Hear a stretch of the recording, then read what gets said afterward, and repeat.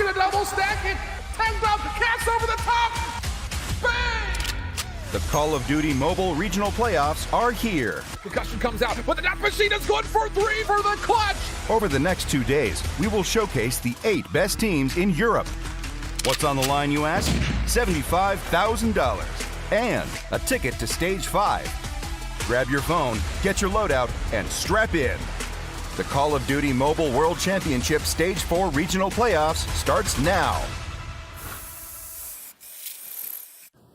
Ladies and gentlemen, welcome back to the Call of Duty Mobile Regional Playoffs. This is Stage 4, and what a weekend it has been so far. Day 1, we had a lot of action, and we'll get you all up to date on it. To help me kick off today's show, I got my amazing desk with me. We got Alley Cat and Bobby Place in the building. How y'all doing here for Championship Sunday? It's going to be a banger. We saw so many awesome teams yesterday, Bobby.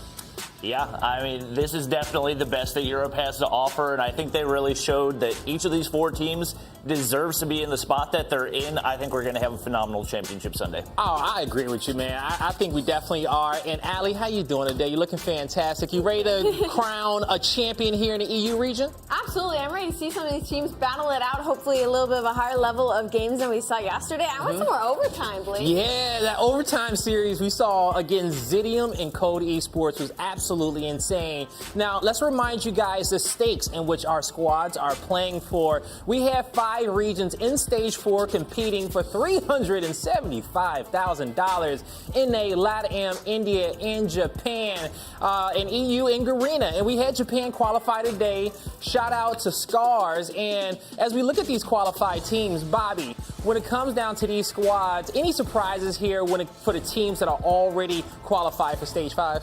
I'm not sure I would say it's a surprise, but I think it's definitely very impressive that we have 3 Brazilian teams representing LATAM, and then the team that just qualified earlier today, Scars, did not drop a single map en route to their championship. They're looking pretty dominant heading into Stage 5. A single map whatsoever. They only had 1 spot in Japan, and Scars proved once again that, hey, we are the best in the region. Now, as you guys see at the bottom, Europe, we got 3 teams to qualify, and that is the region in which we are focusing on today. NA will be next week. Don't miss out on that show. But when it comes down to Europe, Allie, you know, we saw a lot of talented teams here, and, you know, we're going to figure out who is going to come out on top victorious. Yeah. But, you know, when it came down to those 4 teams, who did you like the most that made it to the day? Oh, man, that's tough.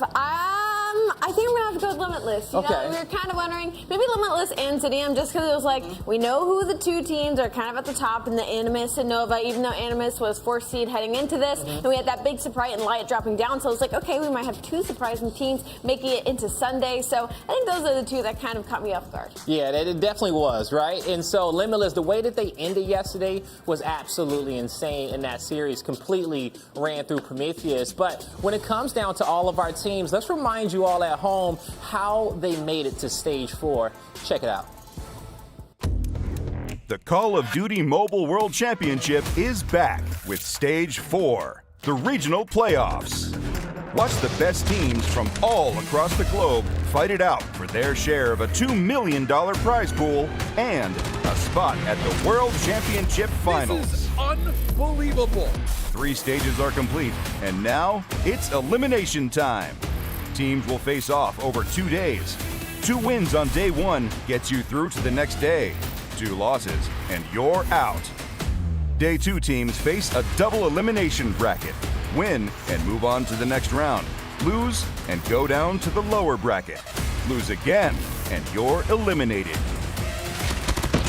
Only the top teams from each region will make it to the ultimate stage, the World Championship Finals. 40 teams, 5 regions, the fiercest Call of Duty mobile competition in the world. Who will make it to the top? It all starts now. We indeed did see the fiercest competition yesterday in day number 1. Now, let's kind of talk about some of our moments and favorite highlights that kicked it off. When we started off, Nova and Animus, 2-0 convincingly to start the day. We really didn't see a lot from Nova, you guys, but today we will get a chance to see them a little bit. Yeah. Now, when it comes down to it, Bobby, what was one of your favorite moments that you saw yesterday in the series that you casted? Or just watched in general? Oh, I mean, I think anybody that watched yesterday would have to say came down to the search and destroy between Cold Esports and Zidium. And it was just an absolute banger of a matchup. Nobody could tell who was going to come out on top. And that's the beauty of the new overtime format for search and destroy in Call of Duty Mobile. It gives it that extra edge, that extra amount of hype, and the build-up to that was absolutely beautiful. It was insane. Allie, what about you? What was your favorite moment here in day 1? I mean, I would obviously echo Bobby. The search and destroys yesterday, especially that overtime, were incredible. But weirdly enough, I was enjoying some of the controls. Like some of the, it came down to TDM most of the time, but some of the situations that could have gone sideways very, very quickly. Like on that summit when Lydia had to stop that clock at 5 seconds, that was so on edge. Even though it wasn't like a 3-2 win, that was like a 3-1 still. It was still wiggle room. It was still just the matter of the possibility of what could have happened. That was very, very exciting. And that's a great point. We saw so many control games come down to 4v4 situations, okay? Those final few lives where you have to really, think ahead of the game, take all the information which you've learned so far on the map and close it out. And it was some exciting finishes there.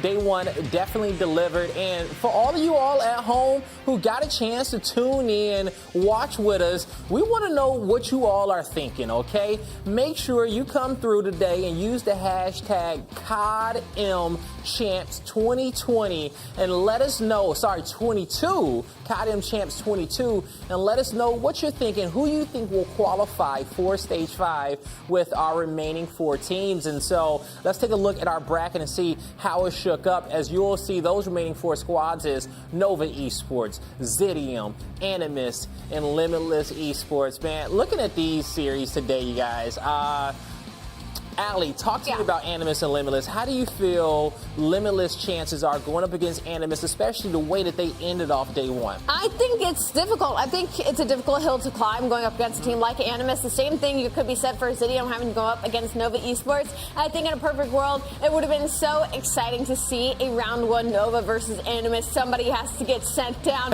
Somebody might not qualify, and then all of our predictions go out the window. But it's a tall hill to climb for both of these teams coming out of the lower side of that bracket, but it's not impossible. We saw some great things at Limitless yesterday with that 3-0 against Prometheus, but at the end of the day, you have to say, well, it was Prometheus who also got 3-0'd by Nova, so it's maybe it wasn't that high level of competition, but you never know. You never know indeed. Now, Bobby, when it comes down towards that top matchup, Nova going up against Zidium. Nova, we didn't see a lot of them, but they look clean. It was 3-0 in all their series. Do you think that clutch factor of Zidium would be able to take down Nova today? I think it's going to be really tough. Obviously, one thing that we talked about a lot yesterday was the importance of that 5th man. And right now, Zidium's 5th man in Cree has not been doing great. The only player among the qualifying teams that is in the bottom 5 for the Respawn KDs. They need him to step his game up big time if they're going to have a shot, especially with the way that Spy is playing. Currently, he sits atop the leaderboard at number 1. All right, he's going to have to sit up straight and sit up and start shooting straight, and we'll see how they progress forward. Taking a look at our first matchup to kick off the day is going to be Animus versus Limitless Esports. So we get a chance to see if Limitless can pick up where they left off. They was our last match to end the day, and they'll be our first one to start the day. Now, let's start kind of really breaking this series down and see, who we think is going to come out on top. Before we bring our casters in, quickly, just kind of across the board, Bobby, I got your thoughts on Limitless, Allie, but Bobby, I didn't get your thoughts on Limitless in this series. I feel like this is the series of those first 2 matchups that has the best chance of maybe us seeing an upset. I think Limitless looked really, really strong toward the end of yesterday, and obviously they did have a Prometheus opponent that just didn't seem to be on their A game, but there were definitely some weak spots in Animus's game. They didn't look strong in the control, and there's a very good chance with that being the swing mode that maybe we see Limitless capitalize. All right. And, Animus, at the end of the day, hey, they won 2 matches right off the bat, and they qualified. MLS just had a more difficult run to get there, so we'll see what Animus is going to bring. They look fantastic. But to bring in our casters for this matchup, we're not alone, so we got to bring in the Wonder Twins themselves. It's Chef, it's Mommy, doing the fusion dance. Oh, that finger's off. Hold up. I know. Y'all going to come. We'll figure it out. Yeah, you'll figure it out, right? I just don't, I don't know what you guys will come out looking like, but we'll figure that one out. We'll find a little mesh fusion for you all, okay? Now, when it comes down towards our competition so far, I think that with the 4 teams that's left, Nova and Animus, I think you guys are all unanimous that those 2 teams may make it through. But my question is, the 3rd spot, Limitless versus Zidium, who do we think can go through? Allie, talk to me. In a very weird sense of things, I'm actually going to go for Limitless. They actually have already held a loss to Zidium, 1-3. But, they haven't lost their search and destroys. Their hard points across the board looked way better towards the end of yesterday. So I feel like if we see those 2 teams match up again in the lower bracket, that I think Limitless is going to come out on top. Okay, Limitless going to come out on top. Chef. Limitless and Zidium seems like the underdogs here coming into today. Animus and Nova, they seem great. Why is that?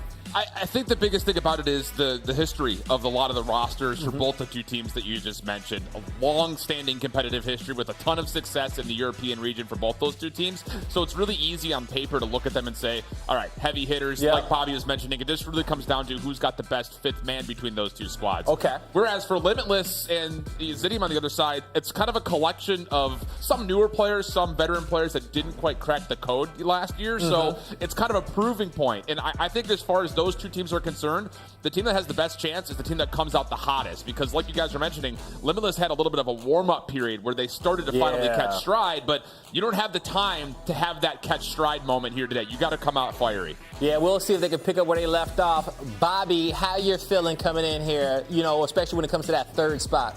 I think, obviously, the favored team is probably going to be Limitless, but I heard a lot of people talk yesterday about the underdog story that is Zidium. A lot of those players were on Tier 3 rosters coming into this year, but with the pickup of the leadership that we've seen from Karma, and obviously you have a lot of firepower coming out of players like our guys like Afer, who's top 5 on the leaderboard for Respawn KD right now. That's definitely a difficult thing to contend with. It is going to be really difficult to contend with. Mommy, how you feeling here? Okay, we got 3 spots to go on to stage 5. Who's going to make it? The usual top 2, Nova and Animus for sure. But, I'm going to have to mirror Bobby with this one. I feel like Zidium might actually have a little bit more when it comes to the clutch factor. And yes, they might not have the best S&D numbers, but we definitely know, compared to Limitless, that they can clutch it up. Round number 10, they can bring it to the distance. And not only that, I feel like they had a tougher competition yesterday in day number 1, going up against the likes of Limitless, Animus, and Cold, where a while ago we saw Limitless go up against Axibite and Prometheus, which is not going to be here in this competition anymore. So it's going to be stiff by the end of the day. It is going to be stiff by the end of the day, and I think you made a great point. Zidium clutching up in the S&Ds, a game mode in which they weren't too good in coming to stage 4, but when it mattered, they got it done. Now, without further ado, I'm ready to get stage 4 kicked off. Are you guys ready? Yeah. All right, let's lock it in. Let's figure out who's going to make it to stage 5. Shift, Mommy, take it away. This is a really interesting series. Kind of furthering the conversation, both of the 2 teams that are going up against Animus and Nova are going to be distinctly underdogs.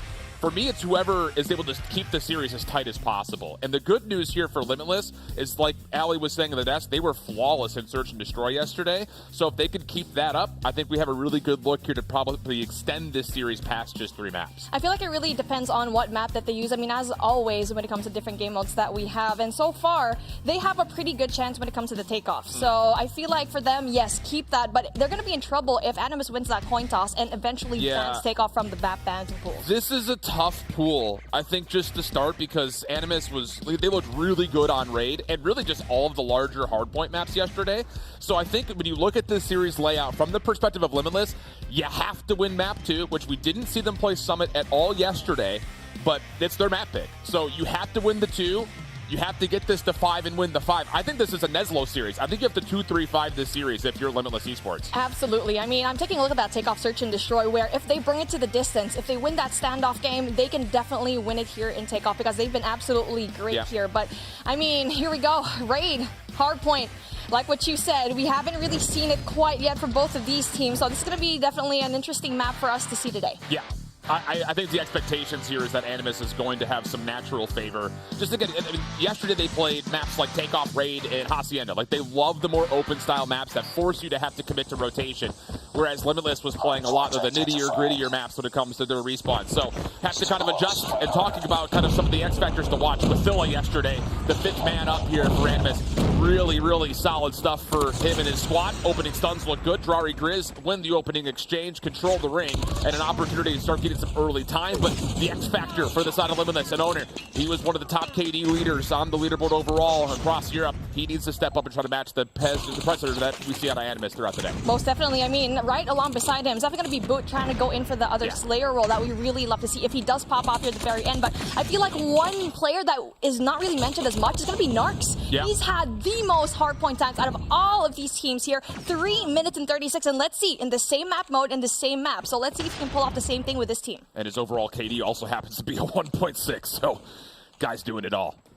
Good start here, though, for Animus. Pretty much flawless through the first hardpoint as they're going to get just about a full 60 seconds, which is dangerous to say the least, as Limitless is already getting their body shot by Drari, who's feeling himself inside of money. Brother, you might not have enough bullets if you keep doing this. Boot the next contestant, shut down, and Drari's going to let him know. Woo, Animus feeling themselves, and Drari on the killing spree, 5 in a row. Not only that, he has the Hunter-Killer drone to play with. Doesn't really quite get anyone yet, though. There's such a solid hold here at Kitchen. No contest here whatsoever, and they try to go in for the side, but there's just no response whatsoever because Nori just shuts them down. Speaking of Narks himself, already with 2 score streaks available to him. Not a great start here, Limitless. Finally, they'll get a little bit of time, but I selectively use the word little because it's only 2 seconds. The spawns will flip on the backside. 30 seconds to fight for here. You have to get this break. Have to try to shut down this quick momentum out of Animus, but Marvel with the SKS gets a double from inside Kitchen in particular. That opens the door for possibly more Animus members to flood on forward, but finally, Boot, Mojito, able to respond in a little bit of time still going the way of Limitless. Scrap time going for Limitless, but then take a look at the rotation in Money Hill. It's going to be Animus all over the map, and that's going to be really hard to break, and that's why we like to call it the Money Hill. Let's see how well they can go in for the break, because so far, they're doing so well, but unfortunately, just not winning their gunfights, and Daytel goes down. Smoke will deter a lot of this push. Limitless looking to set things up through driveway and gym. Mathila right here throwing shoulders. Little slide, nearly able to finish things off, but he at least sets up his teammates to confirm the trades. Hunter-Killer drones come out. The read out of Grizz as far as where the next hit's coming from is absolutely flawless. So it's on to Narks here, already earning his first specialist because he's absolutely dominating. Will actually get broken in. Okay, hold on a second. You got Mojito in the hard point. A little bit of a pitch trying to be set up here from Limitless, but honestly speaking, how is Mojito still alive? He's still in the backside corner, finally taken down. But now the hit coming through Jim. You have to find success right here for Limitless, and the first 3 kills are good as they're able to get the break. You need to make the Lambos explode because Narks is going to be in a very precarious situation, and Boot can definitely try to go and do that. I mean, this spot is definitely going to be really big, and finally big kills coming in from Limitless. But with 20 seconds left on the clock, that's scrap time. You need to go and rotate yet again, and so far it's going to be blue. Watch out for number 9 here.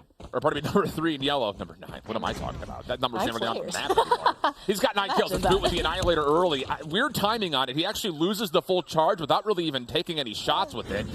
So now you go back over to Animus, who are already at basketball first. Hardpoint can open up the next 5 seconds. And you've got operators and score streaks being phoned in here for Animus. Kills you expect to be coming through. Mojito shut down before he can take the first shot with the Annihilator. Big moment for Animus to once again increase their lead. And a very heavy investment coming in from Animus right now because they've probably propped 2 Predator missiles and now with Annihilator as well. So they really want to get the points here. And I feel like it's a pretty good call because so far, Limitless can't even touch the point. No, not looking good here for Limitless. The specialists essentially do nothing for them.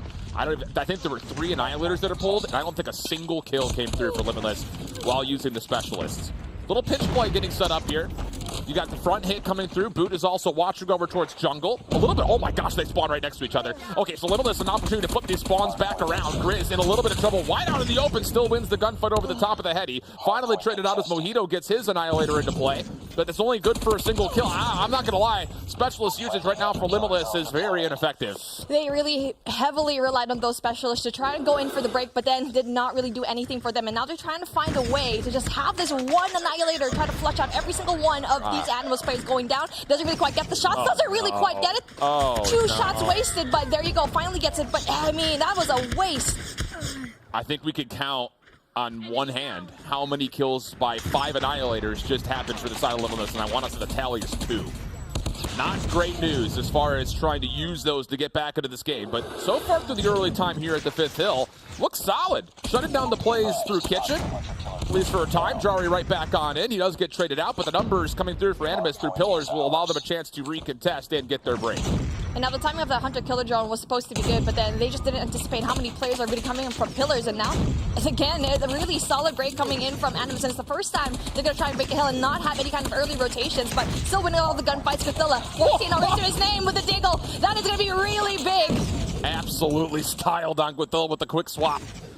And I will say, as we complete our first rotation of hills with a over 100-point lead for the side of Animus, the most dangerous thing you're starting to see is the Drari effect. He was one of my favorites coming into this tournament. Didn't have the greatest day yesterday, but man, is he absolutely turning up right here. Already at 29 kills through the first rotation. Given the 30 bomb early, Drari shutting everything down for Limitless. And right now, I mean, Honor's not doing the best as well. Mojito's actually doing a pretty good job with 19 kills to his name, but taking a look at the other side, Grizz already with that 20 and Jirari with the 31. They just really can't compete with the firepower that Animus is bringing to them.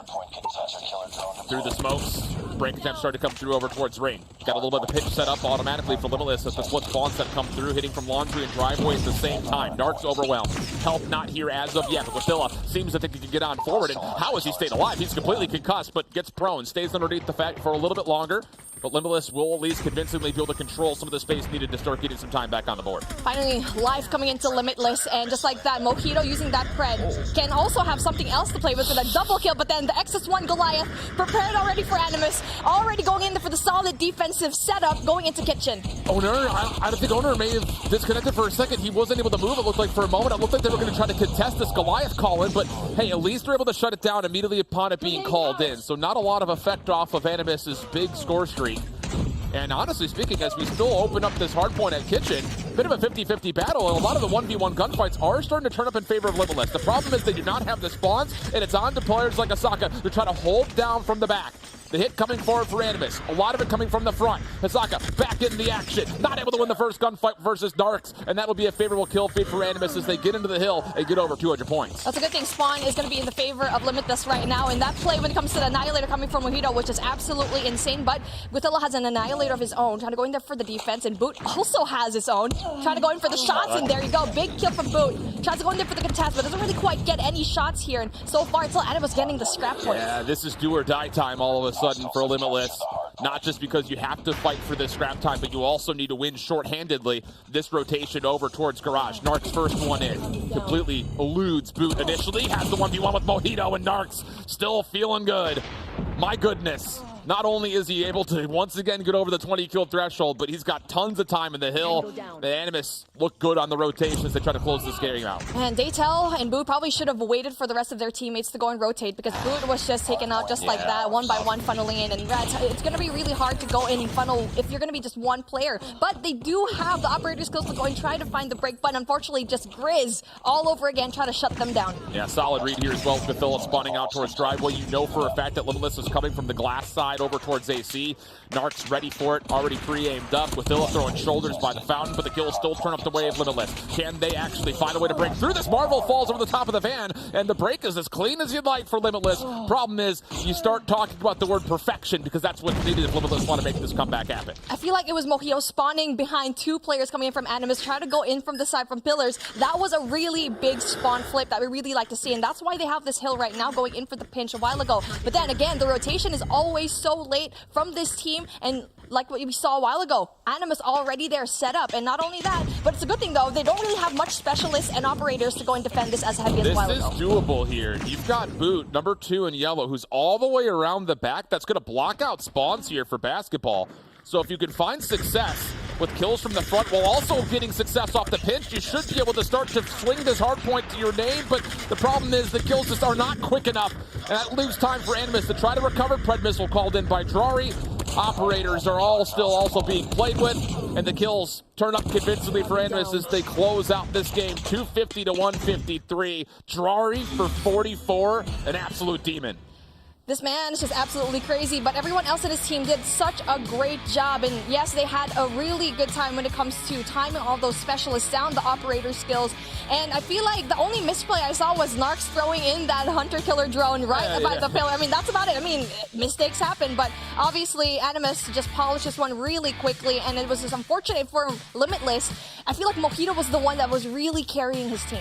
Yeah, there was a little bit of that. It also, it just mentions to be said that Daytail had a really slow start, started to pick it up late, but they look to see Daytail hit the routes. He's kind of like their rogue player that will try to flip out spawns, make cheeky plays. He just didn't really find a lot of success early. And to be fair, I mean, when Drari starts off on like a 15 spree, it felt like shooting bodies while still finding a way to get up to multiple kills in a row.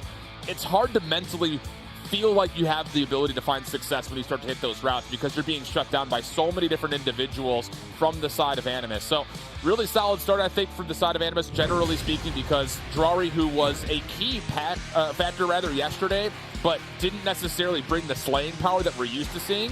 Now that he's looking like this, I don't know. This is a tough ask, I think, for Limitless to try to shut this guy down. Absolutely. And another guy that we really need to showcase here is going to be Narcs, having 3 minutes. We talked about them before the start of this hardpoint. And yes, because everyone else in his team is actually doing a really good job outside of the hardpoint, trying to go in there for the slay. So he's just there for the objective. Yeah.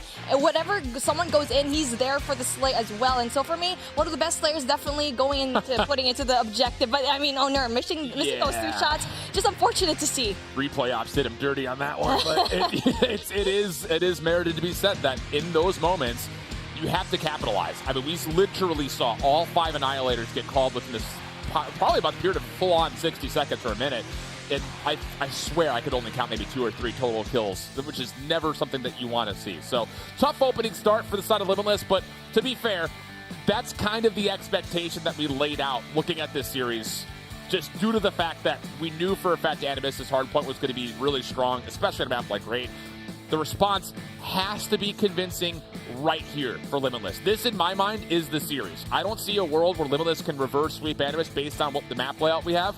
You have to win this Summit Search and Destroy and try to extend this series as long as possible if you want to try to get into that advancement final. And how they're going to do that is to try to shut down Marvel, because that guy is so good at the search and destroy, especially with that sniper, and you already know he can definitely deliver with the deagle. So for a small map like Summit to really approach them, that is going to be a really good call coming in from the side of Limitless. I mean, Onur can try to pop off, so let's see. I mean, it's going to be a full team effort here, especially from that loss a while ago in Hardpoint. Yeah, and I love this little 1v1 setup here, because the player that I was going to say on the opposite side when it comes to shutting down Marvel has to be Ahsoka.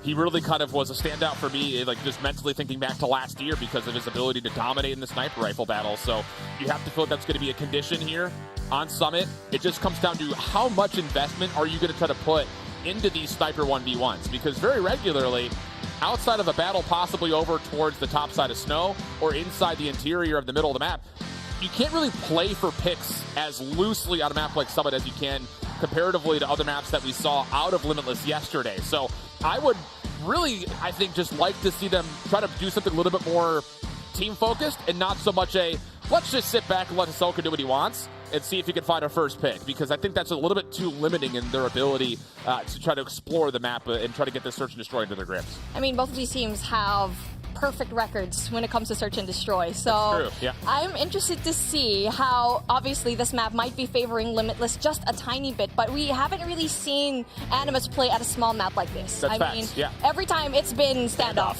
Exactly. Yep. So I don't know. Is it do they choose that map just because they're good at it, or can they play S&D as well? Right. And I think the thing that's really peculiar is after seeing the map records from yesterday, the fact that Summit was not played at all by Limitless, but was their designated selection for Search and Destroy. So they have to have something up their sleeve that they didn't really reveal at all throughout day one. So that's where, if you're a Limitless fan, you're sitting here saying, we got this. There's a reason we selected this map. It just feels a bit strange to go to a map that they didn't play at all yesterday.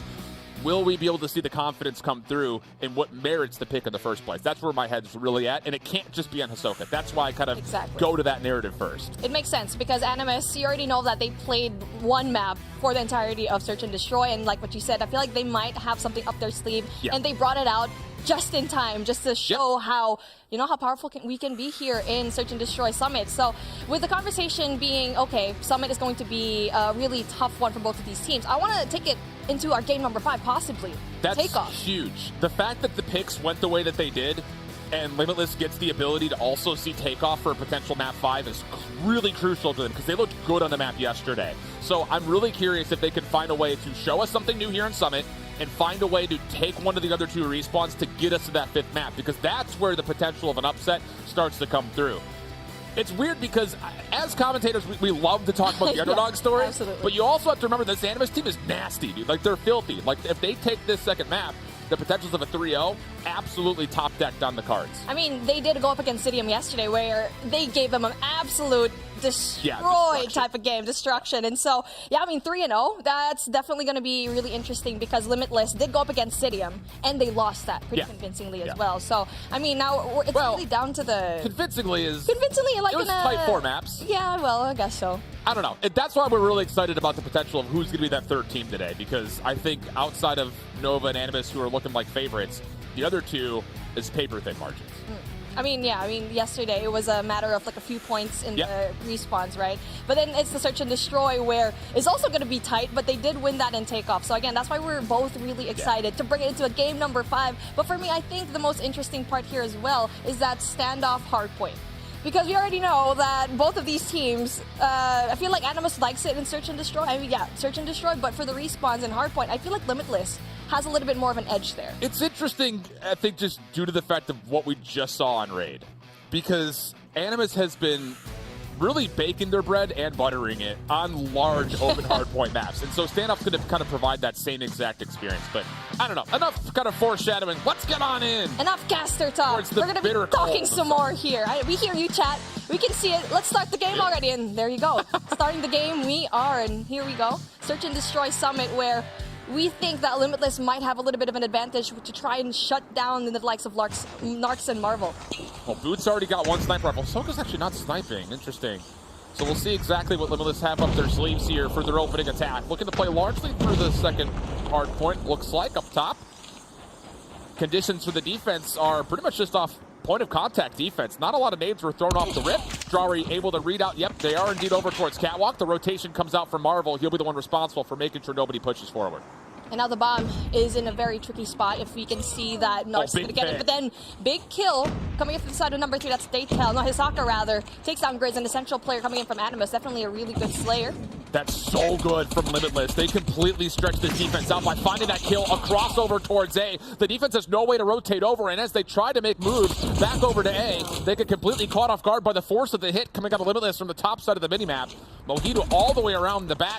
Nades coming out to make Narc's life extremely difficult. He's got no exit here, pending, of course, that he doesn't absolutely beam Mojito off a heady, which he does at least shoot back into. But a tough 1v4 with the bomb planted. Narcs, where do you even go? And I think that's kind of the biggest question. Hisoka's going to scout him out, say, yep, he's still here in the mid-snow path. And, well, it feels like a matter of time here before Narcs will just eventually drop. This is such a good setup coming in from the side of Limitless, where they finally got one, but then Narcs gets one more. Are they going to be isolated, though? Mojito goes down. It's a 2v1 situation, 15 seconds left on the clock. It's still very possible for him to go and clutch up if they line up, but no, they don't. So he already knows that. He's going to be slowing things down just a little bit. So, again, a good play right now. Hisoka finally takes the final bullet, and Narcs goes down, giving 1 to Limitless right now. Yeah, love that call to Limitless. And we didn't really get a chance. I think it was a jump up position inside of mid to look down over towards A through the windows from that kind of upper catwalk area that allowed them to get that first blood. And that was the only defense that Animus had, was the sole player of Grizz down over towards the A site. So we'll see.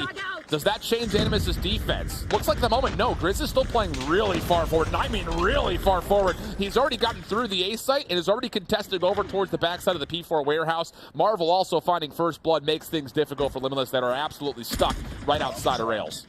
Daytel, give me that information. Knowing very well there's one player there. Throws in the stun.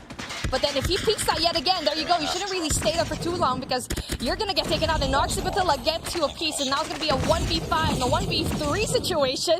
Honor tried to go and clutch that up, but unfortunately for him, doesn't really quite get so. All right, so here's the thing, and Limitless aren't going to know this. Well, maybe they will. Actually, Grizz did get a kill on that long flank. You have to contest Snowpath. You cannot allow Grizz defensively to run up to A and run through over towards Plow here on the left-hand side as we come out of spawn for Limitless. Narc's also tried to play a little bit forward that last round in towards mid, and it worked out for him. This time, full contest of PC. Oh my goodness, Animus are going quick. Yeah. This is just a lack of respect being shown by Animus as they're just saying, we'll just outgun you. We'll force the gunfights, and so far it's a strategy that's working out. Because they already know that they're going to be pushing second floor and control room. They are reading this to the T. I mean, Grizz didn't even have to go all the way around. And they're just one player down. Limitless. Mojito, what can you do? Spots Grizz, finally gets one. And, I mean, the good thing for him is that they're going to be split up. They're going to be isolated just a little bit. But, I mean, just as I said that, they're going to be regrouped just like that. This is an impossible situation for Mojito. He doesn't have the bomb. He has plenty of time to try to navigate this, but you don't know because of Grizz's route from before. Is there anyone on my long flank? Is there anyone playing up top at rails? You have no intel, no information whatsoever. And it's curious just to see Animus come out with this three-man hit right in towards mid-PC and just say, we're going to force engagements. Marvel going to get caught out here, though. Should get caught out here, though. Oh my goodness. How? Mojito may be needing a mojito after that. That was tough to watch. No, I think Mojito already had a mojito, and that's why he missed that shot. Steady it up there, brother. Slow it down with the mojitos right now, but I mean, that was such an amazing display, and Marvel with the Deagle is just absolutely nasty. We've already seen it yesterday where he got a beautiful three-piece coming in there, and now we need to say it's going to be a different side now because they're going in there very passively. Oh, no. Not good news. Not good news. Narc's able to slide away. He's going to have help on the crossfire. You can't challenge this Boot. Oh, lucky to be alive as Boot here after they dropped the first blood. Marvel with a second snipe connecting in the round will turn this to a 5v3, and Limitless just do not have a response for this forward defensive aggression out of Animus. They're just being outgunned every single time, and now Jari finally getting Daytail.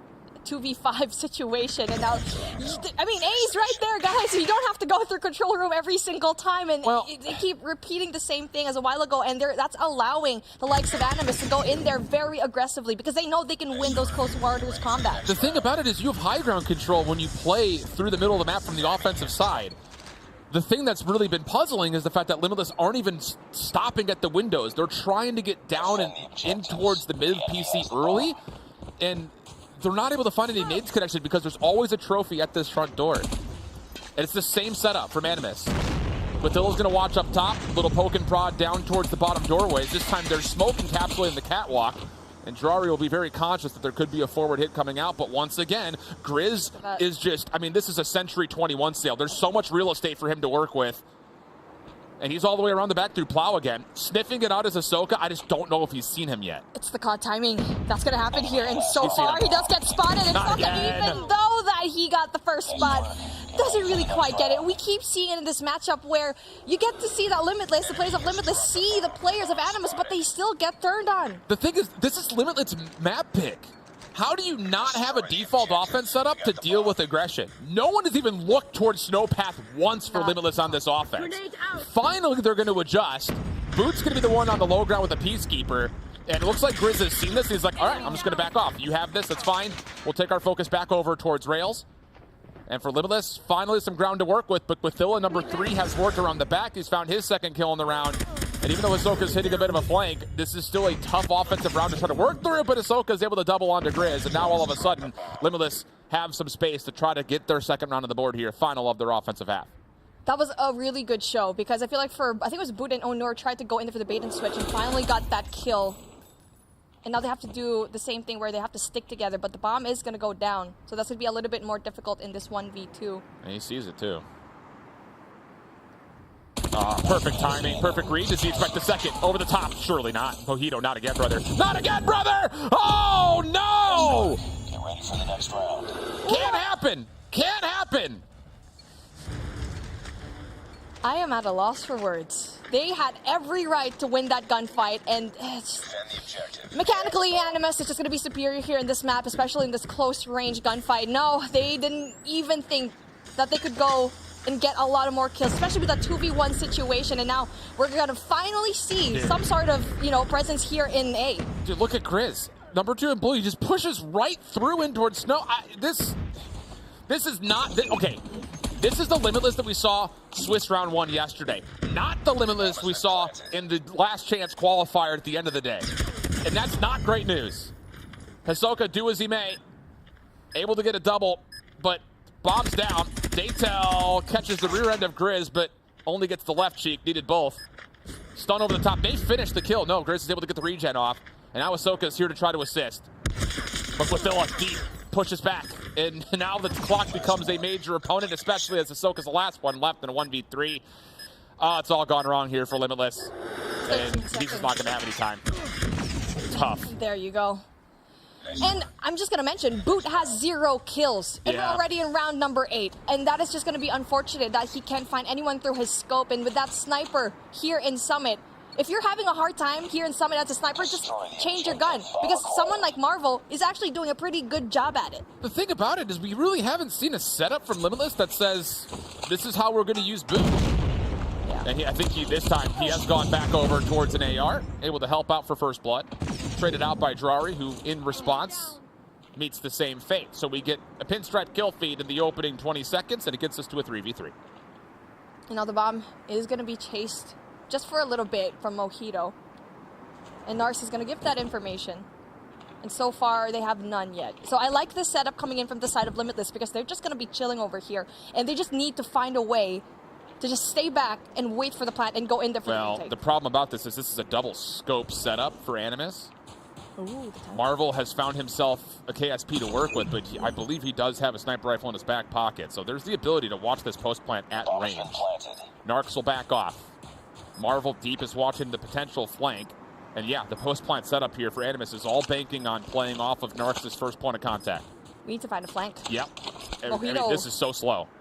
It's too slow because you already know that there's going to be a sniper over here in A, and you already know that they're going to be pushing back just a little bit, and they have nades to play with. And not only that, they're going to be pinch play number 4. Marvel gets 1. You would expect that someone would always be there.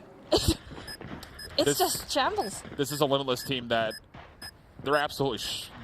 since the Drari was shooting bodies P1, it just feels like they've completely lost composure. Wow. Not good news here for Limitless. Quathilla all business. And right not. I mean, that little 1v2 at the end over the top of the heady is something that we should not be seeing on Sunday of a final qualifying day. Small mistakes that eventually lead to unfortunate losses here. And where we thought that Summit, Search and Destroy, was going to be a Limitless map, it's just Anima shutting them down every single time in a very convincing fashion in the first 2 maps so far here. And now this is making us look back into what is going to happen for Control. Because so far, Control is not looking so good for this team right now for Limitless. Yeah, Boot, I don't blame you for leaving the lobby early, brother. It's just, the thing is, watching back some of that final match from yesterday for Limitless against Prometheus, it looked like throughout the day, Limitless was really catching stride. Tough opening matchup versus Zidium, close 4 maps. They came out, still were able to showcase a lot of presence from players like Owner, Hisoka. Mojito played pretty darn well yesterday. And by the end of the day, they looked like they were really clicking. They were like everything was really coming together solid, but this is another slow start out of Limitless, and you just can't have it. I mean, by round 3, as soon as Animus started to push up defensively, it looked like Limitless lost full confidence in why they even chose this map in the first place. And they just had no response to Drari going in there for the flank. We always pointed that out where he went there. How many rounds? 3 rounds in a row. You're talking about Grizz on Grizz, rather. Yeah, Grizz. yeah. And then it was just absolutely insane that Hisoka tried to go in there, but then didn't even win the gunfight, even though he spotted him first and just got turned on. So, again, Limitless looking a little bit... This one this hurts. one is just painful. Able to isolate. Yeah, you gotta have that. You just gotta have it. I mean, Quathilla is literally half HP.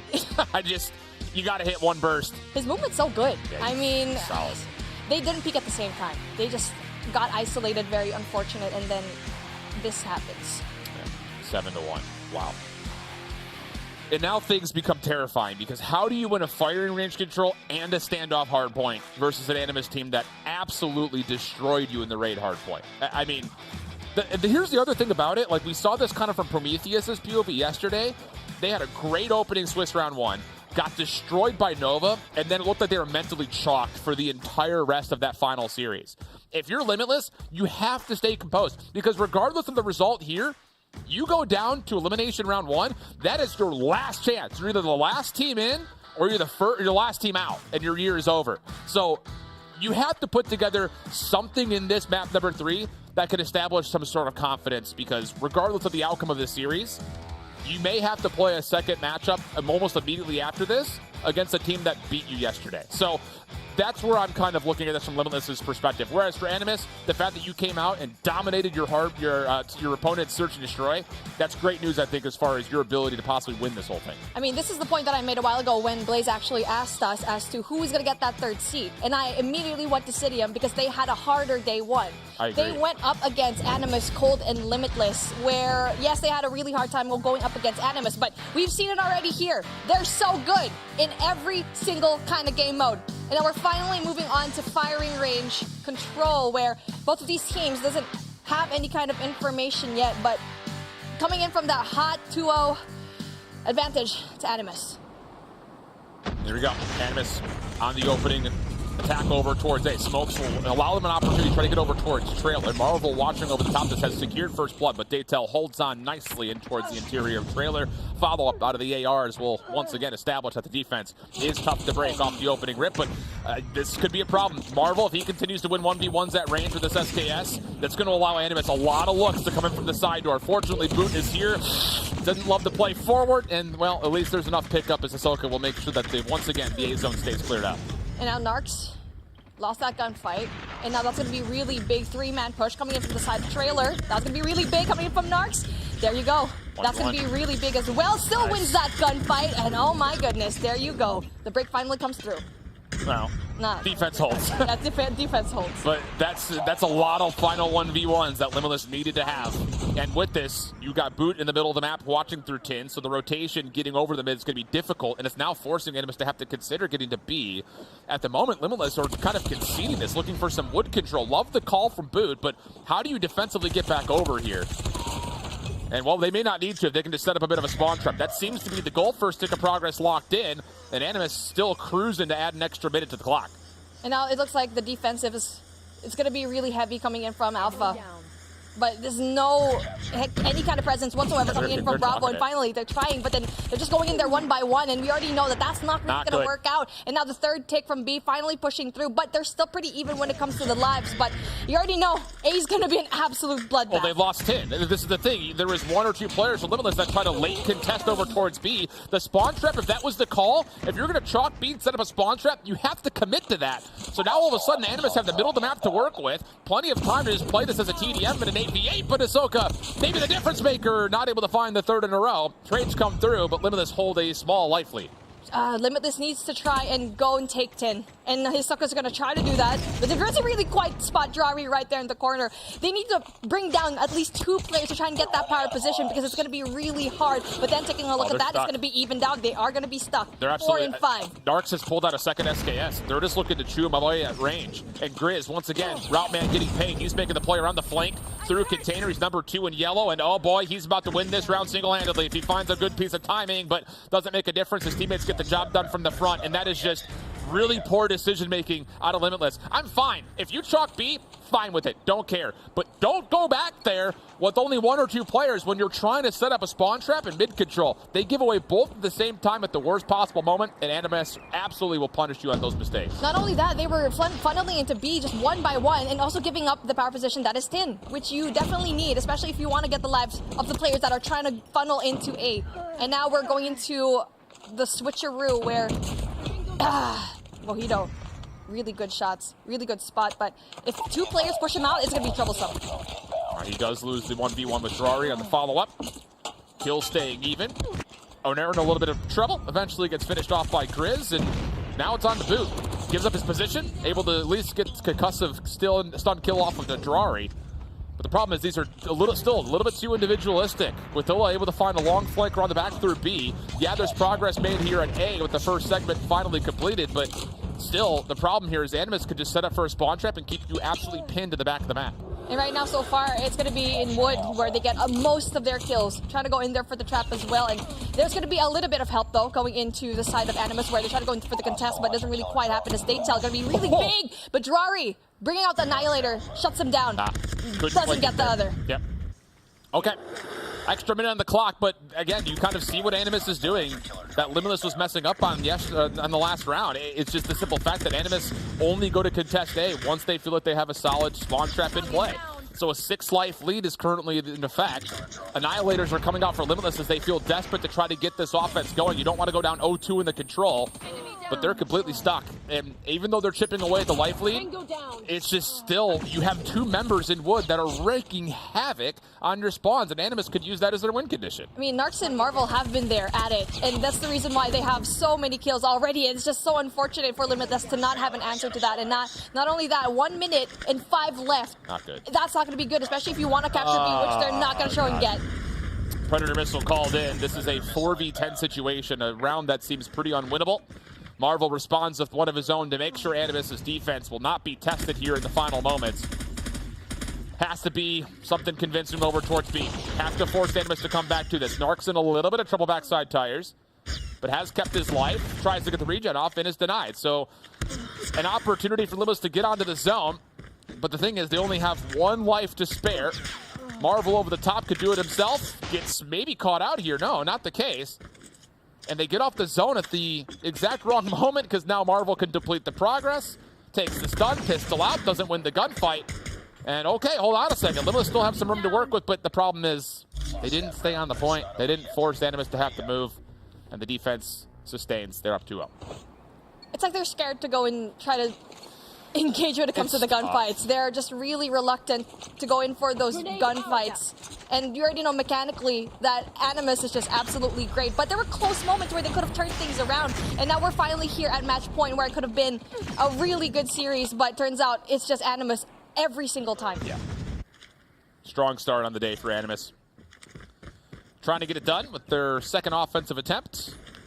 Withilla over through B, loses the 1v1 with Mojito. Grizz should be able to secure the trade and is. Jungle is wide open. Limitless not even contested in the middle of the map largely at all. So an opportunity here for Animus just to freely get on towards B and try to get this clock up to 1:57. Mojito, though, with a really big kill. But again, there's 3 players on the hill. And it's going to be really difficult because they keep leaving Bravo open and just sending 1 person over there. That's going to be number 5. That's going to be Mojito going in there for the defense. But, I mean, it's just going to be a free take over here in Bravo. Not just that. You have to control Bathroom as well. The decision just has to be clear. You have to call off for, okay, we're chalking B, we're setting up a spawn trap. And at least for Limitless, they do hold some numbers, even though the second tick of progress is completed and the third will immediately follow on towards B itself. So now the question stands, can Limitless hold on and make lives a huge problem for Animus as they try to set things up over towards A? But once again, on the rotation from B, you've got 2 members of Animus's attack already in the middle of the map trying to control. They tell decent opportunity to try to double up, but could only find 1, and Animus have successfully broken out of the spawn trap. But then the life advantage still into the favor of Limitless right now with 4 lives. But still, you already know that Animus might be able to go and bring it down. But with Marvel going in for the Annihilator and also with Marvel with SKS, it's going to be very difficult for them. Booth gets shut down. And Narcs, the only person in his team right now that can try and take it. Number 3 needs to win, and there you go, Guthilla. This is bad news, Bears. Not good news. Drari's in the middle of the map, still making sure the rotation is held. He actually confirms his own trade and actually takes himself out of the picture with the Hunter Killer drone. But the thing about this is the second tick of progress is now on the way. 11 playing 11. Owner able to find a double, but Drari's Annihilator off spawn comes out of his pocket to the second tick of progress coming in. How do you get in if you're Limitless? Have to find a way. Drari's watching you on rotation. A triple from Drari. And that may just be about it. No one's going to touch in time. A 3-0 in the series and a 3-0 here in the control. Well, I'd just like to say whoever chose Limitless as their third might need to reevaluate, especially after this Animus game, because we thought Limitless, especially with some of the maps in their favor, just did not perform. It was that Summit S&D where they could have had a chance to bring it to the game number 4, game number 5. They got smoked. Yes. Not a good start for Limitless. Not at all. Now, the only bit of good news is I believe Nova absolutely beat the brakes off of Zidium 3-0. So both teams got absolutely mollywopped in their first round, as they're now going to have to play for a final spot into Europe. We can also confirm, of course, because 3 teams are going to Europe, that now all of a sudden Nova and Animus have locked in spots for Stage 5, meeting the expectations of, I think, the entire community.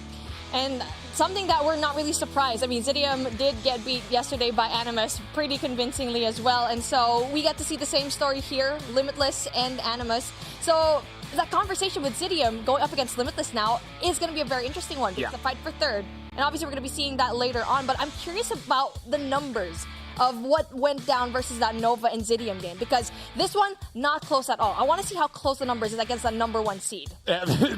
Bobby just looked over and just gave me the, it wasn't close at all. It was a pretty easy cruise.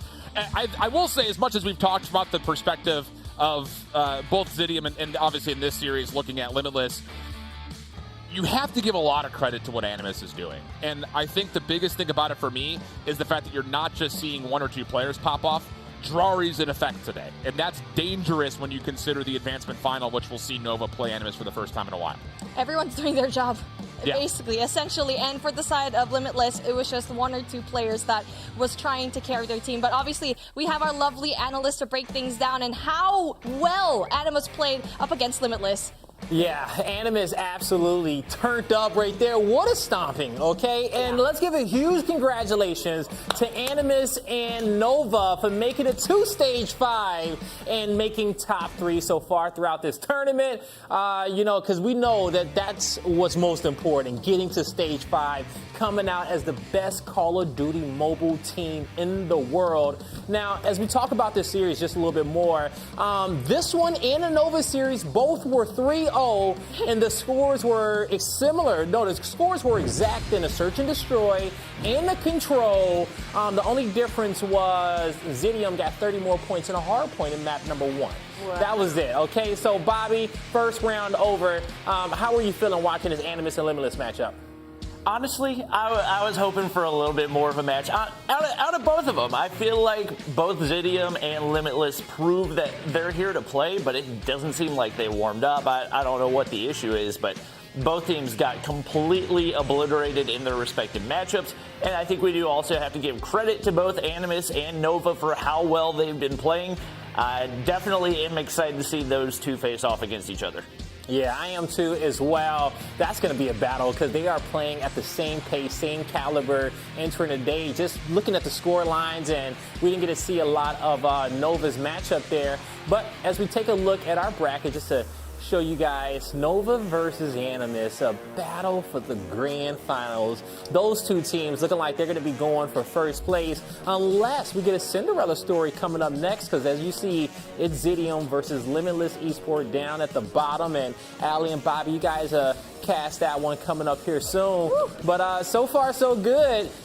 After seeing how Limitless played, do you think that they'll have a tougher time up against Zidium? But they kind of had the same score line, you know what I'm saying? I think that one's probably going to be our closest series. It's going to be a bloodbath there in the losers. Yeah, I think we definitely thought that, like, depending which team kind of comes out hotter against these top 2 teams, and Animus and Nova was going to be the one with the edge heading into the next series in that lower bracket to try and grab that final 3rd spot. Yep. But, I mean, the scores were very similar. I mean, a 30 points more in Hardpoint doesn't really speak too much to me when it comes to, like, Zidium. So when I think back, I have to be like, okay, well, if you really want to give a team an edge, it kind of has to be Zidium just because they've already played Limitless yesterday and they beat them in a 3-1 fashion. However, I'm still sticking to my guns. I think Limitless's Search and Destroy, besides the one we just saw, looked a lot clean. Yes, very clean yesterday, and their Hardpoint looked very near the end.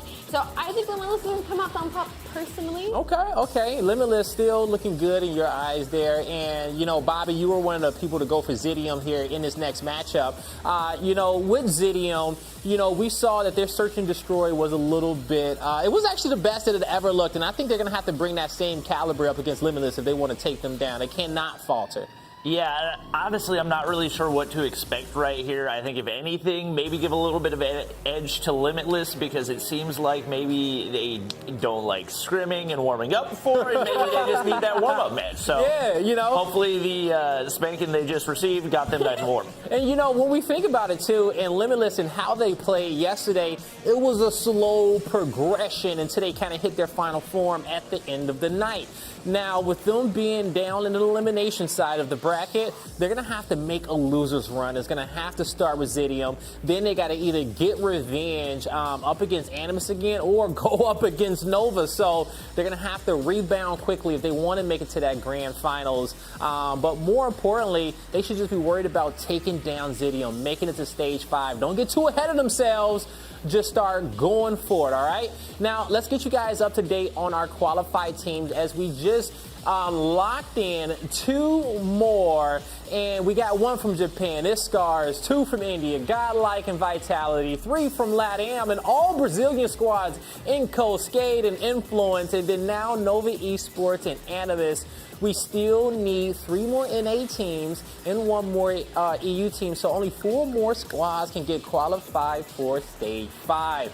All right, everybody, you are all up to date so far on the tournament, but now it's time to move on over towards the next matchup. It's going to be Limitless going up against Zidium, an elimination match that you do not want to miss out on. Only 1 spot remaining. Who's going to take it? Don't go anywhere. We'll find out right after this.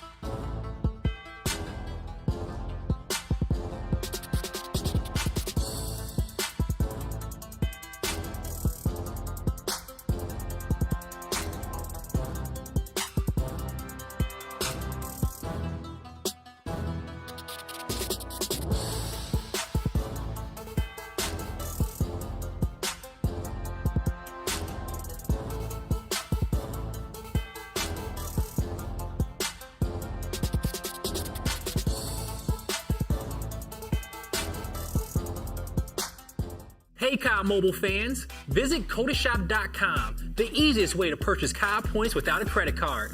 Choose from multiple payment options and get exciting offers like 10% off. CodaShop is an official partner of Activision, so you know it's safe.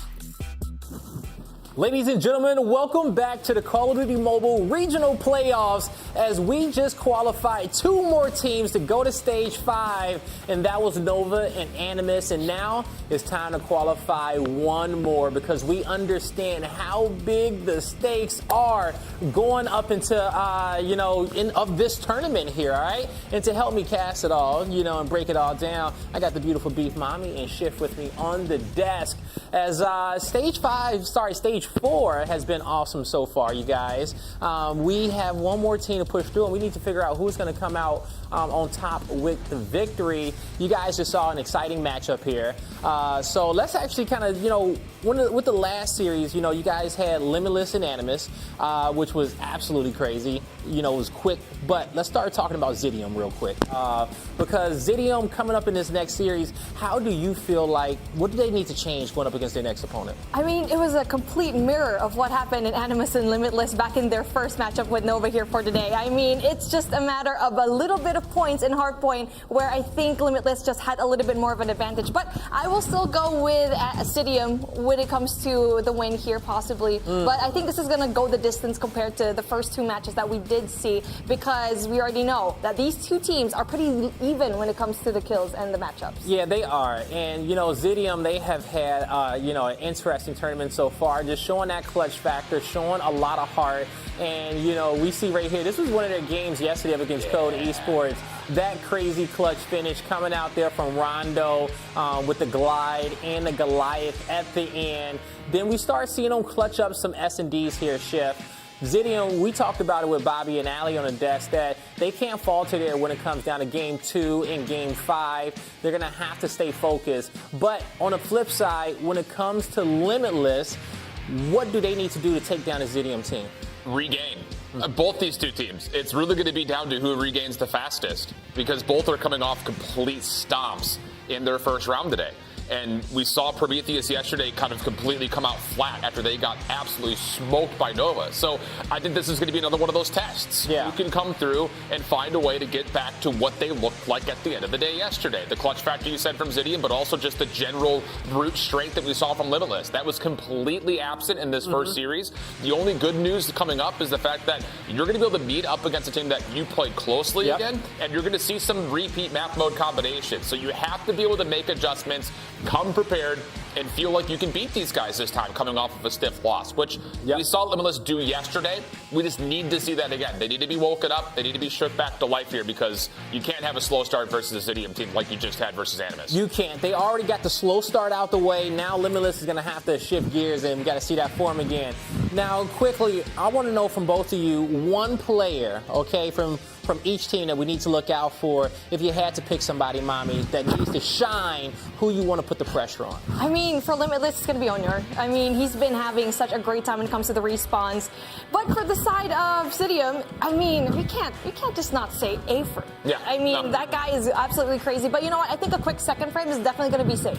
Okay, all right. What about you, Shiv? I have to go with Afer for sure. He was the biggest surprise yesterday. He needs to be consistent today. That's, I think, the biggest thing overall is consistency for these 2 teams that are largely put together pickup squads that have a lot of younger players that are new to major tournaments. It's do or die. Either you're the last team in or the last team out. There's no other way about it. This is a high-stakes matchup. It's a high-stakes matchup. Do or die. You do not want to get double eliminated today. Both of these teams looking to get that 1 win on the board to make it to Stage 5, and it's time to kick off our elimination round 1 matchup. Bobby, Allie, it's time to get this one started. Thank you so much, Blaze. Honestly, it's what we all expected, but maybe a little bit faster than we expected it to happen. I don't know about you, Bobby. I'm going to pretend like those first 2 series didn't happen. I mean, they were almost identical in the way that they ended up playing out. I want to focus more on the fact that the last time these 2 teams matched up, Limitless had the edge in the search and destroy, but it was Zidium that came out on top. And when we talk about this, the control. I mean, it was 3-2. It went to round 5, and the hard points were only within. The first one was 250 to 218 in the likes of Zidium. The second one was 250 to 242. So I'm interested to see if we hop into some of the same maps and modes that they've previously played each other on, but it's still a very close series overall. Yeah, I feel like for the most part, it's probably a toss-up. You look back at that first matchup, and obviously Zidium comes away with the win. But it also seems like Limitless just needs that warm-up. So I feel like those two, to a certain degree, almost balance each other out. Talking about players to watch, obviously, we know who's going to slay out. I think for me, the real question is, can those fifth men step things up? Talking about Kree at the beginning of the show, his KD, especially in the respawns, has not been there all weekend long with a .83. He's got to bring that up if they're going to have a chance at locking in a Stage 5 spot. I completely echo that. And then on the flip side, you talk about the highest KDs on both teams. You're looking at After right now with a .15 overall, but on the flip side of that, you got Onur with a 1.55. So those two players are certainly going to go head-to-head, but we are going head-to-head in a series and a map and mode that these two teams have already played against each other. Firing range, Hardpoint, the last time they matched up, Zidium won 250 to 242. Very close indeed, but right off the rip, it's going to be Zidium with control of P1. There's a whole lot of yellow in the feed right now. It is a couple return frags from Limitless as they go ahead and get things cleared out. So not too much time going in for either team. Obviously, as expected, especially on a map like Firing Range. A couple SKSs in play, and actually 2 in play for Zidium. That's not something we tend to really expect. Typically, it's 1 SKS, 1 Peacekeeper. So interesting change. It looks like maybe some weapon swaps already, as Saze is yet to pick up a kill. And same for Afer. To have your 2 top fraggers start off that slow, not a good sign. And following the slow start, Limitless has not slowed down a bit. Yeah, no, Limitless actually has turned this game on its head fairly quickly. I mean, we're still at the tail end of the first Hardpoint, but it's Limitless on the rotation as well. Already, a hunter-killer drone has been put into use by Hisoka. Mojito actually has 6 kills under his name already. That is usually the player that when you watch on the minimap, he's going to be the one that's in that hill time, soaking that objective. But on the flip side, Zidium after 0-5, a complete turnaround from what we saw yesterday.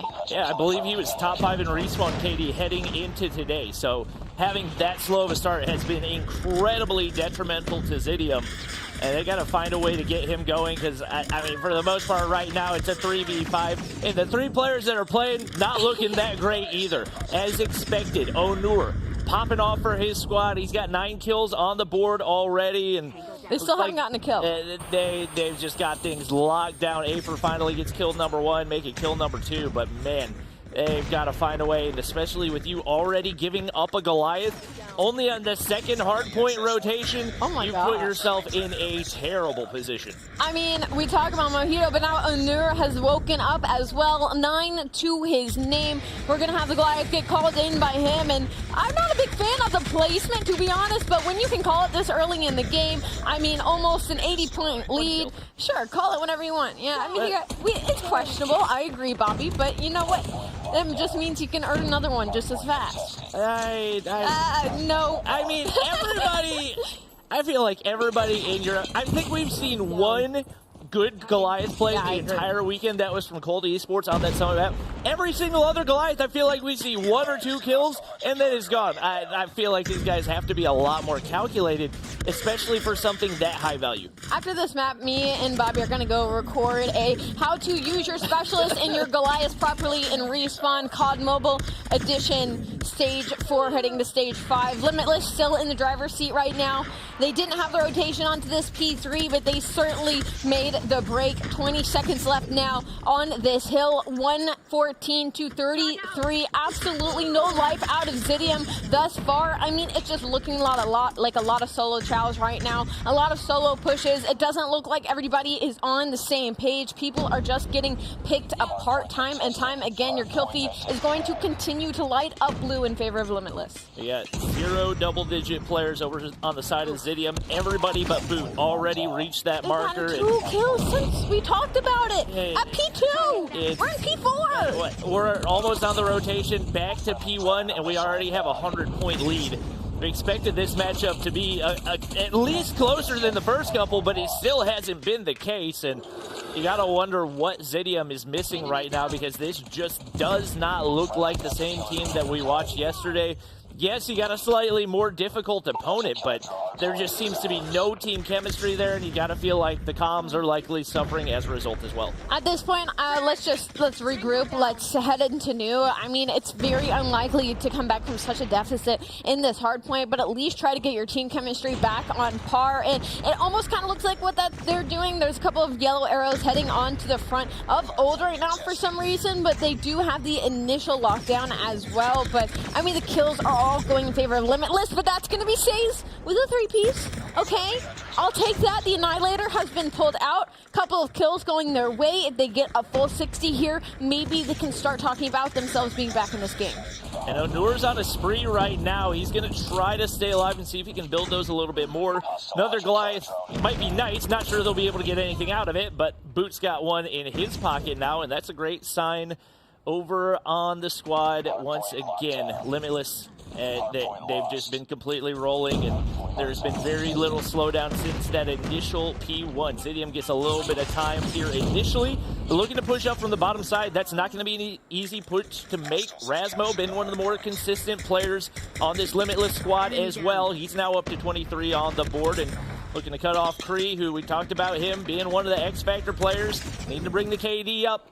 Bottom fragging right now, but I mean, you got your team MVP for the weekend, Afer, not that far ahead. Sage specifically has really kicked it up, now at 11 kills. I believe they were at 4 not even like 30 seconds ago, so it's still a deficit of 175 to 68. Limitless in the driver's seat. Razmo is 26 and 12. Another KD leader off of yesterday. Not somebody we expected from this Limitless squad, but after search and destroys, he's able to translate that slaying power into the respawns now as well. 50 seconds left on this next hard point.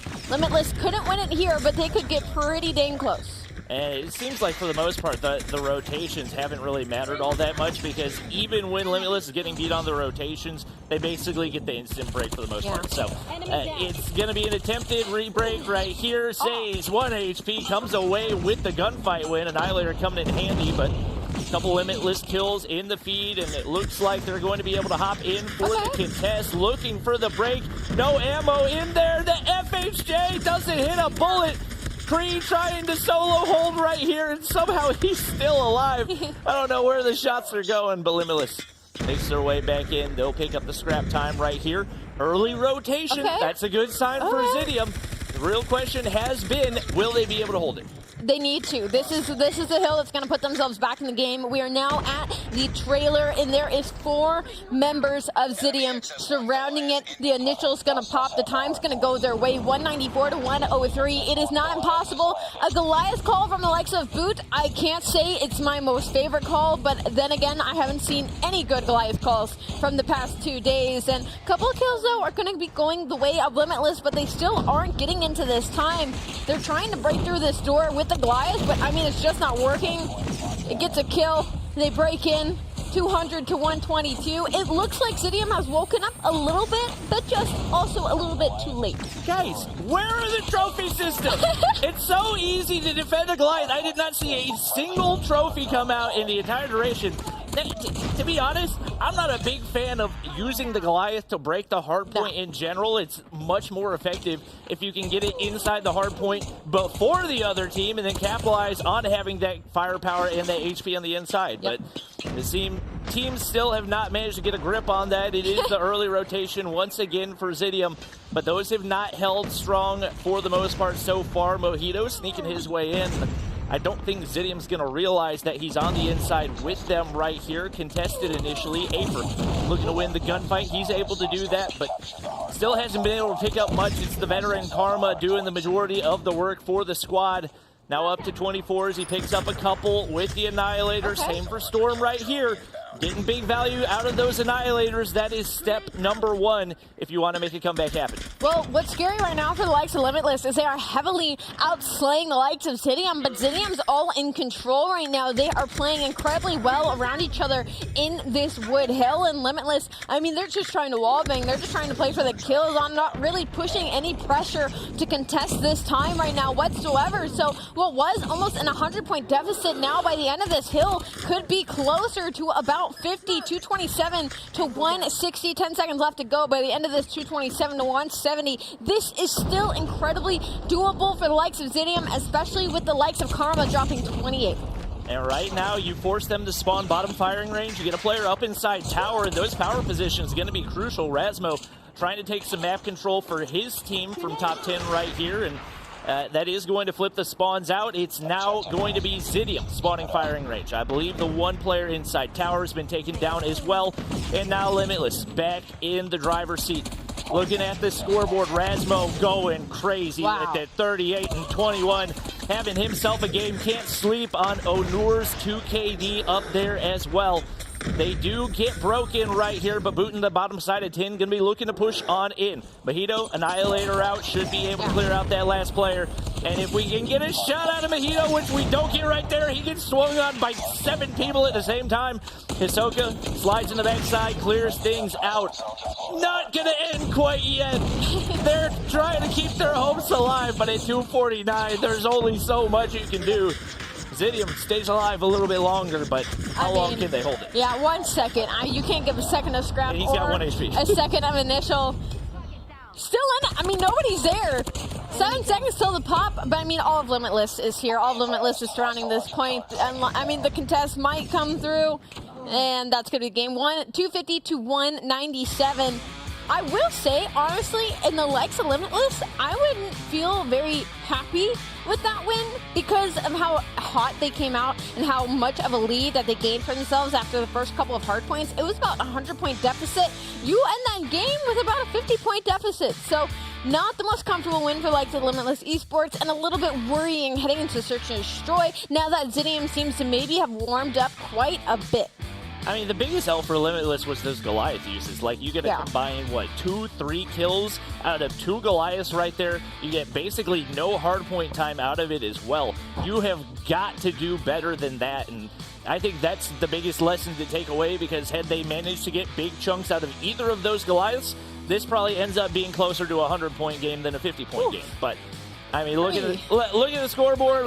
We said Kree's got to pick it up. Storm, not that far out of the bottom 5 for respawn KDs as well. Those two, they just got smacked around right there. And Karma, A4Says, they did what they could, but trying to play 3v5 in a respawn is never a fun thing.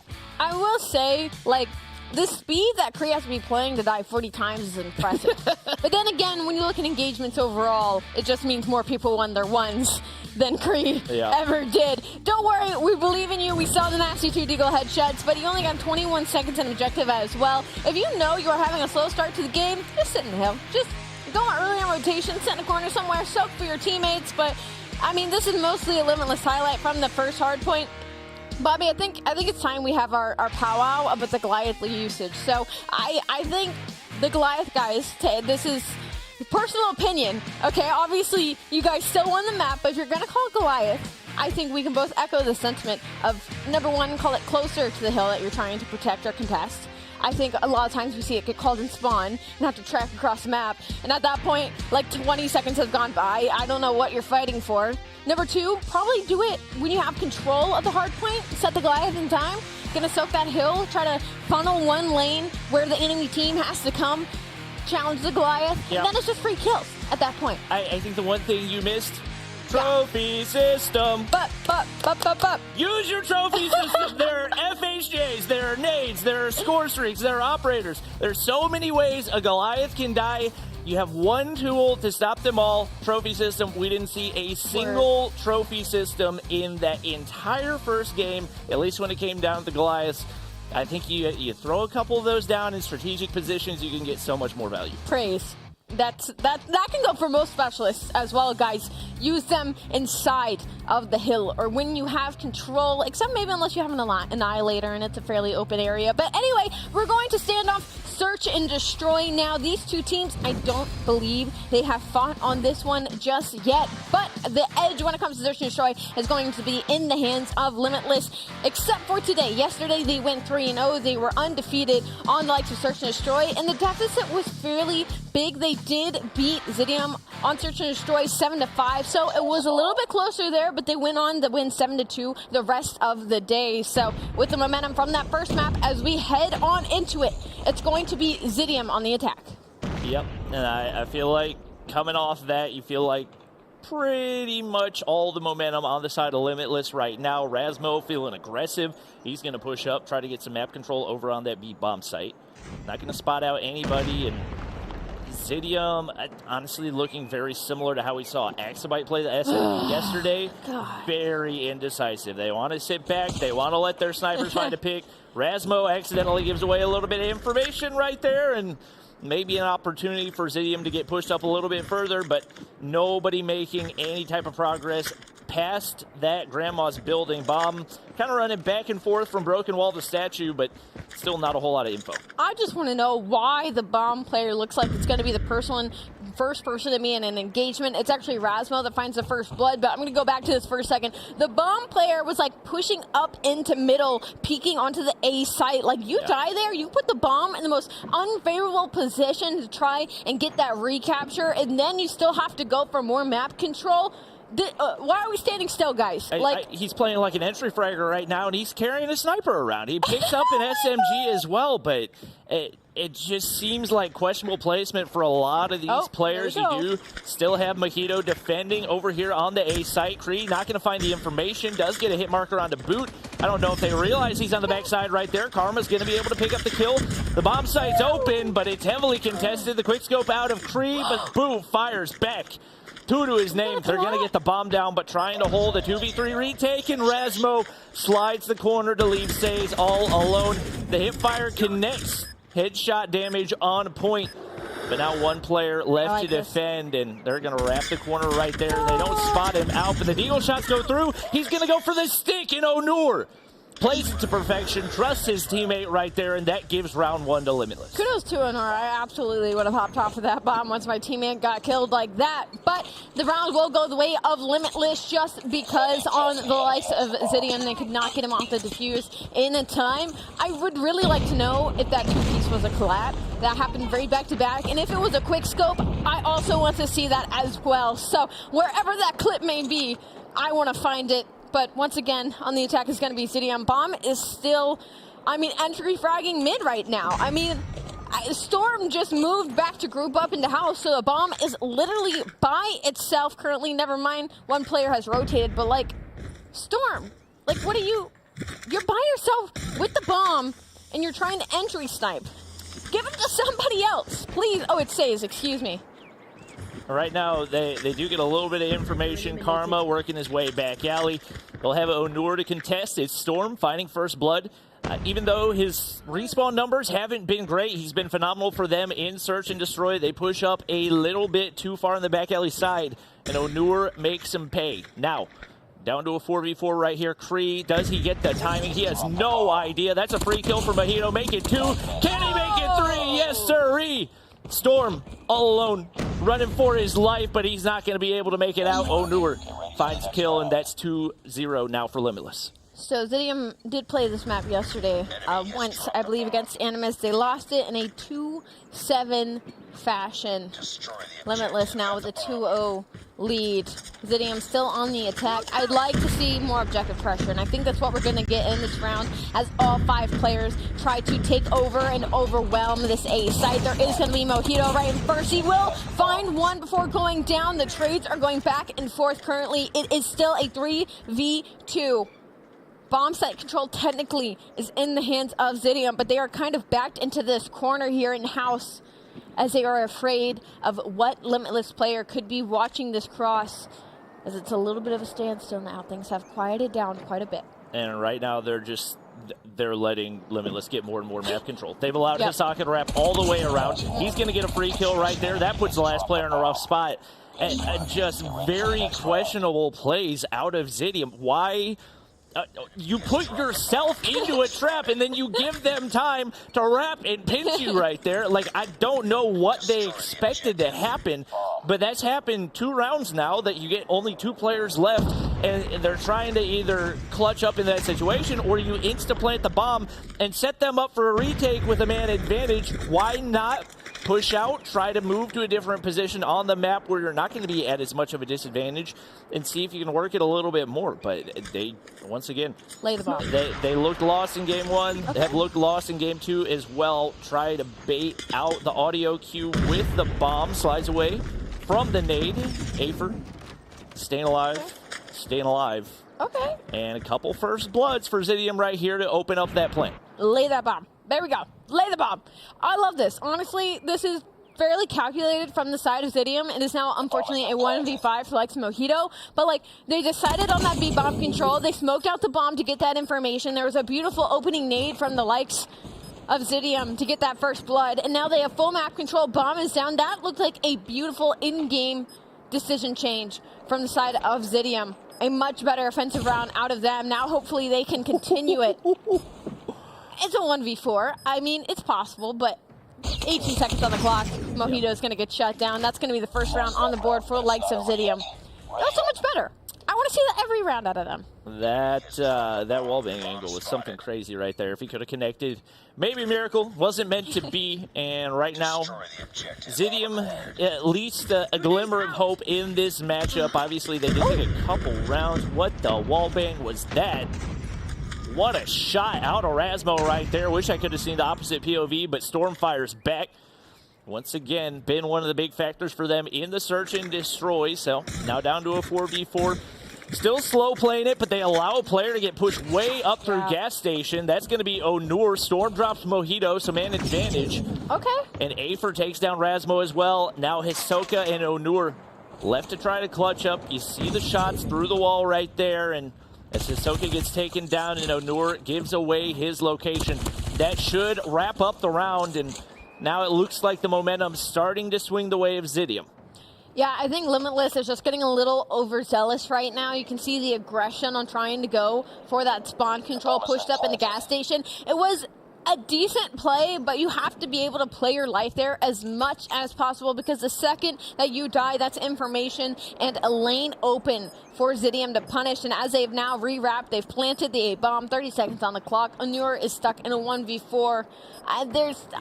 Things can happen, but I'm going to go ahead and start talking about the next round until something crazy starts going on. Zidium, I think one thing that I think they can take away from these offensive rounds is the fact that Limitless always send 2 players towards that A site to snipe that middle. And I think if they work on like a team nade or something, they could very easily smoke that player out and retake that bomb site control and get the bomb down fairly quickly. So again, just a couple of strategies, a couple of, in-game decision making that I think Zidium could take advantage of, but they now have 2 rounds on the board. Great in-game adjustment out of them.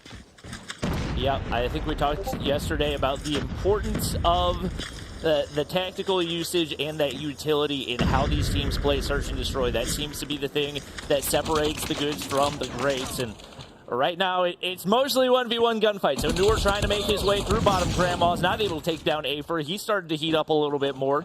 Karma, Storm, Says picking things up as well. And even with Kree still struggling as he has all weekend long, Zidium looking like they're in position to at least have the advantage this round. Onur's out of the equation. Rasmo fires back, now into a 4v4. On the flip side of things, Limitless, I think they need to realize they need to plant the bomb. Like, this is still search and destroy. This is still objective-based gameplay. I think when they get a little overzealous, they feel like they have to get information. They have to find a player to shoot at, and that is just simply not the case. You can run the clock. There's a minute left. As long as you are sitting in your positions on these sites, you're going to have control for majority of these games, and that's going to be 3 kills now going the way of Limitless. Kree stuck in a 1v4. What was momentum in their side quickly got stomped out by the likes of Limitless. Yep, we're going to go ahead and flip sides. I feel like we'll see a slightly more confident Zidium here on the defensive side. You don't have to be as decisive. You know your setups. All you really have to do is evaluate once you see the push out of Limitless. But we've seen Limitless look pretty strong on the offensive side as well. So we'll see what Zidium has to counter right here. A very similar approach, at least off the start right here, so not as much commit with the utility for Limitless, as they do just look for that initial information. None of the wall banks going to connect, but Onur gets a little bit over-aggressive. There's 2 snipes waiting for him on the opposite side of that wall, and the first blood quickly goes to Zidium. Kind of the same sentiment. I mean, look how incredibly spread out Limitless is playing right now. They're still kind of backed up into their spawn, but really, I mean, there's some map control. You got number 4, Rasmus pushed up with the sniper in mid, and obviously, you know, can call out. There's absolutely nobody near the B site. Maybe the bomb can push up here for some sort of kitchen control, but that's going to be another kill in the likes of Creed. The issue with the side of Limitless is they used all of their nades for the majority right off the bat. Like, they all instantly threw a lot of their artillery, and so now they can't use any of that for any sort of information now later into this round. Yep, that's something you got to value highly, and neither of these teams have really capitalized on it at all through these first couple of rounds. Rasmus seeing if he can lurk his way in with the snipe in hand, but that's an ego chow if I've ever seen one. Doesn't matter. Sage drops right there. Kree finds another. He's starting to heat up.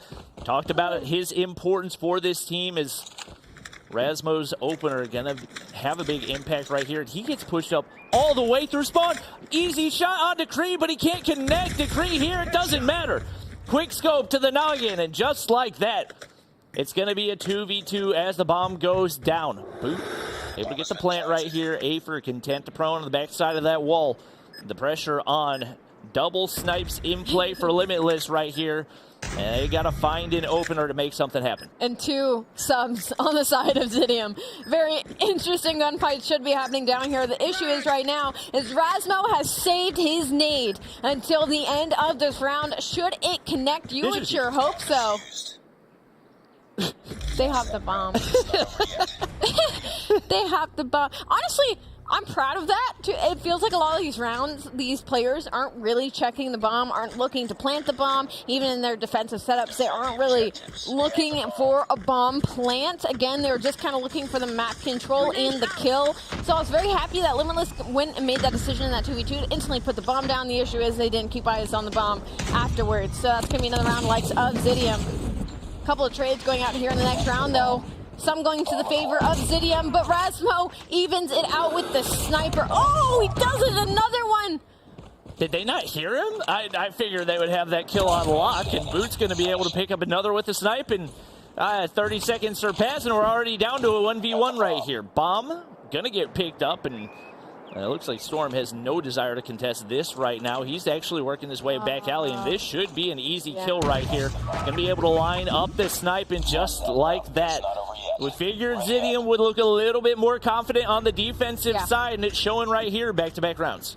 The snipes have been insane these past couple of rounds. Defend the objective. 4-4 now, it's all tied up. Zidium putting themselves back into the game. 11 for Rasmo, by the way. Highest, the kill leader in this lobby currently. Once again, a very spread out setup from the likes of Limitless. Maybe looking a little bit more towards the B site to maybe get this bomb down. Hisoka's find his way pushed up onto A. That's going to be the first blood in the hands of Limitless. And now the bomb is going to go down. I love this decision-making. Trophy has been called. That bomb should get planted. 40 seconds on the clock. It's all on Zidium now in this retake. Yep, and down, 3 players. You got Kree, who, despite a couple nice shots, and another one right there is going to get traded out. Afer, last one remaining. They know his exact location, and only a matter of time. Onur not going to waste any time on that one. Limitless able to retake the lead right here, and that's going to be their first offensive round. Definitely a more decisive commit right there toward that A site, and the tactical usage was on point to get the information, get that initial area cleared out. Curious to see if they commit to it again. I really like that round from Limitless, to be honest. Like, the second they realized they had that control on the A site next to Hisoka's first blood, they got that bomb down. They used their utilities wisely, and that ended up giving them the win. Let's see if they can pull it off once again. A little bit of information now for the side of Limitless and Zidium. A little bit more favorable in the likes of Limitless, knowing that there is a player with some pressure over towards the B side, but actually a very passive approach once again towards this A site.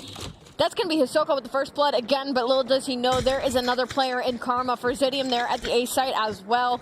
Now a 4v4. Things all tied up. 1 minute and 15 seconds on the clock. Bomb has still yet to really leave mid-map, but there's a lot of A control that they could go for right now.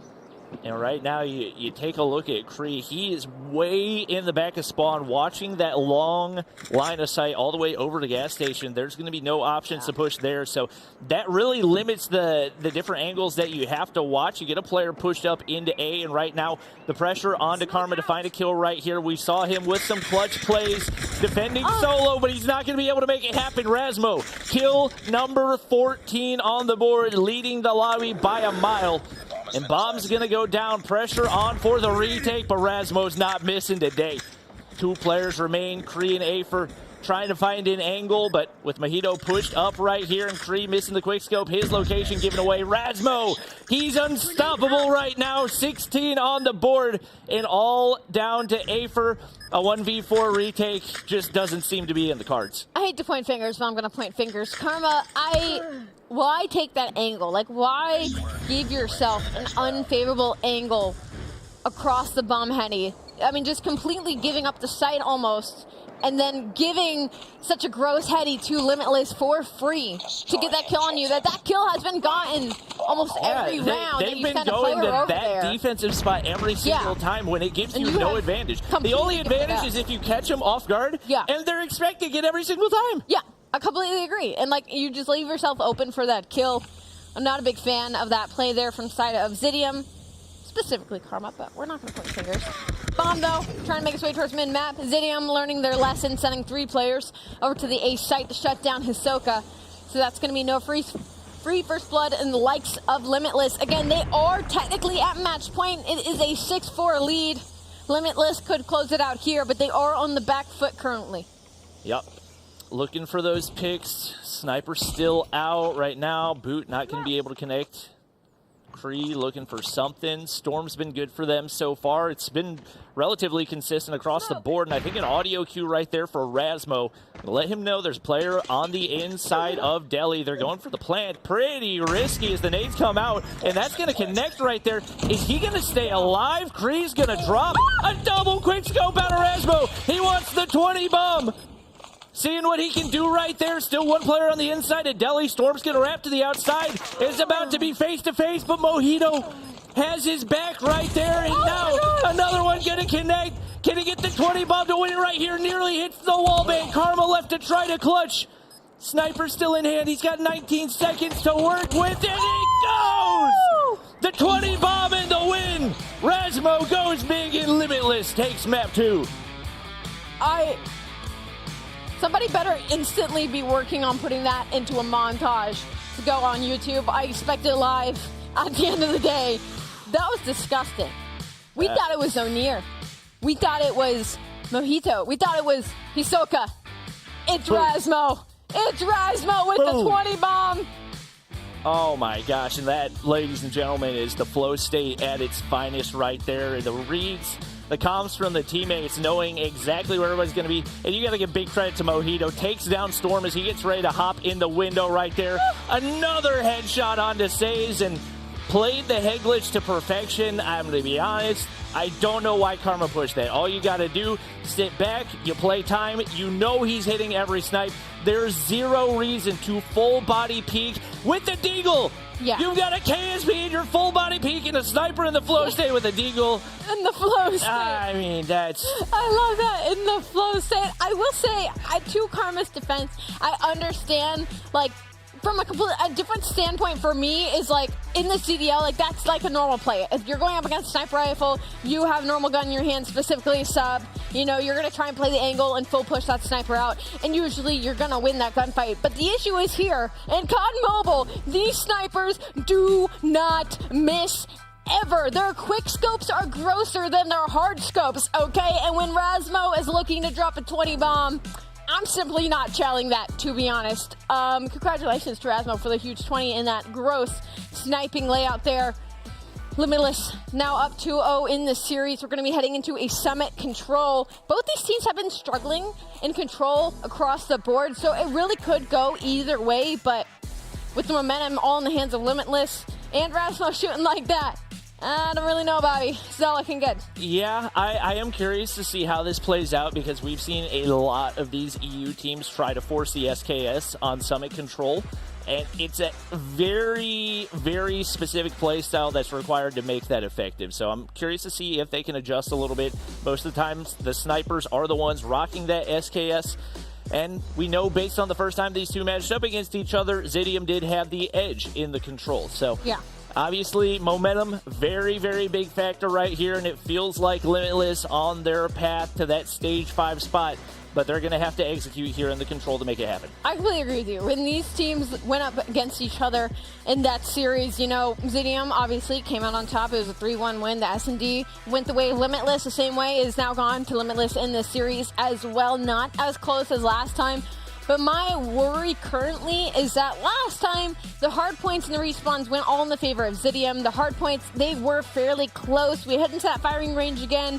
It was 250 to 242. This series, 250 to 197, a much larger deficit in the hands of the opposition in Limitless. So heading into this control, it was very, very close last time these teams matched up. It was a 3-2 win for Zidium. So again, worrying scenes on the likes of Zidium. If they need to shut down one player on Limitless, Bobby, who is it going to be heading in this control? I mean, I think it's got to be Onur. Obviously, okay, yeah. you do have Rasmo popping off right there, but you cannot, you can't discredit Onur in the way that he's been playing throughout the entire duration of the weekend. It's not like he's having a pop-off game here or there. He's popping off every single matchup. So he's going to be the player to lead the way, and looking over at Zidium, can't stress enough the importance of that fifth man. Kree has still yet to find his grasp and really find any type of momentum so far.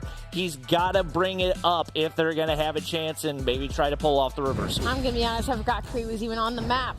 So, Kree, we're looking at you, bud. You are our player to watch loading into this series on the side of Zidium, on the side of Limitless. It's going to be a 1.55 overall heading into today, a 1.4 respawn KD, and an average of over a minute in Hill, too. Like, he's not just kind of killing these one-off mans, getting unimportant kills. This guy is in the objective. He's getting mixy, and now we head into Summit Control once again. It's going to be Limitless on the attack this time. And already, some kills going their way. A lot of kills going their way, actually, Bobby. Yeah, it's going to be 2-5 on the kill advantage right there. And stack the point. You get Mojito already pushed up. You got two players stacking the point right here. Typically, the 8 point going to be the more guaranteed capture. We've seen very few B captures this season, or rather this weekend. And it looks like A is pretty much just about locked in. Kree has no desire to challenge anybody that's on the point right now and say, hey, here you go. Free objective, and just like that, all they got to worry about is B. Mojito, no, yes, look at your mini-map. Mojito was pushed up in a position to put some pressure onto the spawn of the opposition, and he's doing it now. He's found a couple kills, but that was 3 going to the side of Limitless. And now they're going to have some pressure on B. They're going to start working on this tick. 21-17, life lead in the hand of Limitless already. This has been quite the dominant offensive round, as Zidium is trying to get their foot back into the door, but just not a whole lot of kills going their way. Yeah, and obviously a slight edge to Limitless. More often than not, we see the A-cap go through, and then most of the time it turns into a TDM. We do see that beat progress going in. Boot trying to hold down the top side. The longer you can hold that control, the easier it is for your teammates to lock in that beat progress. 2 takes through already, and an 8 life advantage. It's looking bleak in round number 1 for Zidium, and they're still not able to clear it. They finally get that kill, but Hunter Killer should lock in an extra one right here. I believe they're trying to shoot it down. I kind of forgot that you could do that, and I think they are able to do so, but the life advantage, the bigger issue right here. I think Raz played his life a little bit too much there. He kind of left his teammate left out to dry there on the hangar, but that's perfectly fine because it's a 4v9, and well, 3 players are now going to be on the likes of B. It might just be a capture. It might just be a capture, but Affer's going to make his way in. They're going to clear out the kills. Says and Affer combined for 3. It is now a 5v4, which was a very large life lead. Zidium has pulled back into their favor. These next few gunfights are going to be detrimental. And right now, I'm curious if we see one of those wide wrap plays that we saw previously where You just pull off a miracle flank and find a way to take advantage. But right now, it's Karma on the high ground trying to close that life gap, and that's a risky play, not one that I would recommend. Afer's going to drop right there. And even with the life advantage dwindling, Limitless finds a way to come out on top. Not often that we see that on the offensive side, which is not a good side for Zidium, who now switches on over. Word to stacking the point. That was a beautiful offensive round from the likes of Limitless. Control usually very defensive heavy, not to mention very TDM heavy, nearing the end of the round. Once again, it seems to be Limitless getting that life lead time and time again. A lot of map control going their way. The players from Zidium, unfortunately, off spawn and incredibly split for those players that are already still alive. It seemed like Boot was going to try and make some noise and spawn. He will get shut down. 4 players now from likes of Zidium trying to force their way into mid, but they are just not prioritizing this objective. They're just prioritizing this control room, and it is not going their way. Mojito, it's going to have the Annihilator out. He's going to find 2 kills. He will possibly get shot down here as he forces his way up to spawn, but that's going to be a painful start if you're a Zidium fan. And obviously the pacing of these operators so crucial, especially when it comes to control. Find yourself at a disadvantage, those can help you turn the tides. Says, Annihilator in hand. Oh, that's not an Annihilator, that's KSP. Okay, I forgot how fast that gun kills. He's able to hit a beam right there, but right now, they've got no progress on A or B. They're down 6 lives, and it's completely Limitless in the driver's seat right here. Onur gonna slide the corner, finds a 2-piece for himself. And the life lead continues to grow as Hisoka gets pushed up. Afer trying to beam over top of that barrel right there and does get the kill as more and more operators come out. But you gotta get on the objective, and Zidium is nowhere close. 0 ticks of progression through that one. And it looks like there's a very good chance that Limitless is on their way to stage 5. Wow, it's been a bit since we've seen a round end on time like that, and just absolutely 0 tick progression across the board. And the issue now, if you're Zidium, is that there is still a specialist on the side of Limitless. You thought they used everything? Well, now it's going to be Onir with the Annihilator. Do I agree with him pulling it out right now, right then? I can't say that I do, because it's going to be Storm that finds 3 and connects onto Onir to quickly shut that down. Finally, an answer from the likes of Zidium, but they still have a lot of ground to cover. Oh my gosh, the timing! How did he get the kill right there? The turn after 27 deagle shots from the opposition. Storm trying to make something happen right there, and it is finally going to be Zidium with the life advantage. No ticks going through Eber, and right now Limitless slowing down a little bit. They're struggling to find a grip. They need to get topside control, which they do right here, but you got to get players on the inside of the objective as well. Right now, Onur trying to get things cleared out to open up things for his teammate. You got to also pay attention to the clock. There's only 29 seconds left. Even when you're at that life disadvantage, you got to make a play, and with Hisoka clearing things out, you got to imagine they'll probably try to stack things right here to extend that time. Beautiful route from Hisoka there, prioritizing that objective, prioritizing some map control to relieve some pressure off of his teammates. Boot now trying to push up into the spawn of Zidium, maybe get a couple of kills. Not all of them go his way though, but they've done what they've needed to do. They've stopped the clock, 18-14. Zidium with a 4-life lead, 19 seconds though on the clock as the first hit comes through. The second is going to come through as well. And no one from Zidium is trying to contest this. Once again, they are all top in this control room. They could very easily look out this window and try to get these players off of A to try and solidify this round, but they are just huddled up, doing absolutely nothing, wiggling their toes. And now it's 17-10. They still have a life lead, but there's a minute on the clock, and Limitless is not a team that you want to give any sense of advantage to. I mean, there is no players from Zidium on this objective.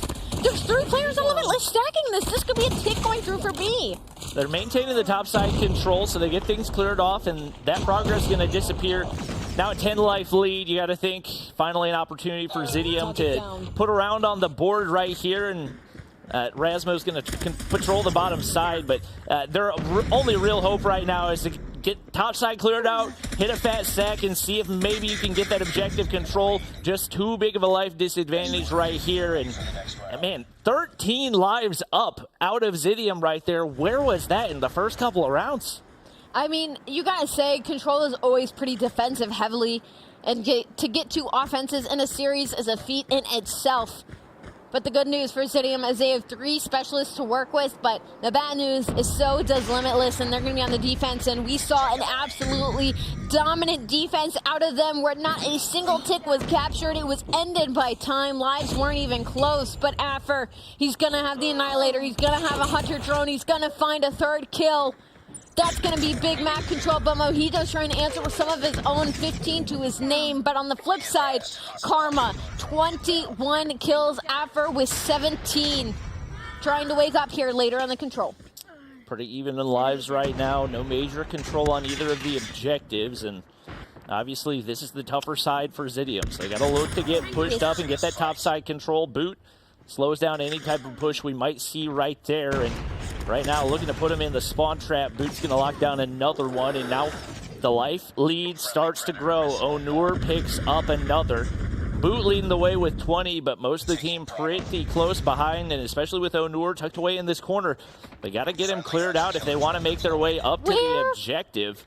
Yo, listen, Kree, where are you going? He almost tried to full put. What are you doing? Stop the clock. There's 26 seconds on the clock, and Kree has the Annihilator popped out. Top control room now. He's finally going to find a kill, but you don't have time for this. Get on an objective. You don't have time. These kills mean absolutely nothing. There is 10 seconds on the clock.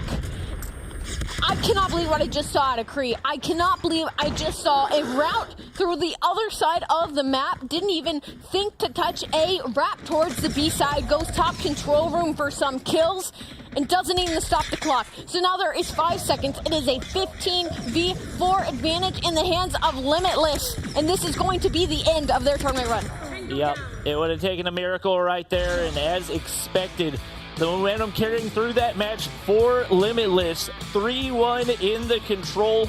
They were in the control seat the entire way through, and man, oh man, what a performance. They lock in a spot in Stage 5, and that's where the big money's on the line, so congrats to them, but they still got a long ways to go if they want to make it to the championship for Stage 4. I mean, it was just priority diff in this series. One team understood that it was an objective gameplay of the series, and one team did not. Actually, Bobby, I'm so angry that I just had to watch Kree, that my eyes had to witness that route with 20 seconds left on the clock with the specialist popped. Maybe trying to just relieve some pressure off of his teammates from spawn, but like there's already 4 players of Limitless pushed up. Like, you either got to instantly route the spawn or you at least have to stop the clock. You got to do something useful in that situation. But congratulations to Limitless. I mean, it was a gorgeous control. That defense was out of this world, but I almost, to me, was more of a slip up from the side of Zidium, just not prioritizing stopping that clock. Yeah, Karma just did not get as much help in these as he did yesterday. For the most part, Saves and Ape are really popping off, and we didn't see that as much out of them today. Maybe it was the adrenaline that got them going yesterday, or maybe they just felt a little bit tired, but Zidium came out too flat. They get 3-0 today, and to be honest, it's looking very similar to what we saw in Japan Stage 4 earlier in the day, as we have yet to have a matchup that was not a 3-0. Yeah, I didn't expect this to be a 3-0, I'm going to be honest. I mean, last time these two teams matched up, Zidium came out on top. It was in a 3-1 fashion. The fact that this ended up being a 3-0, I mean, just wow. I mean, what a turnaround from the likes of Limitless. Hopefully, heading into their next series, they are warm now, as we saw from what we saw them earlier. We were like, all right, guys, did you even have a warm-up? Like, did you scrim anybody? Did you shoot bots? So, looking warm now, hopefully heading into the rest of the day. But, Desk, I know I'm infuriated by the series. We would love to hear your thoughts as well. All right, what a series right there. Limitless coming back up against Zidium and making it to Stage 5. Give them some love in the chat, everybody, because they absolutely earned it. So, Mommy Shift, one thing that we were talking about with Limitless and their storyline so far throughout this weekend was the simple fact is that they just keep getting better. They start off slow, but it's how they're progressing, it's how they're making adjustments. Honestly, I think it's pretty impressive, and we saw a fantastic performance coming out of Rasmo. Would you agree? Yeah, I mean, that search and destroy, that 20K, he just knew where to position himself, and his teammates knew that he's going to be hot. So he can't play aggressively because he is hitting his shots. But I mean, enough about Rasmo. I mean, it's a whole team effort. I mean, coming into Control where they won offensively, even though it is going to be a defensively heavy, you know, type of game mode, and playing it in Summit to perfection. I feel like for a second there, let me just mirror what Ali said. You gotta hop into your objectives, especially if you're a player like Creed, just sitting there like a sitting duck with an Annihilator where you very well can push inside. That is definitely something that you don't want to have in this part of the stage of stage 4. No, you can't have things like that happen to you in these type of situations. In Shift, you know, Limitless. This is a squad, you know, I don't know how deep this roster goes. 6-man roster, you add the coach in there, but just an organizational effort for them to always move forward, never backwards.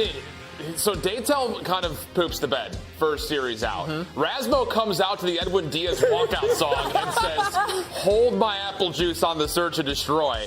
That is really impressive. Yeah. I mean, considering that we were really riding off the fact that this Limitless team, you can't afford to start slow. You make a substitution change in towards this pivotal series. On Sunday to either end the year or continue on to Worlds. That is super impressive. That is unbelievable. And not a lot of times in Call of Duty anything do we ever really see things. But even on top of that, I mean, Ahsoka, you have to give the guy credit from not only what he was able to help the team out as kind of one of the more veteran leaders on this team, but all last year, this guy could only make it to top 6. He missed out on top 4 Sundays every single time we saw an EU event. To the point where the guy tweeted he was going to retire. Now he's at Worlds. Are you kidding me? That's what I call composure, my man. Come out, find a new squad, make it work, even make the call to bring in a player off the bench to make sure Sunday goes well for you in a pivotal matchup. That's unbelievable. And you see it right there. Officially retiring from Call of Duty Mobile, not playing Stage 4. I don't feel like my skills are what they are.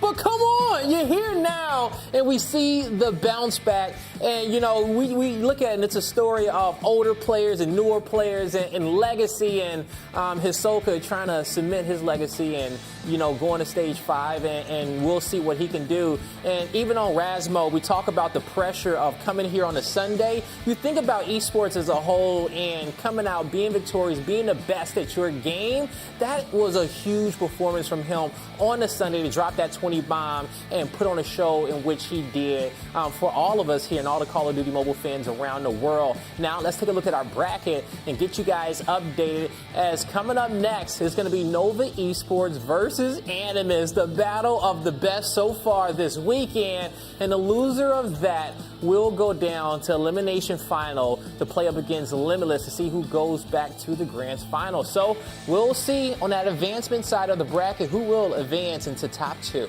All right, Mommy, that matchup is going to be absolutely wild. I mean, we did not expect all 3 matches, I mean, especially this one that we just witnessed, to be a 3-0. I mean, in the first 2, probably, because it's our top 2 seeds. But this is a different Cidium that we saw. I mean, unfortunately, compared to yesterday. And now Limitless looks like they're in a position where whoever drops down from the winners is going to be in big trouble, because it looks like they're really good right now. But obviously it's going to be a tall order to go and pursue, because obviously whoever drops down is not going to be an easy matchup.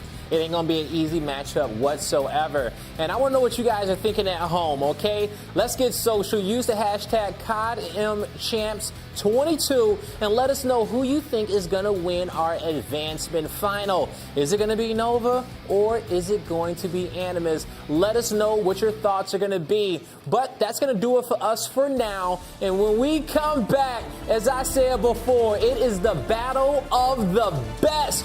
Who's going to come out on top and get top 2? We're about to find out. Don't go anywhere. It's the Call of Duty Mobile Regional Playoffs.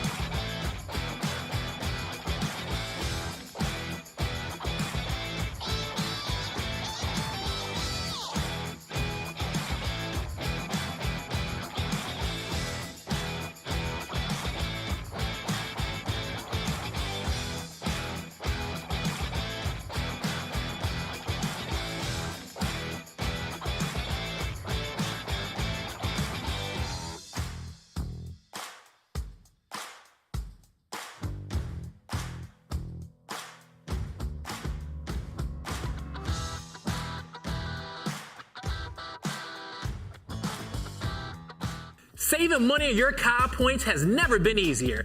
Go to CodaShop.com right now and save 10% on COD points. You can also send gifts to your friends. Checkout is easy, and COD points are added to your account instantly. Ladies and gentlemen, welcome back to the Call of Duty Mobile Regional Playoffs. We just watched Zidium bite the dust and Limitless move forward. And now we got to figure out who's going to progress on in the advancement final. It's going to be Nova going up against Animus. And I'm going to have, once again, Mommy and Shift on the desk for me to help break down this series. Let's start hopping right into it. We'll kick it off with Animus first, okay? This is the battle of the best here. And Shift, when it comes down to this Animus team, we've had them make a lot of great runs so far here to get to this point, but going up against Nova, the best in EU, what do they have to not falter on? What do they have to make sure that they are pristine on to take this team down? It's hard to put a finger on one thing in particular, largely due to the fact that we haven't really seen Nova yet. So we're just kind of going off of map results. In history, it's a question mark, right? Yep. I will say, though, the one player that I'm really keeping my eye out for is Drari. He had a great opening series after what was a solid, consistent, middle-of-the-road performance yesterday. But you're going to need him to really show up and bring that same fire he had in the opening today to have a shot against this Nova team that had gotten the best of Animus during the Stage 3 run. Yeah, they definitely did. And so, when it comes down to it, Shift is going to put his focus there on Drari to kind of step it up for this team and really play lights out. And so now, Mommy, when it comes down here towards Animus, how do you feel they're going to have to stack up against this Nova squad? Because if it's the one thing that I can say, when you're going up against the best, you have to come in focused and you have to set the pace, okay? You cannot play behind Nova. I mean, if Drari is going to be the player to look out for in Animus and for Nova, it's definitely going to be Spy. He is that fifth man that we keep on saying that's going to be absolutely essential. And here's one quick, rundown of what happened in Stage 3. Animus went up against Nova, and Nova's the reason why Animus was brought down so far down in the seeds. And we're going to have a rematch. I feel like it's going to be a vengeance match for Animus. Yeah, it is going to be a vengeance match for Animus because they wanted to come out with that victory, but Nova says, hold up now, we're not out of it. Came back, taking them down. Now, we've talked so much about Nova, but we haven't seen them on the broadcast all weekend long. This is going to be the first time. But looking at the scores, if you just look at the numbers, it's terrifying. The series in which players had to play up against them. And so, do you think we're going to see those same consistent numbers? We've seen a lot from Animus, but just historically from Nova. Shift, how do you feel? The thing for Nova is you've got three players that are above or just about at a 1.6 overall KD. Spy leading the charge at a 1.67. Yes. Now, the thing is, we can't just look at those numbers and say, that's it. They're insane. Yep. Because the thing is, they had a really easy road to get to this point in the first place. We're not really tested in any form yesterday, really whatsoever. Maybe outside of the opening matchup where they played up against Cold Esports, it was a 3-0, but all of the maps were relatively tight in overall score.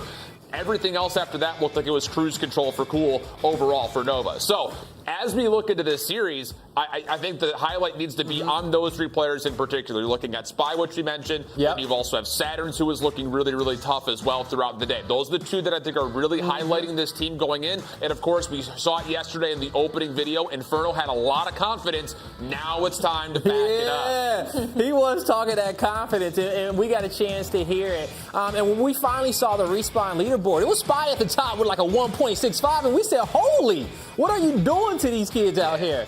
And so now let's bring on our casters, because Ali made a great point earlier that sometimes the numbers tell you one thing, but your heart tells you another.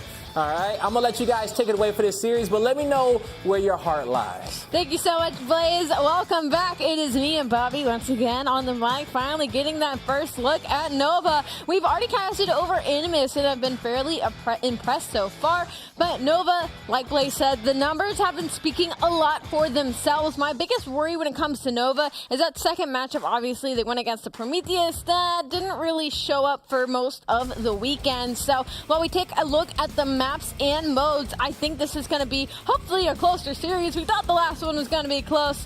This one we're hoping is going to be even closer. I think if we get a 3-0 in this series, then it's only 3-0s throughout the weekend. That's fair.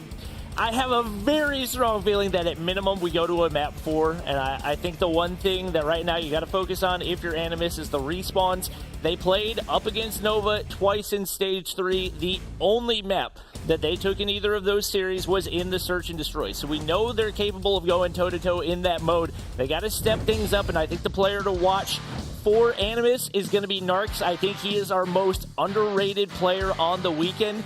He was coming into today with a 1.6 in hardpoint and averaging nearly 3 minutes in the objective at the same time.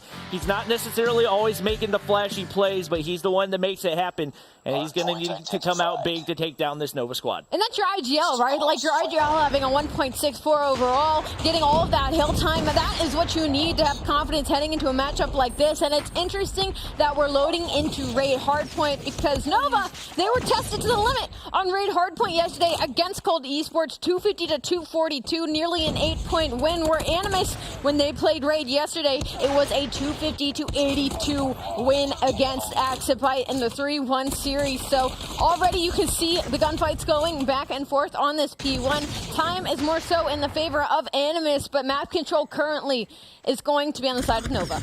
Yeah, you saw Drari take that top laundry control right there. That could have been huge. Grizz going to sneak through right here. Neil doesn't hear the shots go through. Neil's still going to be able to find the kill, and a couple players starting off a little bit slow for Nova. Inferno and Spy firing away, but Saturn's still sitting on a goose egg right now. He's going to need to pick things up. And right now it's going to be about the battle for those spawns in the rotation of P3. Lots of players already set up for Nova. Grizz going to look to push through and try to break those, but he's going to get shut down immediately. One remaining player in Drari going to be left to try to flank.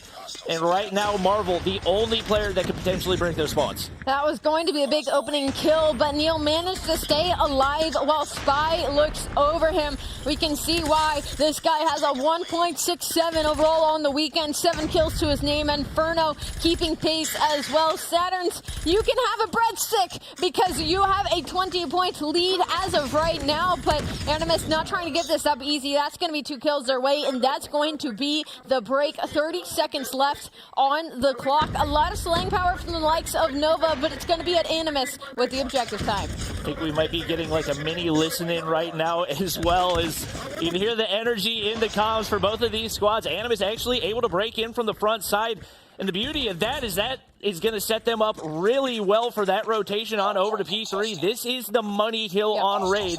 Having Marvel already set up in the backside, you get the Lambos blown up as well. Drari's going to drop, but still going to be able to spawn. Oh, all the way over on back of Pool right there, so that's going to be a long rotation for him. All the pressure onto Inferno. Gets 1 kill, but does drop right here as Marvel is left to defend all alone. It's not going to be easy against a hungry Nova squad.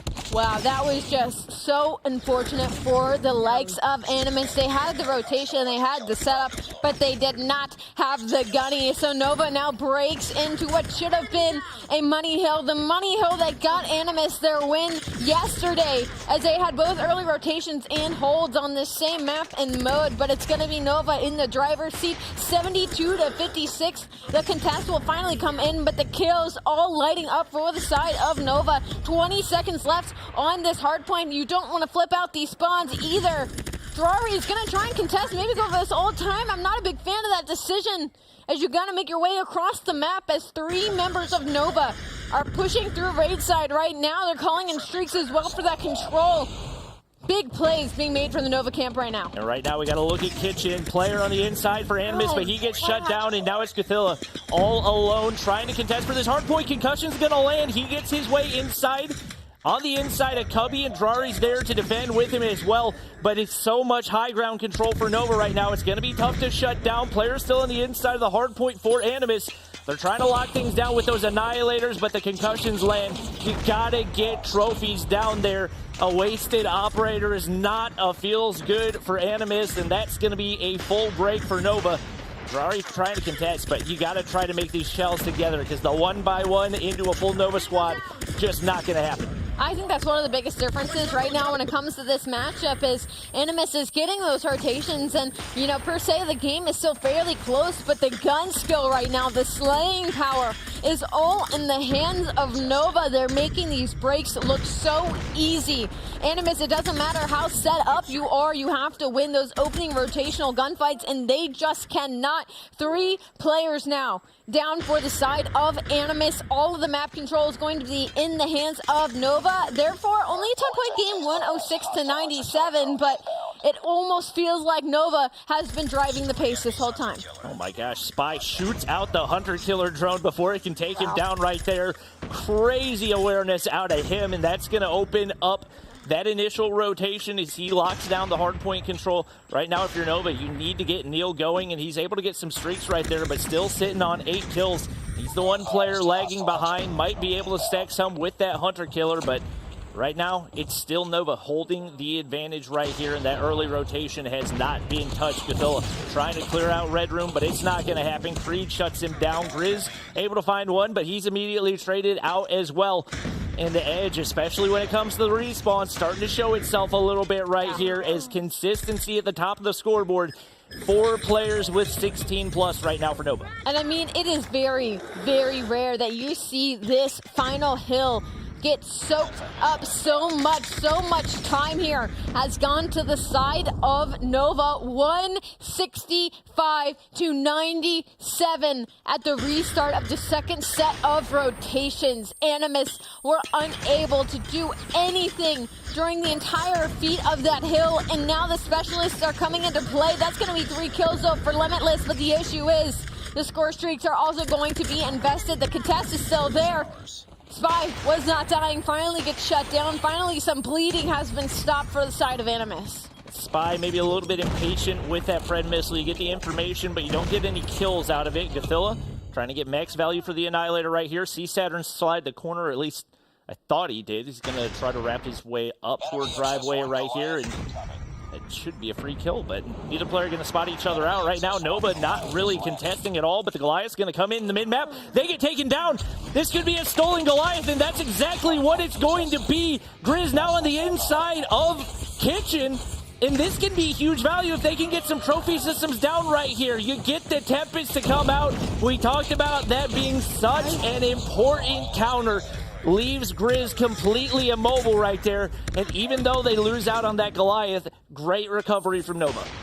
It was a good recovery, but still scary scenes as they're calling another one, but there's no pressure. There's 3 players from Limitless going against this guy in the back, trying to get in the Goliath. He manages to get inside before they can pressure him, but that Goliath hopefully should have got shut down. That's going to be the kill, but the issue is Limitless put so much cavalry into getting that Goliath shut down as they have now given the control up onto the objective, so it is Nova now once again in the Kitchen Hill, looking to break the 200-point mark here. 35 seconds left on the clock. A lot of solo challenging coming from the side of Limitless as it seems the panic button might be hit. The panic button has, and it will pay off. They get the kills, they get the contest. Godzilla finds 2, and the Limitless is now in time. 19 seconds left. 205 to 140. They got to make their way across the map now. This is going to be the issue. They need this opening break on Lambeau Hill. Yeah, Animus not really able to capitalize on those good spawns. And right now, Drari trying to make the most of this Annihilator, but Spy shuts him down immediately. Contest out of Marvel, but the hip fire from the Deagle's going to land right there. And right now, it's Animus scrambling once again. They found themselves doing this all game long. They've left the game within reach, but every single time it looks like they're going to crack their way in, Nova finds a way to shut them down.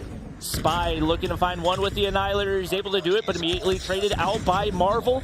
The Hunter Killer can be able to find 2 from the hands of Inferno. He has been so good for them in this match so far.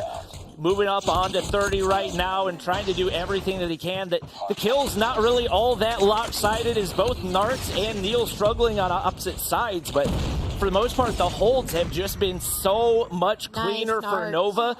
Right now, Nart's just looking to contest as long as he can, but the headshot damage from that SKS going to immediately shut him down, and it looks like it's going to be a pretty much fully contested Money Hill as both teams starting to rotate out for that P4 control. Honestly, Narks, the amount of time he was able to contest just staying alive there were 3 players from Nova pushing into that all time, and he still managed to play his life and force that contest. This is still very doable for the side of Animus. The issue now, though, is going to be Creed in the back. He finds 2, will get shut down, but time still going to the side of Nova. 230 to 164. Neil has the Annihilator out. He's not missing. Will get shut down, but that is not enough for Animus to break inside of this hill. 45 seconds left, but they only need a mere 10 for Animus to break in here to hopefully stop the bleeding. This is chaos, Bobby. It's just been better teamwork for the most part for Nova all the way through. The holds have been so much stronger. The pushes through, they've not had any solo pushes where they give away free kills.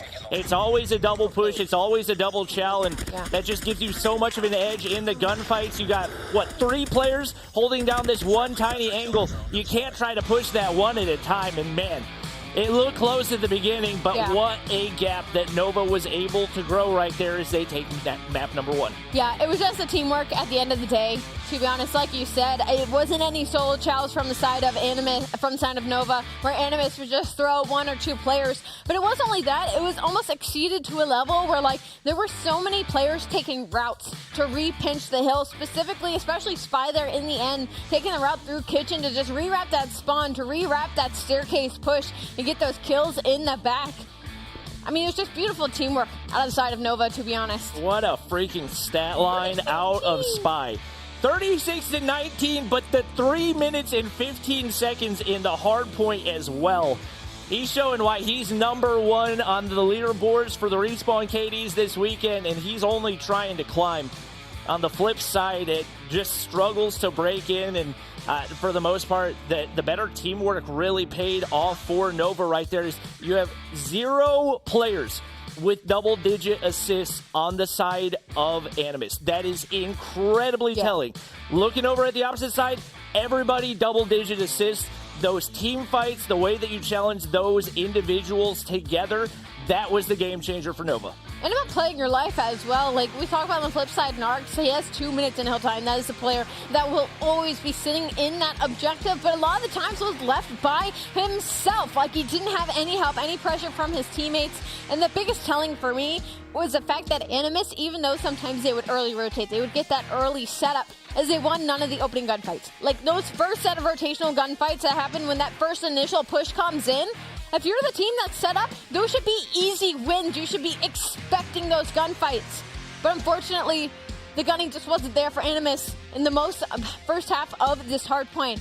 And Nova run away with it. And there were still some hiccups. Like both teams made mistakes. The Goliath steal, the hitting the old time on the side of Nova, flipping themselves out of spawn, having to trek across the map. There were still mistakes being made, and yet the game was still won by such a large deficit. Yep. It's definitely a lot to learn from for Animus, and obviously they're going to be looking to bounce back in the Search and Destroy. That's been their go-to game mode, so right now, if they want to have a chance at winning this matchup and advancing to the grand finals, they have got to step it up. They got to bring their A game heading into the Search and Destroy, because Nova is by no means a bunch of scrubs when it comes to the Search and Destroy. We've seen Animus struggle in Control as well, so this is an absolute must-win for them right here.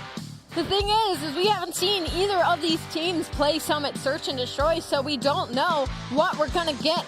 Marvel with a 1.18 overall.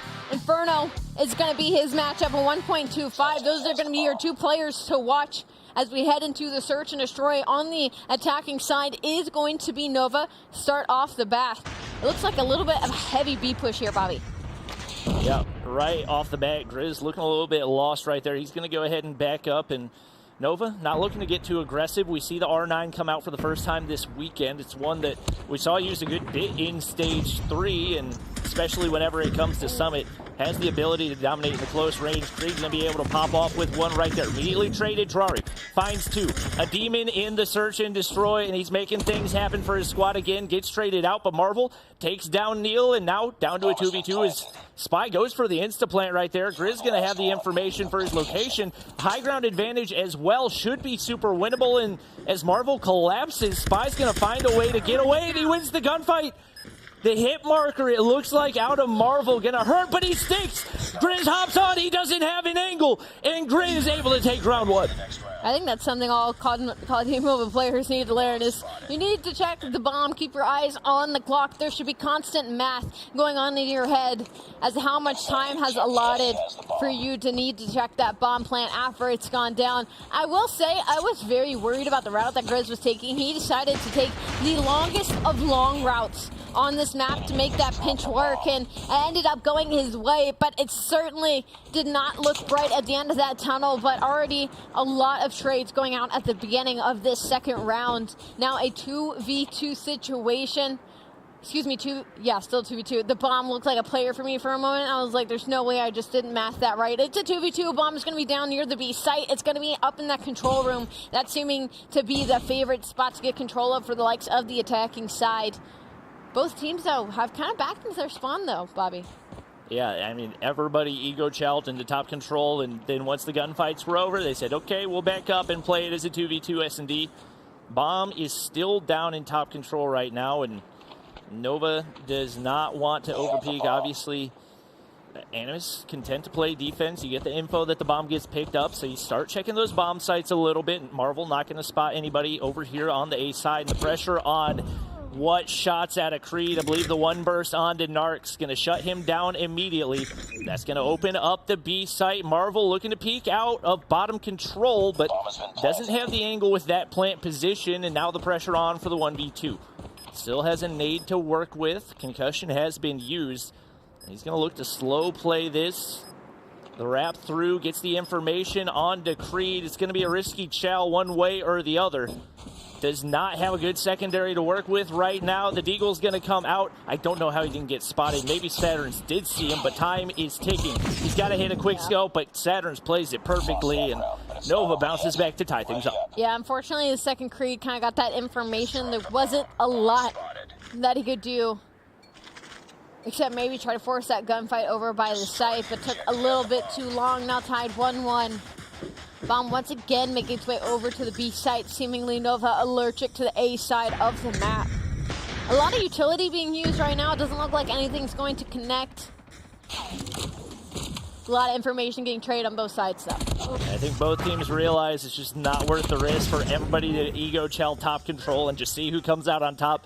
At that point, it tends to come down to a coin flip, but it's going to be Nova coming away with the edge right here. Gothilla gets spotted. Ow, that is a nasty head glitch, and Spy picks up yet another top fragging for his squad with 4 on the board, and he's got the bomb in hand. May look to plant right here. That's exactly what he's going to do, as Marvel is left all alone here in the 1v4.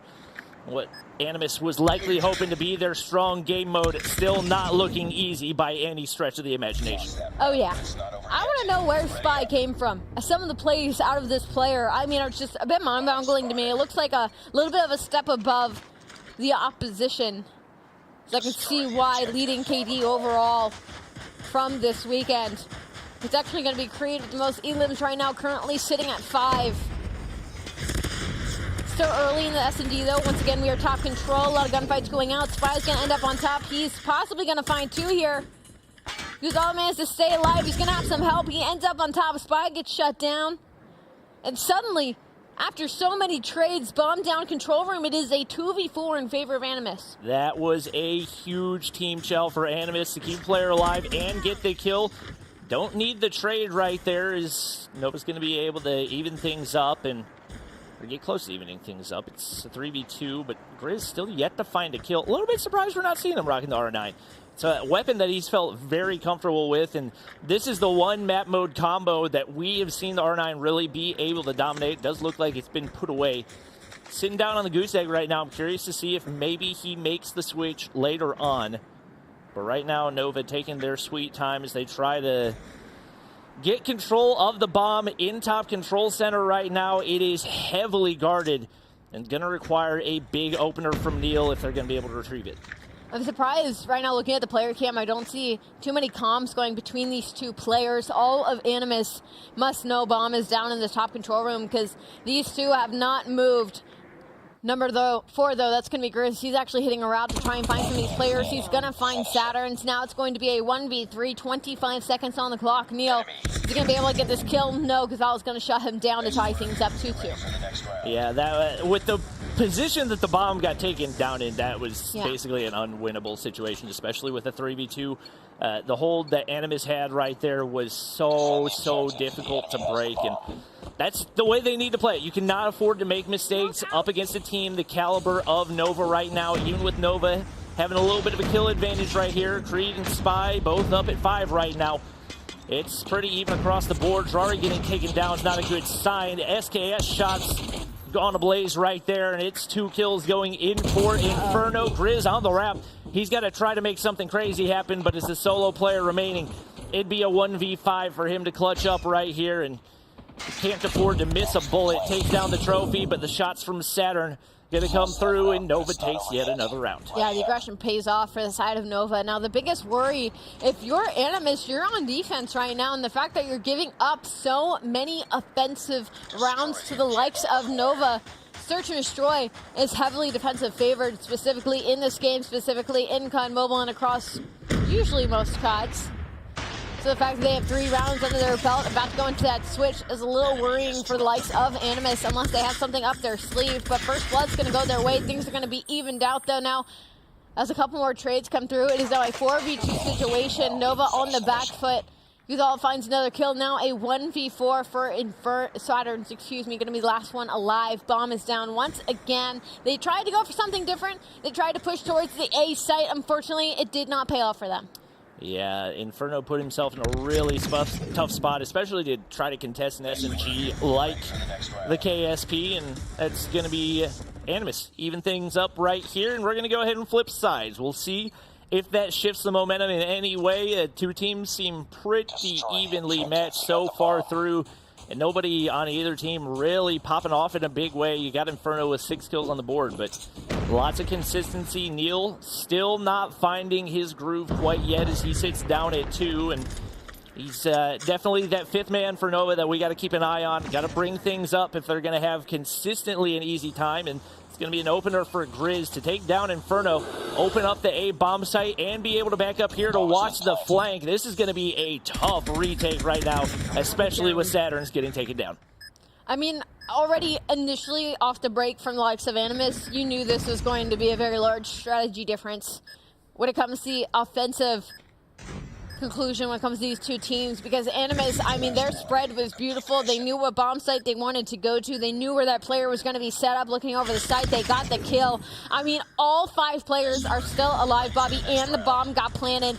I mean, that was a beautiful offensive round for the likes of Animus. That's one of the most clinical search and destroy rounds you are going to see. Not a single mistake made, and that's the thing. You look at this Animus team, yeah, they might falter here and there, but they know what their strategy is. They're going to stick to it. Tactical usage on point. Defense for the retake could not have looked any better. Drari going to be able to get information and some shots in as well. Spy's going to patrol top control center, but it's Gothilla opening things up with a nade right there. 2 players down already for this Nova squad, and Spy's going to get spotted out as well. Looking for the wall bang right there as Gothilla drops and now into a 3v3, but Saturn's taken down. And the confidence for this Animus squad just oozing right now as the retakes have been untouchable. Marvel going to take some shots right there, but the teamwork so very clean. And Animus now extending the lead for the first time in this game. I mean, Animus is just abusing the fact that Nova is just really not putting any pressure over towards that A site.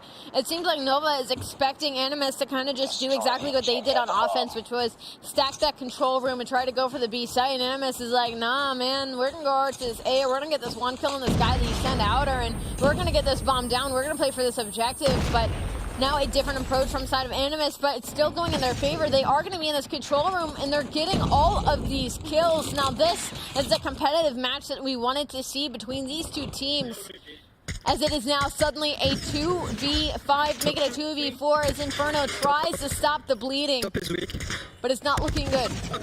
Another mini listen-in right there as players drop 1 by 1. It just seems like Nova doesn't have a counter for the offensive pushes of this Animus squad. So many different looks, whether it's the A side or the B side, they've been pretty untouchable so far, and looks like they are on their way to tying things up unless we see some sort of big adjustment out of this Nova squad. You can see they're playing a lot more passive. The further pushed up defense has not worked for them at all right now, and that's going to give so much map control. Grizz is going to be able to find the opener right there. Marvel finds one as well, and Inferno's going to be able to stay alive, but it is once again Animus man advantage. I remember back in the day when we got on this map and we figured out how to jump up to that ledge to get that angle. Oh, what a nostalgic time. So happy to see it now used to put Nova's hopes and dreams in winning the Search and Destroy into the ground, as it is a 3v1 Spy, last one alive. I mean, if anybody's going to do it, I would expect Spy to do it, but the bomb is going to go down in the A site. He could get timing here. He's going to catch Grizz in the back. That's one kill. He knows the other player is going to be close. He gets some damage. They're playing Ring Around the Rosie, but it's going to be Narcs from the top to finish off the kill. Now, a tied 1-1 series. Animus with a dominant showing in the Search and Destroy. Yep, and that's what we expected out of them. If they can't afford to lose a Search and Destroy if they're going to be able to take down Nova. The real question right now, can they win the control? They've got the momentum to carry in, and really throughout the entirety of the weekend, controls kind of felt like a coin flip as far as which teams we expect to come out on top. Obviously, we have had Animus go, I think they got 3-0'd by Exabyte in control. So there's probably a lot of variation from map to map, but maybe cause for concern for them as they try to take down this Nova squad, who is the 1 seed. Yeah, certainly some cause for concern. Narcs with 14 kills to his name. Once again, I mean, that's going to be your leader. You can't get more confident than that. MVP of the map. But heading into this map 3 control, I am very worried. I'm going to echo Bobby's sentiments in the fact that, Animus lost their first control of the day, 0-3 to Actibyte. They did end up winning the series, but the issue is Nova went undefeated yesterday. They didn't drop a map, and they won their controls in fairly dominant fashion. A 3-1 win to start off the day against Cold Esports, and a 3-0 win over Prometheus into a 3-0 series win. Again, the level of competition may not be eye to eye, but the fact that Animus dropped 0-3 yesterday, Actibyte, makes me a little bit worried about the middle of this series. And I will say, across the majority of the regions, it feels like Control is the equalizer. It just something about it, regardless of how big of a disparity is. For some reason, the underdogs, whether it's the Respawn underdogs or the S&D underdogs, find a way to be able to take those Control maps in unusual fashions. And obviously, each of these teams are still in the process of understanding fully how to play Control in Call of Duty Mobile, because you can't necessarily study what it looks like maybe in CDL or other areas, because it does work so very differently. So we'll see how these two teams match up, but to be honest, I don't have any expectations. Might give a little bit of edge to Nova just because of Animus' struggles in the Control on day one, but we'll definitely have to wait and see. Yeah, I will say it is a firing range. We haven't seen too many firing ranges controls, and it's usually been summits. And when Animus lost control, it was a summit control.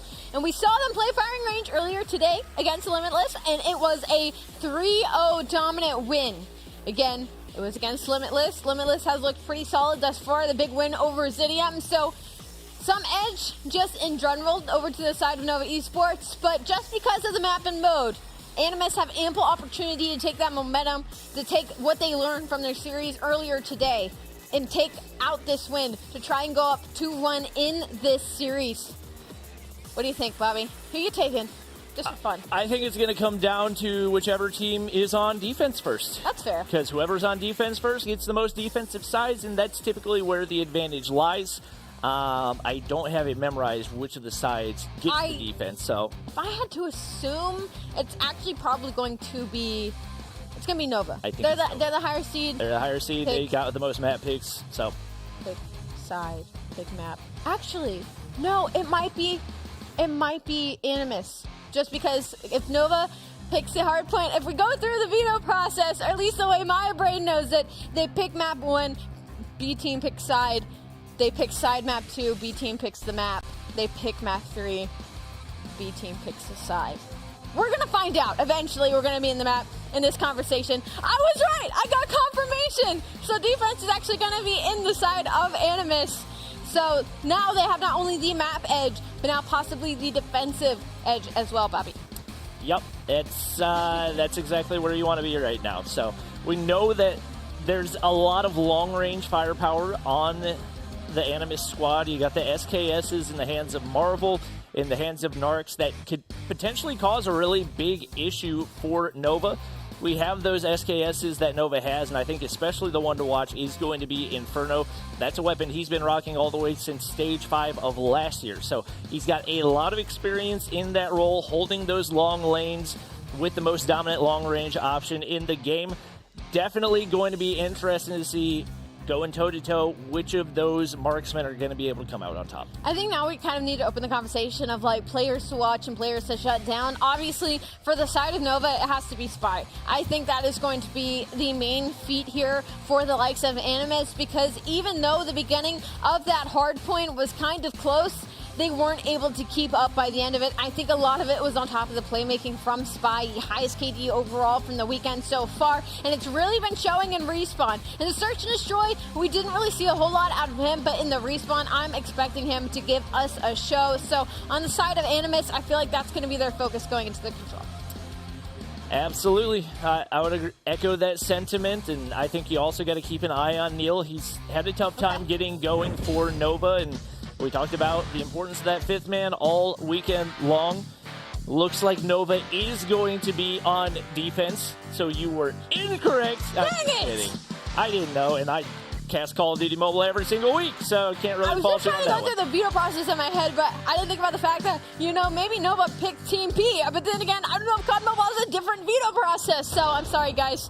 My brain did its best, but honestly, I'm not very good at math, even though no map goes into it. But we do go into map number 3 already. Very mixy off the bat. The live disparity is already down 3 in favor of Animus. There's chaos happening right now. Rory's in the middle of the map, world starring people. He finally gets shut down. Now only a 2-life, 3-life disparity. This is insane. People are just running and gunning at each other right now, Bobby. Yeah, and they're going for the spawn trap. They're able to capitalize a little bit, so they get a couple of life advantage, but it disappears pretty quickly, and maybe a little bit over-aggressive right there. Spy's got to be able to find that kill, and a little bit of a slow start for him, and the majority of the rest of the squad is Drari has come out, guns blazing, 6 kills on the board, and it looks like we may see an early A capture right here for Animus. Gothilla staying alive as long as he can to give his teammates a chance at locking in this A cap.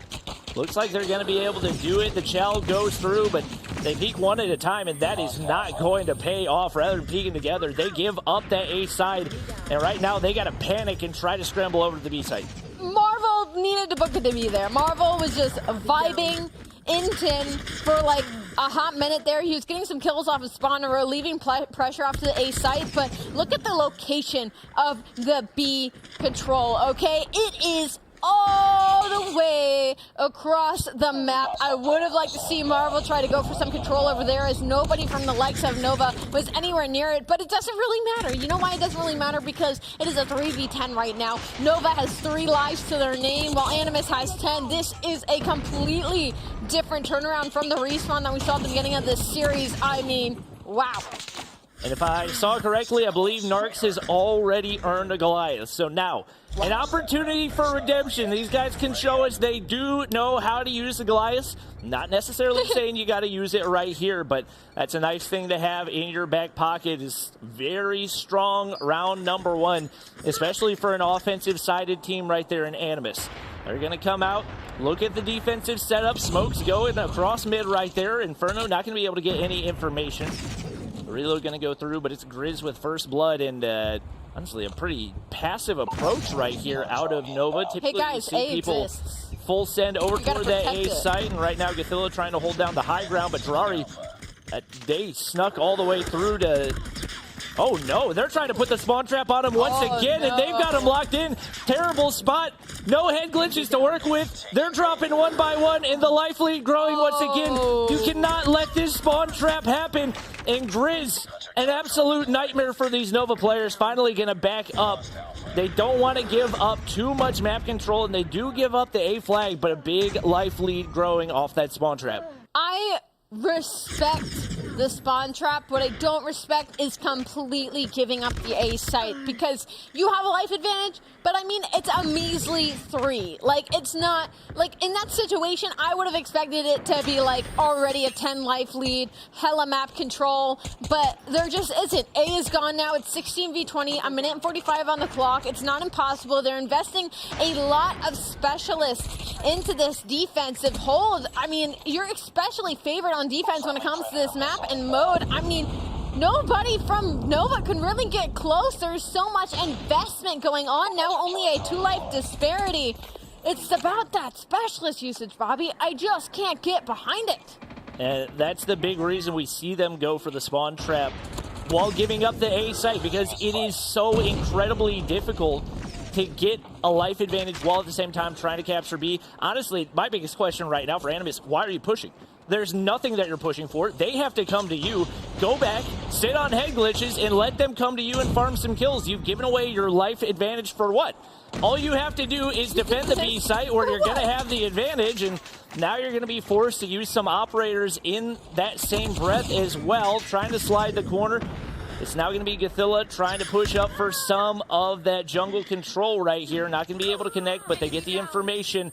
And the teammates Annihilator is going to be able to connect as Grizz farming right now, and it's back to a 5-life advantage. Yeah, so now Animus with the biggest life lead they've had in this entire round so far, even after the spawn trap, now a 10v3. Absolute domination across the board. I am very happy to see that Narcs, I do not believe, has used the Goliath at all during this round. I respect that decision. That is a smart decision. Now heading into this offense, Animus 8v2. I mean, 10 seconds on the clock. There's not really a whole lot Nova can do.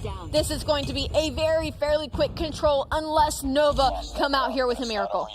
And right now, if you're Nova, you cannot get put in a spawn trap early on. That's what happened to them at the start of the last one.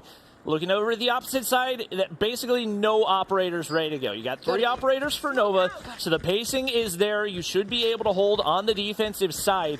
And lots of utility going out as the battle for that A side goes through, and Spy gonna find first blood. Creed, explosion onto 1, but it's Drari hitting the flank through mid. Nobody has the read right here. Saturn's going to be able to spawn back in to take him down, but already some early A progress going in for Animus. The issue is now is they need to get this player off of A, because that's a tick gone. Grizz can just shoot at this door. He almost finds the second, but unfortunately will get shot down. Thankfully, though, Rari is going to be there for the trade. Now that's going to be the second tick gone at a 1-life lead in the hands of Nova. But look at this play. Look at your mini-map. That's going to be Gothilla and Marvel heading over to the B site. They just got to get this 1 kill off this player. This is a lot of control, and now Nova needs to scramble their way over here. They managed to find the opening kill, but a lot of map pressure lost. That, and Narcs is like, do I call it in? Do I not call it in? Do I call it in? Do I not call it in? And it looks like he's going to call it in way far away. Maybe they want to try to TDM out the rest of this, because it is so difficult to get that progress over toward the B site. Looks like one player tucked away in the corner. I think he's going to be able to take down Drari. And Narcs is actually going to march his way on over. Once again, I don't love this. You get hit by the gravity vortex, you can't move, you get a kill right. No, it's Saturn's killing himself with the gravity vortex. My guy, you can't shoot at a wall. It doesn't work out that way. Creed's on the flank right here, but Marvel said 1 tap to the head. I'll take that one. And the insta-counter on the Goliath. We are still yet to see more than 1 Goliath usage that actually has value in this weekend. Did Inferno just get like 4 kills? I think he like just got an insane chain of something. I don't know. The kill feed lit up incredibly blue and it looked like the same name, but 11v11 lives now tied. I mean, a minute to work with, not impossible, but a lot has been invested for the side of Animus to try and get this second offensive win. Nova's done the work that needs to be done. The issue now is heading into that next round, you have to save some sort of utility. It looks like Goliath possibly on the side of Spy as well as his specialist. Hopefully he saves that to the very end. Right now, the lives dwindling, and this is the main reason so many of these teams are so comfortable giving up the A site. Just not a lot of good angles. So many tiny areas you have to funnel through to get to that B side, and you're forced to play TDM right here. Spy from the top side, going to be able to find 2, and now only 1 kill needed. Inferno's going to pick it up right there, and finally, Nova able to take a defensive round, but that's where you're typically going to have the advantage. They need Spy to go big with that Goliath in this round. Yeah, that's the big issue here right now is that, yes, you get on the board, yes, you close out that round, but now you're on offense at this match point in this map to possibly go down 2-1 in the series, and this is what I was looking for. Nova is 3 hitting the B site. They're going to clear out. Hopefully the 1 player there stacks the point. Get on this point, create some pressure, and that's what they're going to do. Possibly a tick coming through, but it's going to be Animus that stops the bleeding. They make it here. They get them off the point. Neil stays alive in the back. A now gonna get a little bit of some capping going on over there, but Neil is still alive in the back of B. If he gets this kill onto this player in Godzilla, that's gonna cause some commotion. Oh my gosh, they're both literally sitting right next to each other, a wall away, and it's gonna be Neil that ends out on top. Right now, Spy's trying to get some value out of this Annihilator, but he just cannot seem to connect. Neil just being a nuisance right now, more distraction than anything else, and that's gonna open up a relatively easy A capture, and everybody's scrambling trying to find him. They have nothing going over here on the objective. If you're Animus, you're not too terribly worried right now. You got to win this Annihilator fight, but Grizz not able to do that, and that is huge value. He can put him in a spawn trap right here, and if they can't rotate out, they might get a free B capture right here. Pride Missile going to come down. Marvel's going to drop right there. He does get taken down, and they don't have any progress onto B. Now it's a question of, can you win this difficult TDM even with the life advantage? It's not going to be easy to do. Score, streak, usage. Score, streak, usage. You were mid-gunfight. Neil, you did everything in the world to stay alive in the back of B. And mid-gunfight, you decide to pull out your missile. Maybe a misclick, maybe by accident. But that allows the freedom for Animus to get out of the spawn trap that you had worked so hard to try and create to take you down. And now map control, although slightly in, never mind, I was going to say it was slightly in the favor of Nova, but as soon as I say that, Animus fights their way right back through. There's still a life lead, a life disparity of 13 v5 right now as Inferno finds 2, but Animus, they just need to play their lives here. And I think Panic's starting to set in. That spawn trap knocked them off their game big time. Spy still has the Goliath in his pocket. You've got no score streaks for Animus. You have 1 operator, and you've got so many operators and score streaks stacked on the opposite side for Nova. Right now, it's a 5-life disadvantage, and all you can hope to do is sit back, play your head glitches, and hope you come away with the gunfight wins. Inferno going to take the chow right here, but a player on a box is going to be tough to take down. Marvel you don't have comes out on top in that one. All they have to do is play time.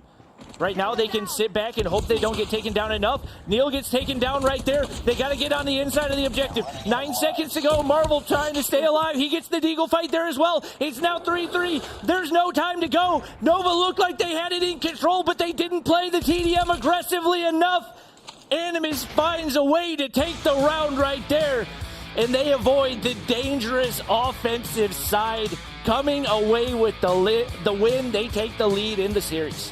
I mean, it's just once again one of those situations where a team decides to make such a bold play, but at what cost? At the timing. I mean, there was 25 seconds on the clock, and all Nova decide to make that route all the way through Crate. It wasn't a bad play at all. If anything, I wish all 3 of those players pushed directly into the back, forced a 3v1 out of the player in Marvel.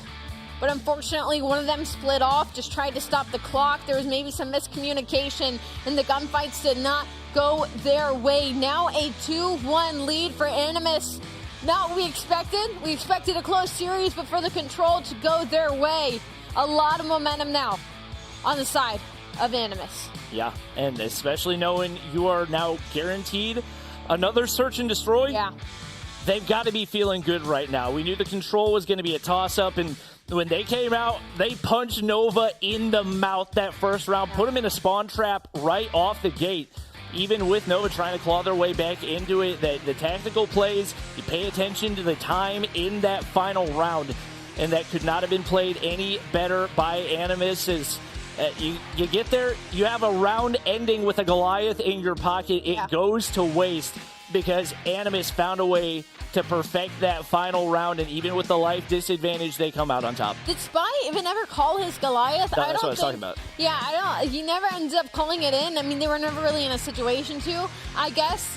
But, like, that first round was really just the nail in the coffin. The fact that Animus was able to win that offensive round, and it wasn't even by ticks. It was just straight by slaying domination. Beyond that, they just had to continue winning their defenses, and that's what they were able to do to close this out. And there was not really any panic. Like, the Grizz's playhouse was in this 10, was at this top 10, and the fact that they had 4 lives when Nova had the edge, when Nova had 10, he still managed to get kills and play his life in this power position and not have to fall back to B and give up all of mid and give Nova the opportunity to have a full team push from the front of the B side. So, again, Animus now up 2-1 in this series. And you look at the hard point, right? You're like, great, it was 251-75. It was maybe close at the beginning, but by the end of it, they had run away with it. But it was down to the slaying power. And we just saw the absolute slaying power that Animus is capable of putting onto the board. So heading into the standoff hard point, I'm nervous if I'm Nova. I'm sweating. Yeah, I think they probably are still going to have the edge in the hard point. When it comes to that incredibly fast-paced game mode, you're not pushing into people on head glitches. It's really just run and gun. I think they do have the advantage. And I'm expecting that we see a Game 5. But, man, I don't think they expected to be down this early on in the competition. And maybe Inferno questioning whether or not he should have given a little bit more credit to Animus. They said their biggest threat was themselves, but Animus looking to be a pretty big threat right here. You take a look at the respawn KDs, and Spy has continued to slay out. A 1.77 with 8 map MVPs. He's been their guy so far. He's got to go big right here, and got to try to give them some momentum to carry into a Game 5 if they can make it there. Yeah, the edge certainly still, once again, in the favor of Nova here, as they are 2-0 in this map so far this weekend. The first win was going to be on top of Prometheus on this map at 250-126. Honestly, that's a little bit of more time than I would have expected them to give Prometheus. My bad, that's a little bit of a stray. But the second time was 250-183 versus Zinium earlier today. Animus, it's not that they don't want to play that map. It would have been map 4 should they have gone the distance versus Limitless, but we have not seen them yet on that map and mode, so a little bit of a debut for them, see what they're able to come out with. But by the layout just itself, by what past has shown us, Nova win that map fairly comfortably. Yep. You got to think confidence and momentum going to play a factor in this one as well. Back-to-back games going through for Animus, and obviously we've seen the slaying power for Nova. That for the most part, their teamwork in those gunfights, especially in the hardpoint, has looked a lot stronger, and you would assume that probably carries over from map to map. We've seen solid rotations out of Animus, but just looking at the assists, especially in that game number 1, they weren't double-chelling those gunfights. Kind of single filing one at a time into the hard point, not going to work against a team like Nova. We'll see if they can fix that up and maybe give themselves a chance at closing this out in 4. You know what I'm really missing right now? Rari. I feel like I'm not seeing a lot of D-Rari right now. I feel like that's a player that usually we would be speaking highly about throughout the entire series, and obviously they've been doing well. They're up right now 2-1, but I'm expecting in this hard point maybe to come out swinging just a little bit more, as they are going against Nova. Again, this is a redemption match. Nova is the reason Animus was the 4th seed heading into this weekend. So obviously a fire underneath both of these teams. Wondering if maybe Nova just got a little bit too comfortable with their past history, but here we go. Map start, utilities out. First hill has now been popped. Couple of gunfights going the way of Nova already. A lot of mid-map control, but instantly it's going to be the answer from Animus. Yep, Narcs breaks right back on in right there. And with 2 HP, he still finds a way to win the gunfight right there. That's the power of the KSP. He knows his teammates got his back. Cthulhu slides the corner, and now it's all yellow in the feed. Creed finding his way into some of these gunfights as well. It's going to be a push across from Delhi, but Marvel from the high ground, reigning terror with that SKS. He does get taken down, and now it's all down to Narks. 25 seconds on the hill already. He's their OBJ man for a reason, and getting kills in the process as well. Definitely a solid start right here. You got to start paying attention to that rotation over to P2. And already, about 15 seconds remaining, you already had Nova players on the inside of the next hardpoint. That was a beautiful flip for the side of Nova to get those spawns for new as they are all set up. We saw this in the first hardpoint. It was Nova with the rotations. Now we're going to have to see if Animus have it in them to win these opening gunfights for the break. So far, not so good. 2 players fall. Grizz is going to be up top, going to try and make some noise, but instantly 2 players from Nova try to go push him out. He manages to find a couple, but it's just not enough to get inside. A solo chow from Guthila. I would have hated that any other time, but he finds 2 players with the deagle for the break. 37 seconds left for this hill. The lead still in the hands of Animus. What an incredible push. I mean, that's the definition of an ego chow right there. He hears the concussion up top, bounces away, knows there's a Nova player hopping up top, but man, oh man, they can't seem to lose a gunfight. He put him in the blender right there. Now on a 4 spree, he's got a hunter killer C1 player on the outside of the hard point as well.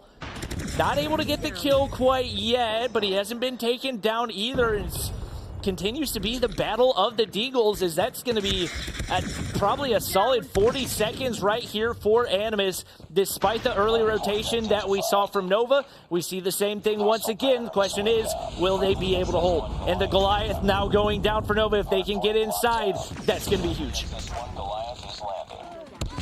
Narks is here. Narks is here. They get the kill. It's another Goliath steal. There's 1 player close enough to get through it, but they get in. It's gonna be Grizz. And now what was a beautiful rotation, a beautiful Goliath call possibly for the hands of Nova. They couldn't win the gunfights. The Goliath gets taken down, but the time is in the hand of Animus. 80 to 35, 30 seconds left in this hardpoint. No map control whatsoever on the squad of Nova right now. What a horrible collapse of events. And right now, if you're Animus, yeah, you would like to get more out of that Goliath, but you force an operator usage, you still maintain the hardpoint control, and right now you got Guthilla just chilling on the inside of the hardpoint. They're going to pick up the majority of the scrap time, and he's got another Goliath to work with. They're rotating out early here as well. Neil's in the top side looking to chow, but it's going to be Spy on the bottom side, staying alive for as long as he can. Expect a whole lot of utility to come through that doorway. He's going to look to hold them off as long as he possibly can, but Marvel from the top side still maintaining that high ground control, and Neil going to look to defend right here as we now have 3 Nova players on the point.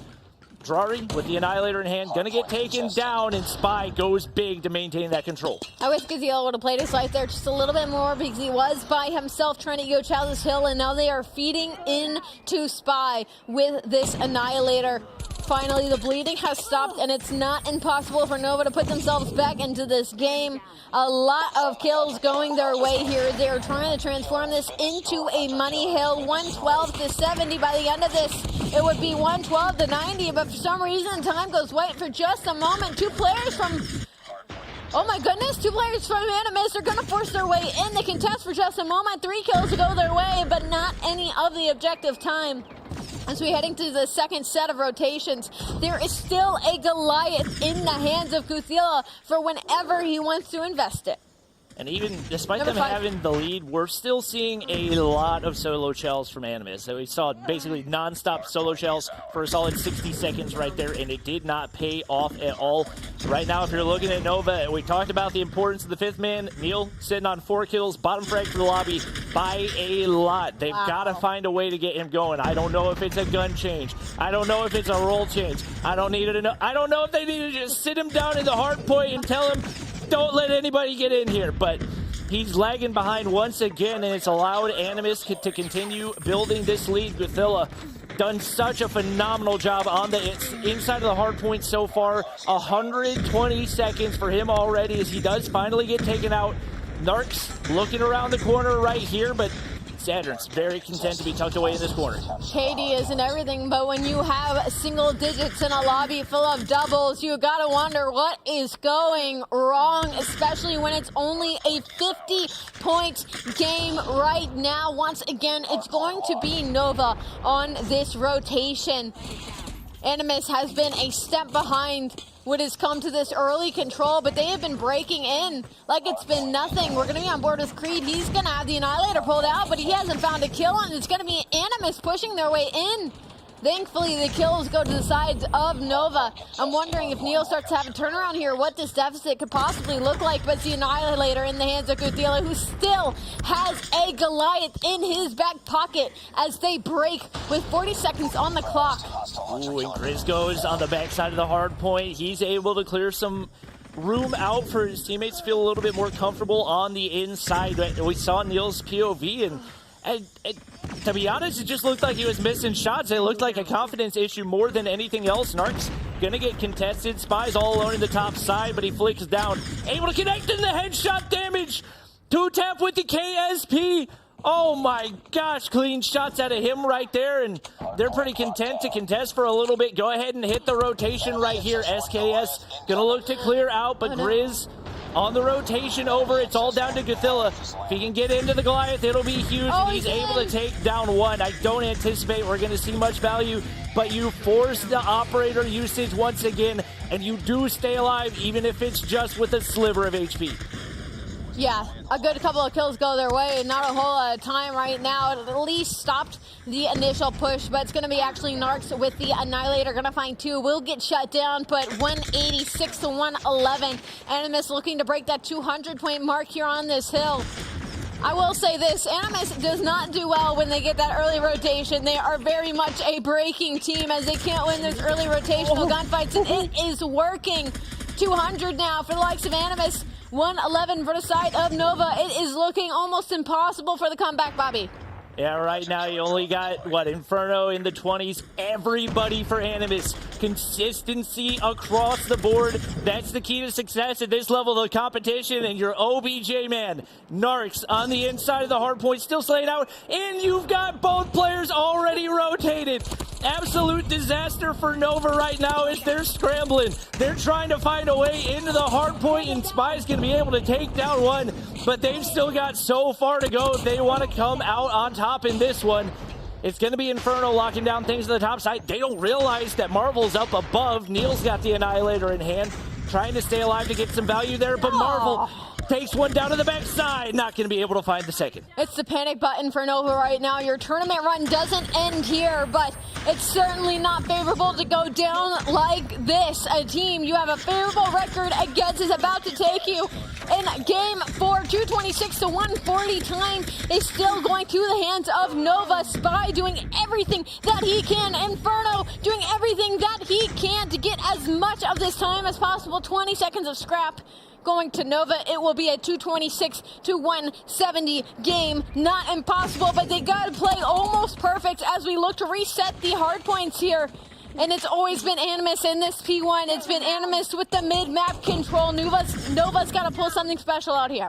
And T4 has definitely been the money hill for Nova. I'm pretty sure they've gotten like 120 of their 160 points on that hard point specifically.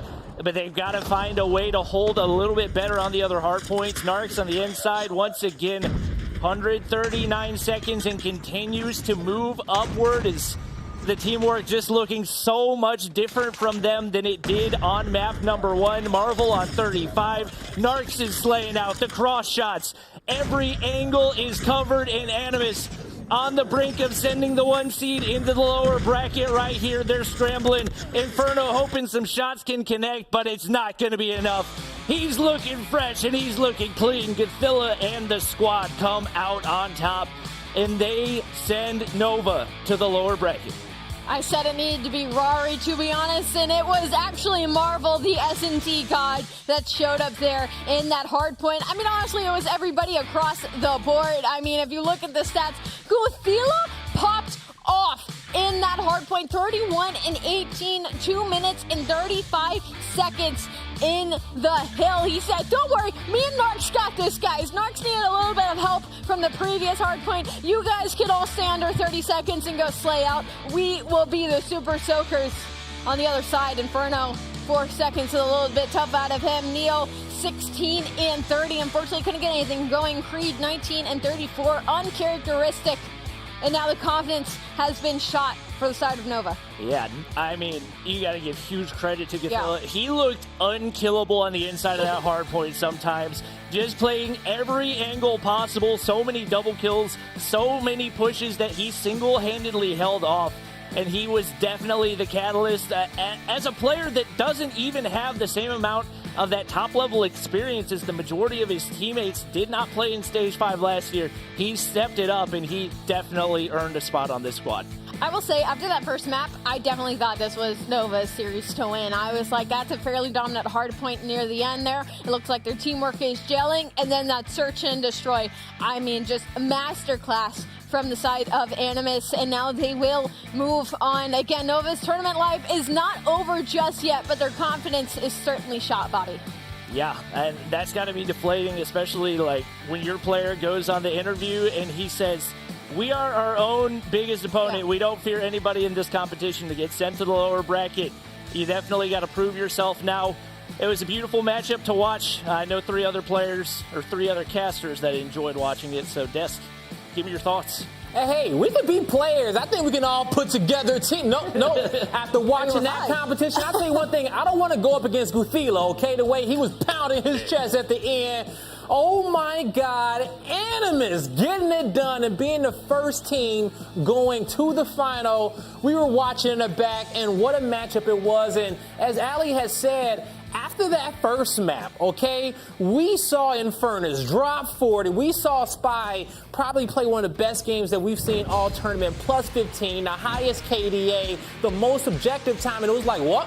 Nova's here. But then right after that shift, it was all Animus on the other side, starting with that Summit S&D. It was clean. And I think the biggest thing that I really noticed about this Nova squad was that they were using calculated score streaks and specialists in particular on rotation to guarantee themselves solid spawn. So I love that idea. And that was one of the things that, not having seen them throughout the entirety of the day, you say, okay, this is the difference maker. But once we got into this search and destroy, I was sitting there saying, oh, this is a little bit too scrappy. Yeah. What we saw out of Animus in their previous series and their opening matchup today came to life and found just as much success versus a team like Nova. A really impressive bounce back in map number 2 from Animus. And then as we started to get through, it's Gothilla all the way in the end, making notes saying, I don't often outslay my opponents, but when I do, it's in a white Oxford. Yes, it is, okay? Yeah, they weren't playing around right there. And so, Mommy coming into it, we hear Shift talk about the specialist usage and the teamwork from them going into this series.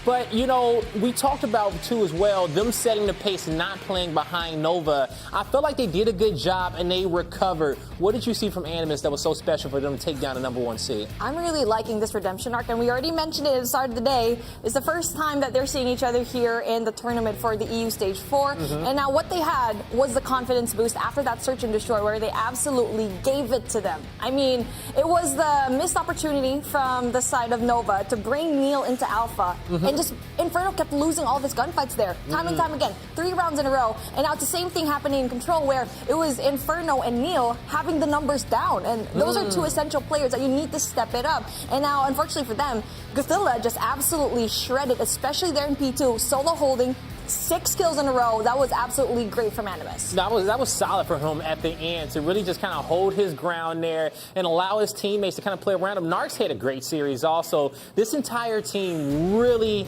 had to, come together as a unit to overcome Nova in this situation. And Shift, we saw a lot of exciting moments here. And even when it comes down to, you talked about specialist usage, but even when the score streak's stolen, okay? How many Goliaths did we see being snatched up here in this matchup? Yeah, I mean, the thing about it, I think, just comes down to general map awareness, where I like the call of each time the Goliath was called in, but the timing of it, trying to do it on rotation, that's where spawns get the most finicky. So you go back to that last deal that we just had at the end of Grandma's, before we opened up the hard point in particular. you're sitting there for Nova saying, we've got 4 members here, we're good. Yeah. But the hardpoint wasn't open yet. So those back spawns were also not open yet. So just as that call comes through, Animus wins all their following gunfights, and that makes that play that much more vulnerable. Really good conversion from Animus to kind of read the situation. Pacing, teamwork, everything above, okay? All of the above here. Animus had it. Now, let's take a look at our bracket to see what they had to do to make it to this point. It was taking down Limitless 3-0 to kick off the day, and then the upset up against Nova, taking them down 3-1 and making it to the grand final. But as you see at the bottom, it's the elimination final where Nova probably is feeling pretty hot down there, Mommy. Yeah, I mean, Nova definitely did not like that loss. This is the first loss that they've had here so far. And you know what? With Limitless, they've had a really hot start up against Zidium. But, I mean, it is a tough thing to overcome because Nova, yes, they did not have a really good time, but it was still pretty close when it comes to the points. So, if you were Limitless, you take advantage of that situation. You rewatch that game, and you see where Nova really just had a hard time. And I feel like the score streaks and the operator skills rather, you need to play it to perfection because so far the XS1 Goliath is a little bit shaky with all of the teams so far. It really has been, and so now Limitless here in a position to surpass their limits once again. It's almost like a Dragon Ball arc with this squad here throughout the weekend. Getting beat up to start the day, but they have to surpass it once again, going up against their toughest competition. Coming up next, it's going to be Nova. It's going to be a galactic battle, but can they go Ultra Instinct? We're about to find out here soon. It's Limitless versus Nova to see who goes to the finals. Don't go anywhere.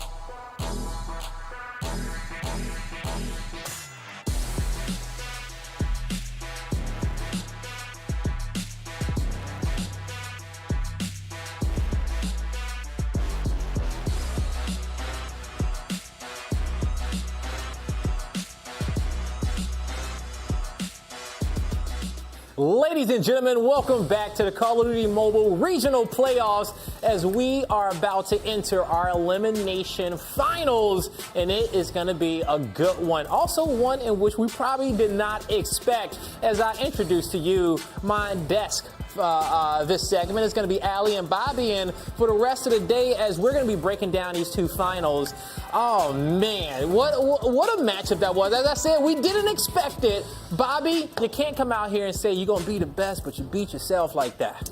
Yeah, it's interesting. First match on broadcast, and Nova takes the L. I'm not saying they would have lost their other matches on broadcast, but they definitely got some stuff to learn as they get ready to go up against a Limitless squad that's coming in hot. They're coming in off a loss, and you definitely don't want to put yourself at risk in this position to not make the grand finals. You definitely don't. Now it's time to learn a little bit more about our two teams in elimination finals, as we'll go head to head with Limitless versus Nova Esports and dive into the numbers. And I can't think of no better person to dive into some numbers with than Allie herself, as we see up on the screen the respawn KDs and the map win percentages, as Nova just lost their first 3 maps here of the tournament, but the respawn KD is feeling good for them, Allie. Absolutely. And the thing with Limitless is the story is that they've continuously just gotten better and better and better with every series that we've seen from them. Where Nova, we haven't really been able to see them as the weekend progresses. It was just, they're winning their matches. That's expected. They're the #1 seed. They get on broadcast. We're so excited to see what they have to give us. And it's lackluster upon lackluster upon lackluster. It was a very uncharacteristic showing out of Neil at the last map there in that series. So Nova need a big bounce back. But my biggest worry is that when we interview this team and they say we are our own enemy, as long as we are playing confident, we are good. Well, that was not a confident series. And so coming off of that, having to play against a team like Limitless, who has nothing but confidence, I'm actually a bit worried for the likes of Nova. Ooh, hey, I think you should be, because we saw their jitters in that first match, and they're going to have to regain right away and bounce back in this next one. Quickly going across the board, Limitless or Nova? Bobby, I'm starting with you. I'm still going to go with Nova. I'm pretty confident they make a grand finals, but they're in a precarious position right now. They've definitely got to forget the maps that just happened, because following that map 1, they just could not seem to get it together, and they definitely are going to need to focus up, and Limitless is not going to make it easy on them. All right, Allie? Limitless' ceiling is quite limitless. I'm going to pick Limitless in this series. Woo! I know it's a hot take. I haven't been wrong, I'm pretty sure, yet this weekend. If I'm going to be wrong anywhere, I prefer to be here. Allie's prediction has been on point throughout the tournament, okay? And we will see if she can call it again. Now it's time to turn it over to our casters to see if Nova can go super, or if Limitless can surpass yet another tough opponent. Oh man, it's going to be an interesting one, just simply due to the fact that you have to play immediate recovery. No other time besides just your veto process to get recentered up. And as we start to look over the series layout, I won't lie to you here, Beef Mommy, there are some opportunities for Limitless built into how the maps are going to work out, at least in my mind. I mean, yeah, you have a really great point when it comes to the map selection here. But, I mean, what we see here on our screens, standoff, I feel like will definitely favor, I think, no play. I don't know. They lost that really convincingly. So, I mean, you have a really fair point. That's where they had a really strong run up against Cidium a while ago, 250 and 121. They had such a hard time a while ago up against a team like Animus, where they just were outclassed in every situation. So, I mean, like what Ali said, Limitless can definitely have this advantage. Yeah, I think so. In particular, I'm looking at that firing range search and destroy. Limitless looked great on it yesterday. Takeoff control really just comes down to, can you get the spawn trap off, and then that's a winnable map. And then even Slum's Hardpoint was a map that we saw Limitless on yesterday that looked pretty solid through. So I think if you're Limitless, you got to try to get this thing done in 4, because neither team looked particularly great on Summit Search if we get to a 5th, but in particular, Limitless on their map selection back in their previous series really couldn't seem to get a handle on what Summit was going to be able to provide. But that's a conversation for a much later time. We jump right on into the first Hardpoint. Nova starting things off pretty solid, and well, it's just down to, can you find a way to shut down the AR pressure that was so darn good for Nova, at least at times throughout the last series? Well, let's see if there's going to be a little bit of PSD coming in from Nova, because they literally just played this map a few minutes ago, and now a good start coming in. Neil finally gets the shots, going in there for the defense, so that's going to be really good because no one else from the side of Limitless is actually going to be really close by. And no, they're not really going in there as a team, funneling one by one, but a really big kill coming in from the side of Mojito, but gets shut down by Spy. Yeah, great map control from Nova here, just making sure they control both sides of the street. You essentially force Limitless to have to make tough decisions as they come off spawn, and as the late break starts to come through in the final 15 seconds, you still have another on the hard point at Spy, who has been shooting just as straight as you could ever possibly want. Early Pred missile while soaking up every single second. Calls it in, not able to find a kill with this, but Spy is really close to possibly finding an early Goliath. Shut down at the last moment, but Nova, a convincing hold early through the first hill. Not only that, the rotation coming into P2 is going to be really good, and they had such trouble a while ago, and now it looks like they want to stack 4, and yes, they're winning all the gunfights as Sasaka and Boot goes down. Not just that, Onur as well. So it's just a matter of gunfights being lost by Limitless right now. Tough scenes at least through this first set of rotations. Nova, an opportunity to start getting some early operators earned up here with all this time starting to go their way. Creed did 1v1 to the backside of the factory. Gets the kill plus a little extra because, well, you need to get something going after that last loss. And so far, it's apparently just perfection. You just play perfect. Limitless, nothing to work with through their first break attempt. Second effort coming through the back doors. Spy, a little bit of wallbang trying to get there, but Owner's able to at least shut down one. Numbers good for Limitless, but Saturn's who finds a way to double down. One more up top, weakened through, a triple for Saturn's, and it's still all Nova through 2. Coming in from the side of Saturn's, that is going to be big. Not only that, he gets to utilize all of his score streaks, tries to go and use it, finds one, Onur goes down. Not only that, they're getting the scrap points here in the hill, and also going in for that early rotation. I mean, Limitless is just losing all of the gunfights here. They should go in for the rotation already. Yeah, and Saturn's wins a final 1v1 outside of the second hard point. He will be really close to getting that Goliath. Maybe just one more gunfight. Yeah, there it is. He gets it just off screen, and the early Goliath has been earned. The call is going to be interesting, though, with Sparrows in the mix for the first time today. Obviously, Goliath not nearly as survivable as it usually is, but Spy already saying no need for anything over egregious because, I mean, Limitless has been able to do absolutely nothing so far, just complete dominance from Nova. But then take a look at that. There's going to be 4 people all around the hill, but then they just lose all the gunfights. That's going to be unfortunate for them, but finally goes in for the break, and Boot goes in there pretty hot. Mojito as well, but gets taken out. And I mean, the Sparrows, that's a really good usage of the Sparrows, and we only have 30 seconds left. And if you're Limitless, you need to decide. Now you need to send at least 2 people in for the contest, and now at least you see 1 person over there in the other hill. Have to slow things up if you're Limitless. I'm not talking about their pace, but you need to slow Nova down just a little bit. Get a setup, lock things up, play for trades. At the moment, it's just too many individual gunfights that Nova aren't even sweating in.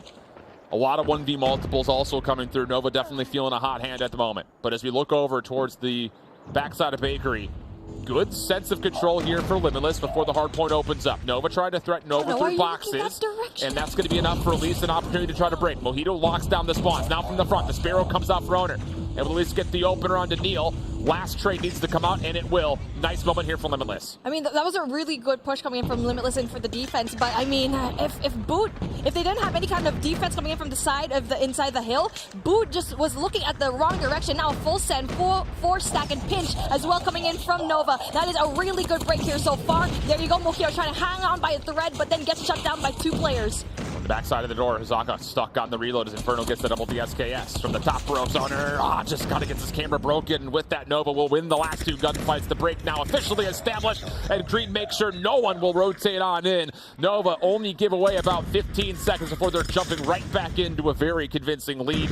14 seconds left on the clock. Limitless not gonna make a full-on forced effort to try to break for scrap time. They'll just send a couple to try to play for exits and hopefully get a hold here at 1. And now speaking of contest coming in from the side of Limitless, finally gets a little bit of scrap fight, but then it's not really that worth it because you're fighting a team, but then it's a good thing. Big Mojito 3 right now, taking a lot of these shots quite literally, and now they do have a really good setup here so far, but unfortunately Rasmo does go down, and it's all up to 1 and 2. That's going to be Boot and Onur to try to win here in back alley to try to gain some sort of defensive control. Well, they do have some street control, just comes down to can you use this to envelop the hard point itself. Honor up top, good for the opener. Down low, Hazaka trying to work with him. The team shot's decent for damage. Saturn's the last one left. He's going to call the bow. Solo bow coming out. Oh! His bet capped as Everton cosplay comes through perfectly. Easy double coming out. Huge play for Saturn's the last one left, and now Nova's reinforced. we just keep seeing all these individual gunfights and multi-kills coming in from Nova, and it's just really unstoppable. Is he going to win this? Okay, good. Boot shuts him down, and 18 seconds for their name. Good time, but then the rotation also comes through to their end, so really big gunfight off screen right now. But then, unfortunately, Onur and Mojito are going to be losing that gunfight. Not only that, they have to worry about a Goliath in their presence. This is Nova saying, let's just put it to bed right here. Get a full 60 on the second hard point. And they may have been actually counting through the operators really nicely because there's nothing available for Limitless. So this Goliath is going to be a beefy boy. Rasmo around the back, trying to threaten for possible spawns. Help is on the way, but the SOS call may be a little bit too late. The read looking good for Nova. Saturn's on the back, just trying to clear things out. Good team shots coming through, but he's able to take the triple. And all of a sudden, Nova could put the game away really tightly. Now that is how you use a Goliath. A really well-placed Goliath over here, getting most of the points down, not even contested, just for 1 second. And that is not what you want if you were Limitless. I mean, everything is just perfect game coming to the side of Nova. And now we're trying to go in for the push yet again, going in for the pinch. But against the Goliath, that's going to be such a tall task to go and pursue. And finally goes down, and Rasmo, that was a really big kill. But then again, 20 points to your name. But it's a good thing. Number 2, Onur's going to be going there for the early rotate. This has just been a wake-up call from Nova. Looking absolutely polished. All the decisions have been really well-founded. Even shutting down the rotation at the last moment. Limitless have mid-street to work with here, but they really haven't been able to put together a solid hold at any point throughout this map, and that just goes to credit how well Nova bounced back after that last series. It's really just the game of catch-up for Limitless, and Nova knows very well that, yes, we can finally give you the scrap points, but we're going to go in there for the early rotate. And, I mean, they don't even have to go inside the point. They're just going for the defense, knowing very well that there might be one person early rotating for the side of Limitless. We saw that a while ago on the side of Onur, but then, obviously, he was the only one there, and Nova just playing this to perfection. Yeah, it's just a lot of finesse game right now coming out of Nova. Not forcing too many gunfights, just waiting for the help to come through if you need it. Don't get too greedy about it, and everything has just been easy peasy, no problems. Up the top, Saturn's looking for kill number 30, finds it without really any contest whatsoever. 8 seconds till the dub. Saturn's even gonna just throw down the Hunter Killer drone right at his feet. That will likely be the W. Nova, no worries here as they absolutely put on a clinic for map number 1. Like what Blaze said a while ago, this is going to be an absolutely galactic play coming in from Nova. A supernova, like we like to say here. They showed such an amazing play. I mean, obviously, since we saw them a while ago go up against Animus, where it was just shambles. And now, I mean, obviously, Limitless is a different team, and it looks like they're just having such a hard time. But I am looking forward to the Search and Destroy, though, because this is where we saw them absolutely shine. Yeah, and I think for, Limitless, you can't lose too much composure after that map. I mean, it was just an impressive start from Saturn's in the first place. Spy as well, who was just locking down hardpoint time. He nearly earned a Goliath off of only getting 4 total kills. Saturn's with the impressive first Sparrow usage was able to tally up a couple of different Predator missiles as well as using the successful Goliath. So efficiency numbers were off the charts for Nova. And on the opposite side, I mean, a good moment for Mojito to find a triple to kind of lock in some scrap time. But when you're struggling to keep pace with this Nova squad on an open map that really challenges you on rotation, it's tough to get back into a game. And I think that was kind of the case from start to finish, especially considering that they were held to about 26 points throughout the first set of hills completely. I mean, it's also taking a look at the kill feed. It's just Onur only having 1 second on the hill. That is so unlike him to go and pursue. And yes, Nova's going to be a hard team to beat, but you need to step things up. You need to shift things into high gear because you have a possibility of taking yourself into the grand finals up against Animus and have that remake. And now we get to see the kill feed yet again. It's just yellows all across the board. The usage of the XS1 Goliath, the usage of your Sparrows, the operator skills, and your score streaks, which is absolutely great here for Nova. Very comfortable game. So with that in mind, Nova set the tone early. I think a lot of people, after watching the entirety of the last 2 days, you would definitely see that, yeah, there seems to be a bit of a skill gap between the top 2 squads and everybody else. It was hard to really say that with confidence, though, after the last matchup where Nova just kind of fell flat in maps 2 through 4. But here against Limitless, no stalling out, no pauses whatsoever. But I will say, kind of looking at this map layout, I expected Nova to be able to bounce back after a map 4 loss on standoff, correct their mistakes, and be able to punish a team like Limitless. If you're looking at this from Limitless Esports perspective, this map, like you mentioned, a must-win. and then who knows what happens on a takeoff control. You have to play to the kind of randomness that the defense can provide you advantage-wise on a map 3. But it has to start here. You have to showcase that high-level proficiency on Surge that was kind of your moniker throughout the entirety of the weekend. For Limitless, they need to win 2, 3, and 5. I mean, I got 2, 3, 4 personally. 2, 3, 4. I mean, I feel like from the standoff that we saw a while ago in Hardpoint, I mean, Nova Esports is just a masterclass when it comes to the hardpoint games, and bringing it down to a slums, not quite sure if that is the best when it comes to, trying to win it, especially if you're going to be limitless. So, I mean, everything is just going to be theory for now, because we already know that both of these teams, we did not expect Nova to reach it here in the elimination final. So, I mean, we're slowing things down here in firing range search and destroy, where this is anyone's ballgame at this point, because we saw greatness from Limitless a while ago from that summit up against Sidium. Yep. Hosaka has been key when it comes to trying to pull off a lot of the offensive looks for Limitless, so definitely a player to keep your eye on as Razmo Boot double scoping off the rip here for the defense. Mojito already working his way on in towards the trailer.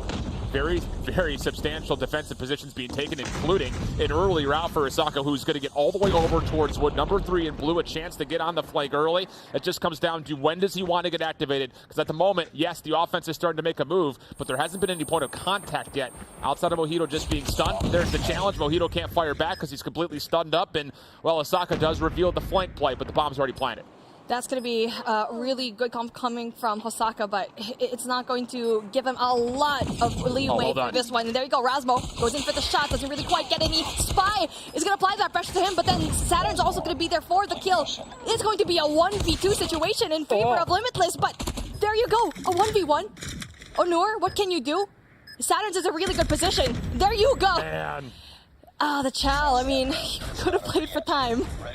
Oh, Saturn's absolutely played for time. Yeah. The thing was, I love the retake idea out of Limitless. Hosaka getting the 1 kill to the backside of wood. You kind of saw Nova, all of them turned around, looking to make sure there's nobody else left in the flank, but Saturn sneaks in towards trailer, uses that plus the bomb planted for him as a way to clutch up a 1v3 to keep Nova's offense well within grips of the first round, although it started to look a little bit dicey at times. So now we go into the round 2. Once again, Nova, not just here at A, but they're allowed to get here. No one's contesting forward this time. This time, Mojito inside a trailer, can't do much of anything. And the retake is going to be hard pressed. You've got Boot on a sniper rifle, long side jungle path. Rasmo's playing over the top of the barrel heady, but no one else is even close by, and Nova had no problem reading this from start to finish. Absolutely, and now Neil spots Boot, finds the raid by Razmo yet again. Here we go. This is the kill that he needed. We already know that he can definitely go and clutch this up, getting a lot more kills. Inferno, it's a good thing that he goes and repositions himself. It's going to be a 2v1 though, as Neil takes some shots and Honor doesn't finish it, unfortunately. And now, finally, it's going to be very troublesome as a 1v2 situation happens. A 1v1, no. Onur again, he's going to be the last one, but Neil is in a very positioned spot, a favorable position to go and stop the bomb. Tough. There you go. Yeah, it's tough, man. I mean, this is a totally different look. If Onur just gets one more shot into Neil off that long play through jungle, there's an opportunity to still help out your teammate and turn that 2v3 to your name. But once again, the quick plant for Nova keeps the pressure on Limitless pretty much from start to finish, never allowing the retake to really get many legs to work with. So 2-0 start here for Nova, and this is one of those situations where you start to feel really confident, and if it ain't broke, don't fix it. But this time, trophy systems start to litter the outside of the A zone, but it's a full push through mid. No one watching it. Trophy system will get the first blood credit. But with this, Nova's a little stuck here. Once again, you got Ahsoka, number 3, and trying to make the flank happen, but Neil, fool me once, shame on you, fool me twice. Well, there will be no fooling me twice. And the bomb gets down once more. Numbers with Nova's defense. Neil has been an absolute presence when it comes to the backside push, and it looks like he's trying to make one. It's going to be Boot yet again, going down, and Neil takes him out just like that. It really fast kills with Inferno with a double piece. Nova looking really good, and finally Neil is in a position where he can finally take that kill, something that we didn't really get to see a while ago. I mean, that's just a good adaptation from Nova. You push through trailer with a shotgun. Neil just watches the flank. It's a really cool look, something we haven't seen at all throughout this weekend. And this is something that we saw from Limitless when they played their opening matchup, is that when they start to get beat up like this, their confidence wavers. But Boot, maybe forcing themselves, willing them back into this matchup. A couple of nice kills to start things off as, for the first time, Nova's initial approach gets completely shut down. And that is a good read coming in from Limitless, not really sending anyone to the backside because they get shut down every single time. And now for Saturns, you have an opportunity to kind of isolate all these players as Mojito's going to be walking around. So Saturn's is going to have the information, and COD timing at its finest. And there you go. Mojito gets spotted, Saturn's. but then it doesn't really quite finish the job, and Rasmo still gets the kill. All right, Rasmo. Okay. God, why didn't he play in the first match today? I know. I mean, they could have been up. All right, now it's kind of on to Nova. What do you do differently this time around? Are we going to get our first look towards B? Nope, same setup. Nades over the top. A little bit of a stretched out offense, trying to feel things out here, especially with how much Limitless has played through the middle of the map. This time, though, they're also kind of hitting the pause button. Mojito for first blood. That happens over towards the trailer side of the map, but defensively speaking, this is going to have to be a reactionary play towards B. Creed, Hazaka 1v1. Hazaka gets the first. Can he get away? No. Trade is there, and Nova have a chance to try to win over this B zone, especially if they can take down Owner, which, yeah, a little bait and switch play between Spy and Saturn, so it works out great. And now we need to see a really fast rotation coming from play number 5. That's going to be Mojito with the sniper. He's going to reposition himself, and it looks like he wants to go in through jungle. And finally, the bomb's going to be going down. As player number 4 as well, they're kind of split up. So if you're going to be in this situation where you have to clutch this 2v3, it's still very possible, but you have a very tricky position where player number 4 coming in from Nova, that's going to be Neil with the scope. Yeah, this is double snipe retake. How do you do this? You're going to have to hit some World Star-like shots. Rasmo, tough 1v1 with the player, topside sniper tower, gives up the angle, now goes back down towards container. Trying to contest that is Saturn.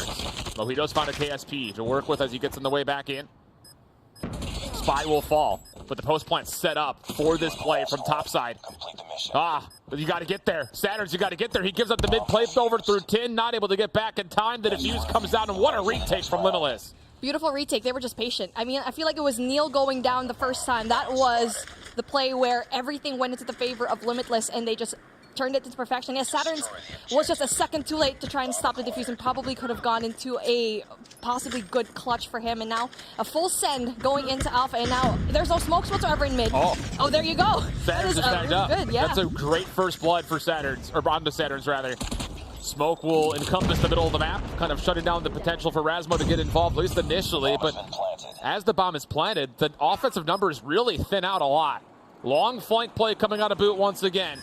But it's Spy on top of the bomb. That's going to be the real first point of contact for the defense, as the retake is definitely on the way. Waiting for Boot to try to open up space towards bathrooms. No one home because he's up top. Inferno gets the kill. And now it's on to who's next up. I mean, no one was willing to move further forward. They were hoping the play off the flank was going to work out. 20 seconds on the clock. To a 2v2 we go. You have to keep moving. Misaka, snipe in hand, gets the hit marker, doesn't finish off Creed. Owner, able to finish. 1v1. Spy over the top of the bomb side. No, not going to work out. And we'll swap the sides at the half to a tune of a 4-2 advantage to Nova. Ooh, close games. I mean, Spy using that heady to his advantage. That is going to be a really good win coming in from Nova, especially coming in from those losses. They don't want to give anything up because coming from their past games, they're just going to take advantage of every situation they can to win this. And now finally, switch up. Now, a really spread out defense here. And unfortunately, Saturn's loses that gunfight into trailer, yeah. Inferno and Neil are double cross-firing this position over towards A. And as Neil gets one, the wall bangs tremendously close. But Spy gets a little frisky through mid-map, punished for his transgressions. Bomb recovered. Longside flank play, though, comes out, and Creed takes down the opportunity for the post plant to set up deep. But in the same exact moment, Mojito finding success on the forward play in towards America now all of a sudden kind of creates a bit of chaos here for this final 2v2. Bomb is collected, not yet planted. Inferno revealed. Rasmo, surely not. This is the first shot. Second comes through, though, hits him square in the face. And it's just down to Neil for the 1v2. He's got a good look at this, pending, of course, that Limitless does make the move towards A.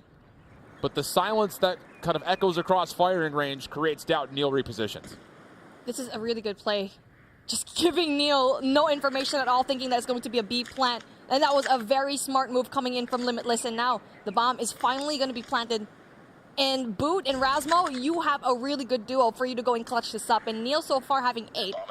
And Rasmo being with 7. That's going to be an even playing field because both of them are doing their job as snipers. And now the rotation finally comes through. there's really not much you can play with, but number 4 is going to be in a very difficult situation. If I'm just surprised that Limitless don't try to just double stack and trailer. Yeah, you know exactly. Neil's got a scope, but instead it's Razmo up top, watching the cross from Wood. He'll be the first alarm bell to make sure Boot is aware of the play forward. Yeah, Nice. There's the shot. Good cross, good watch. Final 2 snipers able to get this back to within 1 for Limitless. It was lucky for them that he didn't go and rotate into the other side, going into a Limitless' spawn anyway. So that was a really good take coming in from Limitless, and looks like they're very comfortable going in for the attack. And so now, Nova, how are you going to go and respond to this? Finally, 2-1-2 split. But then it's going to be hard as Inferno goes down, Boot gets the opening kill. Where's Mojito? Mojito's kind of eluded 2 players in mid-map, but still gets sniffed out. Razmo, not expecting the forward play from Creed. Tried to secure a trade, but it's Creed for the double. He still holds some contest over through Wood. Finally shut down. Double peek over towards Boot. Gets the first. 1 more to his right, just on the entrance to America. And Spy's flank shut down means now it all rests with Neil, who at least is able to tally 1 early to turn this into a very quick 1v2. Neil, it's a good thing that he has a trophy and a nade to play with, so that's going to be really good to try to go and stop a plan. And now it looks like Bravo is going to be the site that Limitless wants to go and commit to. Very possible for them. He sees the foot though, and there you go. Gotta time his nades right. Hisoka's gonna try to go and plant. Oh, there you go. That's a really good sign. He's trying to isolate both of these players, and now it's a 1v1 situation. He did not see Owner make the cross because he went deep through tires. And the quick re-wrap from Owner predicted by Neil! And a 1v2 this time comes through. A small pat and a sigh of relief for Nova, who will regain their lead by 2 rounds. Neil was struggling a while ago in their search and destroy up against Animus, and now he's finally prevailing, doing his job as gathering the info and also clutching up the rounds. And even though he wasn't able to 2 rounds ago, he's able to do so now, and that is the boost of confidence that this team needs. But now for Limitless, now you're thinking about, okay, you're losing that gunfight even though you have the advantage. And now let's see what is going to happen. They're going to sit pretty here, back in Wood, just going to try and gather information, especially not one person's going to be down. It's a great opening nade that finds connection through the middle of the map. So you should know, if you're Limitless, or at least have a good idea, that you've separated this defense out a little bit. No longer can you really cross back and forth between trailer and tin. Boot watching the angle. Gets the free kill onto Inferno, and Mojito has created a vacancy towards B. Bomb following up behind this. Defending it, though, is Creed and Neil. Now it's just down to Creed. Gets the opener pretty cleanly at that, but needs to get the reload off and not enough ammunition in the KSP to get the job done. And Limitless will not go away without a fight.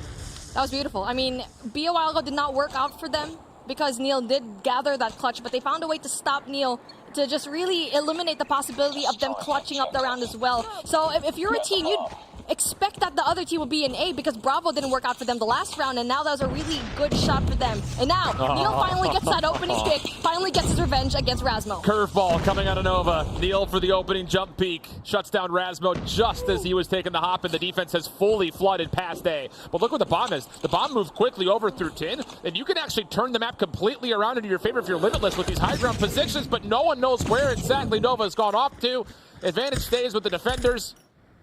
And the bomb is not in a position to get on towards the site to plant, although the numbers are still a bit strewn about. And as Honor and Hisaka will find the next 2 eliminations, we get to a very scrappy 2v2. That was a really interesting rotation coming from both of these teams. Now full send from Nova going up top. That probably wasn't going to be the best situation after they got 1 kill down. Probably went in and they just got picked 1 by 1, trying to go and look for the bomb carrier right now, Hisaka.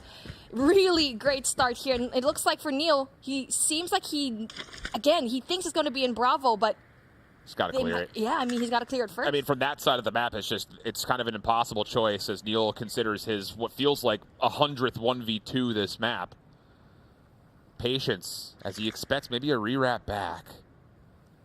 Hisaka in the corner, crossfire setup inside of the bottom 10. Still 35 seconds on the clock. Hisaka makes the first round, and the quick scope hits. Where's Owner? Did he see him? Maybe through the window. The prediction's pretty solid, but Owner's obviously paying a lot of respect to Neil's potential with the scope. backing down. 22 seconds, and Oder's going to try to re-wrap back to container to collect this bomb, and Neil's in a great spot for it. Once again, stand up, young man. 1v2, and Nova's on map point. This is his second clutch. That is absolutely crazy. And if you were Onur, that is probably the worst place to go and pick up the bomb because you already know he's going to create space. Neil absolutely made that space because he has the sniper, and for Onur not to bring that down, that was going to be on him. And now finally 6 and 4, where you probably easily could have had that clutch up.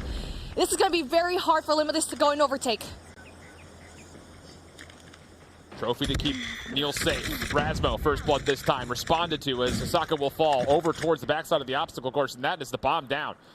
So now Neil's in a great position to punish any potential collectors of the explosive, but the question, of course, would be, does he know it's down? And the answer here is obviously no. Neil, having 15 already to his name, is heating up, and so far in the other side, Inferno finally gets that shot off of Mojito, and Santa's got one kill as well. They're just funneling in one by one, and right now it's going to be a 2v4 situation that's going to be probably very hard for them to go and overtake. Now Inferno spots one, so he has that information that's one person there back in spawn. Not only that, he also has backup coming in from the side of Spy, where they already know there's going to be one more person. Neil, it's possible for him to get boot. So far, he's seeing the body right now. Oh, he's behind the cover. Oh, he's behind the cover, dang. Onur up top has to be able to win back wood. Still plenty of time to work with here. But both Boot and Onur are going to have to do something pretty incredible, and it's going to have to be individualistically as played as well. So a lot of requirement out of these two individuals. Spy in the corner, reveals himself. Boot drops. It's all down to Onur. This would be a 1v4 as he cleans up the opener. Not going to expect Inferno up top and Nova. I mean, I really have to give a lot of credit. The timing to make the full 5-man hit, even though they don't technically win that round, you can feel after the 1v2s come out of Neil that Limitless is like, well, what do? We can't close out rounds even when we have advantages, let alone do we even know where Nova's going to be. And the same thing that I think happened to them when they were playing Animus on the Summit Search and Destroy back in their first series today was the same thing that just happened in those last 3 rounds. Limitless just looked completely overly cautious. I think it's kind of the biggest thing, just paying too much respect to Nova, and the advantages just continue to accrue. And also you have the bomb, so it means you dictate the pace of the game. And now, when we thought that we could finally have a comeback for Limitless, it's now a 4-7, where Neil just absolutely shined with that 16. He was there at the best time. He timed everything right, and he struggled in that Summit Search and Destroy, but he came back right now. He's finally awake. But if we're going into a game number 5, which is going to be again in Summit, Inferno needs to pick up the pace, because right now, take a look at that, he's also at the bottom. But, I mean, obviously you have to win control if you're Limitless. And a hard point afterwards, and that would mean that you would be reverse sweeping Nova. As I mean, yeah. After that show, it's definitely a conversation point that is well outside of the bounds of where we are right now. As I really have to give a lot of credit to Nova here, especially for someone like Neil, who I won't say underperformed, but definitely did not meet expectations, especially for the first time that we saw Nova on stream. He pops off, and he's got to be feeling super confident as they start to make their way back in towards a potential Grand Finals rematch with Animus. Of course, still a lot left to be determined, but if you can get that guy going, dangerous prospects are waiting ahead. It really was just questionable plays coming in from the... Here we go. We're going to see it. Oh, okay. Never mind. We missed it. No, it's right here. Oh, right here. Okay, there you go. Yeah. I mean, Onur knew that Neil had the sniper, tried to challenge with the KSP, and I was already thinking, if he's going to go in long rotate, he's for sure going to get that shot. And now, taking a look at that final kill coming in from Boot, that is going to be such a shocker coming in from Limitless, how much in shambles they are in for this Search and Destroy firing range. It's tough scenes, man. It's a tough opponent to go up against. And I will say, you know, for Limitless, you still obviously have the guarantee of Stage 5 champs. And even against a tough opponent, there were some really solid looks throughout that Search and Destroy. It just kind of came down to, once Nova started to really, maybe even egregiously so, change the tempo, Limitless has to not be deterred from playing their game plan. I feel like as soon as something crazy happens to them, they're so quick to sit back onto their heels and just completely throw out the window all of the setup and planning that they would have, you would assume rather, that they have for a map like this. And yeah, those last couple of rounds just got a little bit out of hand. But a 2-0 advantage nonetheless. Map 3 takeoff control awaits us. Where anything can happen, honestly. Anything can happen on this map. I think the biggest thing here for Limitless, kind of relating back to other defensively heavily sided maps that we've seen out of control from them, is they can't get too greedy. Play to the advantages and then draw a proverbial line in the sand. Don't go too far. Don't commit too much to it. Make sure Nova's the one that's feeling the pressure, because otherwise you just keep putting yourself into bad position. You gotta play it smart. I mean, what we saw before in takeoff control games is that you need to find that pressure, especially going into Bravo. You need to be in health center. You need to find a way to stop that push and let them go to you instead if you are going to beat that defense.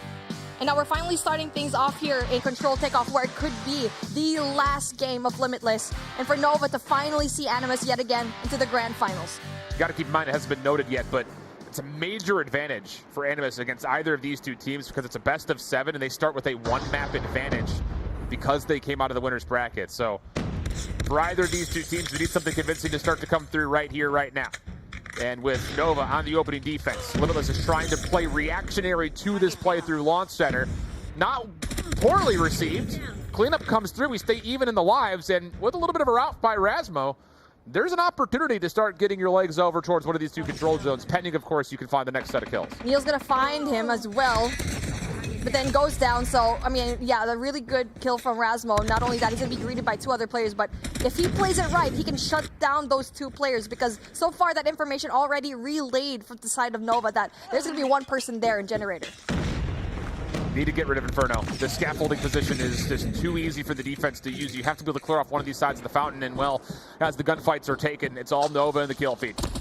Owner, backside over to the top side of the minimap, not going to be able to do too much. Neil, a little bit of a heat check here at distance, but respects his life, finesses back, makes himself a tough kill, and Saturns will have the benefit of a bit of a concussive play to allow an easy triple to come out, and all of a sudden a 7-life lead has started to amount in favor of Nova.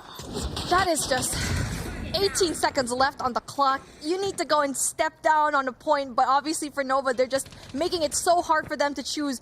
Either do you take care of your life or do you go in for the pursuit? No one's there in Bravo. They're just stuck there because so far, Nova's going in for that spawn trap. Yeah, it's tough scenes. Again, Limitless do a nice job of responding to the initial play from Nova. They out-trade it, or at least evenly traded, I should say. They get a route to hit over to the top side of the minimap. It nearly works out for a stance on towards A, but that second set of kills that come through, Nova's just able to dominate the high ground, and that's just the biggest problem from the offensive side. So a steep advantage for Nova as they try to get things going here into the second round. Possible operators that could be earned, maybe to be used to try to get this second round to their name on the offensive side. But once again, the defensive dominance and the favor that comes by spawning on that side of the map starts to make itself known as Limitless get the opening 2 kills. And now Neil goes in for the shutdown, but Onur as well, trying to go in there for that control here in 2F launch base. That's going to be a really good sign. But again, Saturn's going in there for the response as Mojito loses that really precious point where you have sights over in A.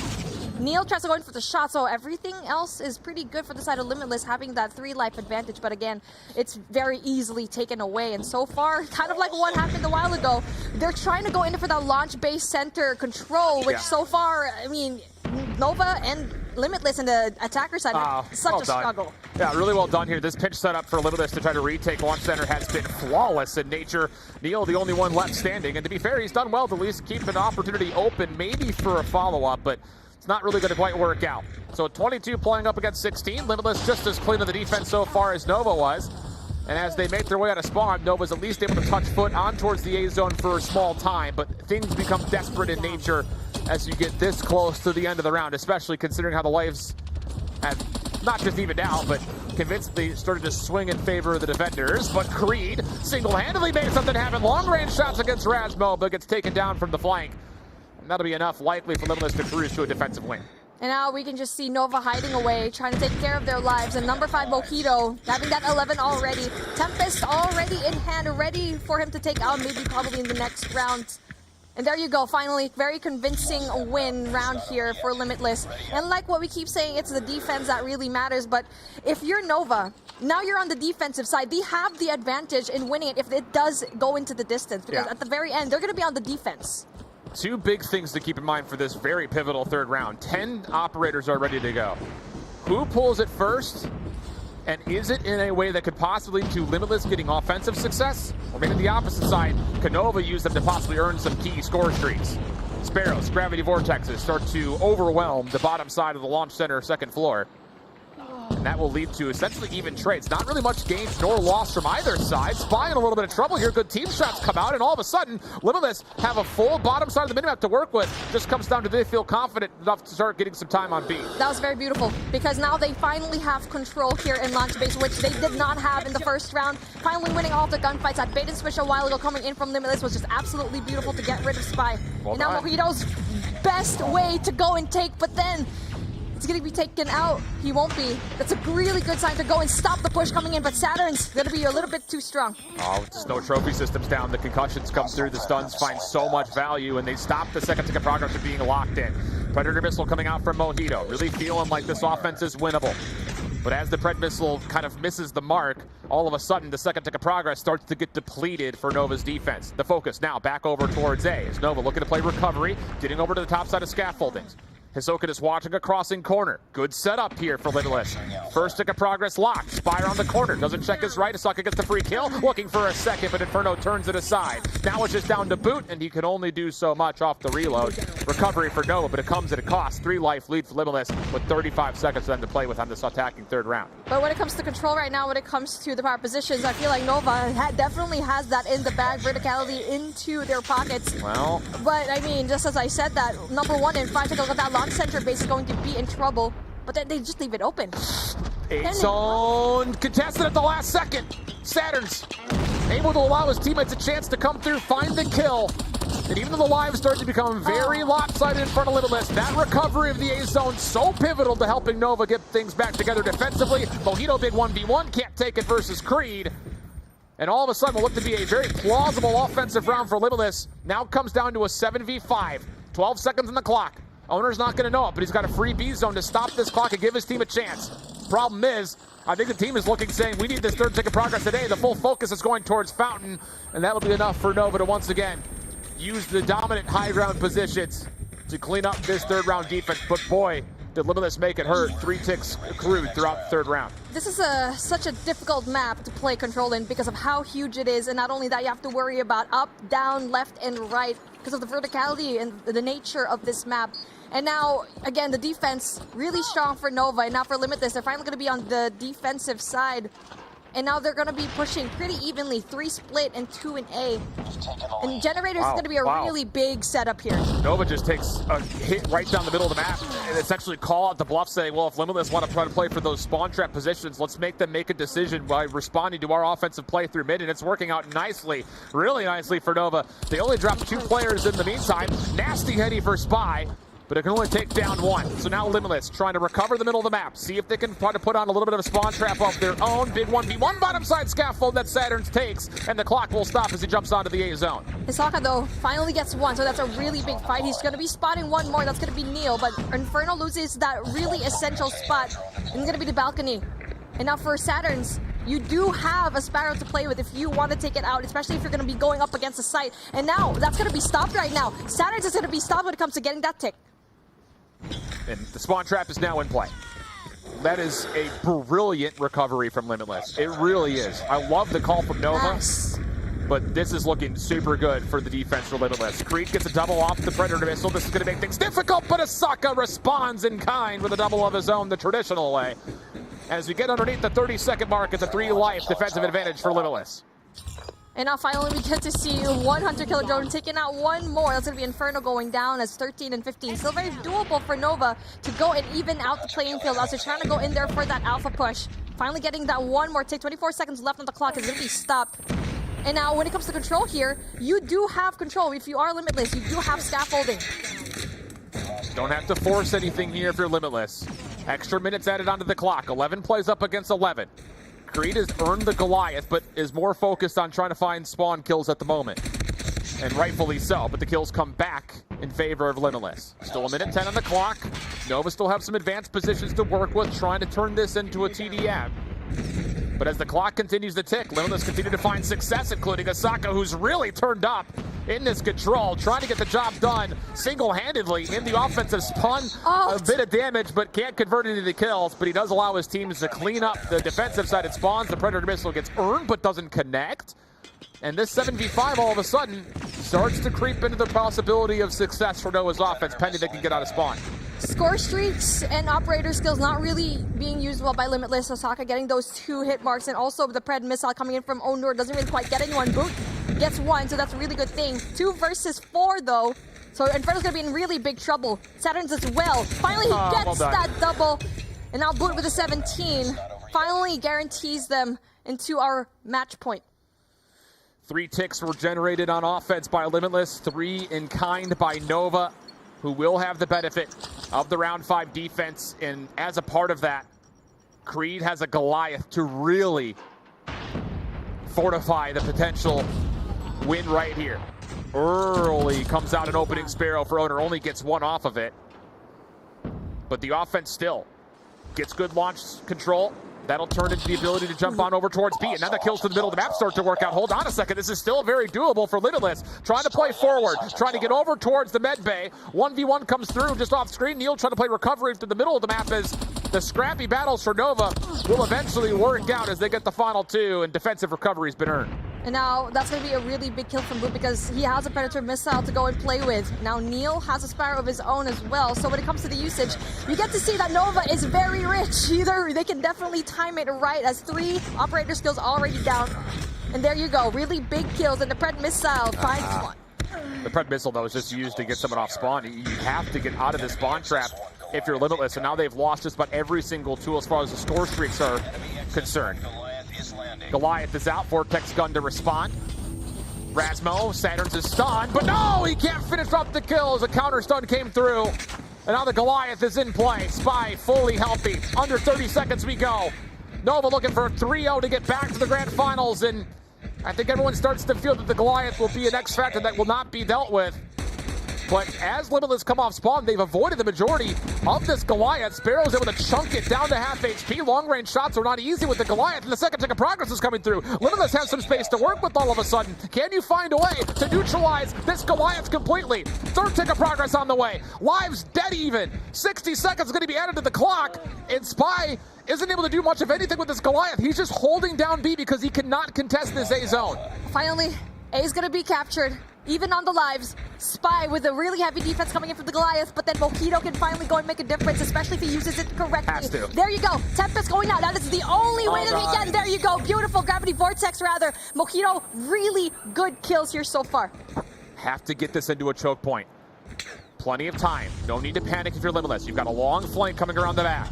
Inferno's only watching the mid-map cross. They do not expect the full flank coming through. Keep your eye on 4 in yellow. That's going to be Rasmo on the backside. He will drop, but in his place is now all of a sudden Owner. But from the front, Spy holds the defense strong. 8v7, still plenty of time on the clock. Inferno getting greedy for some spawn kills, and it works out. Can he get back into the window? Yes.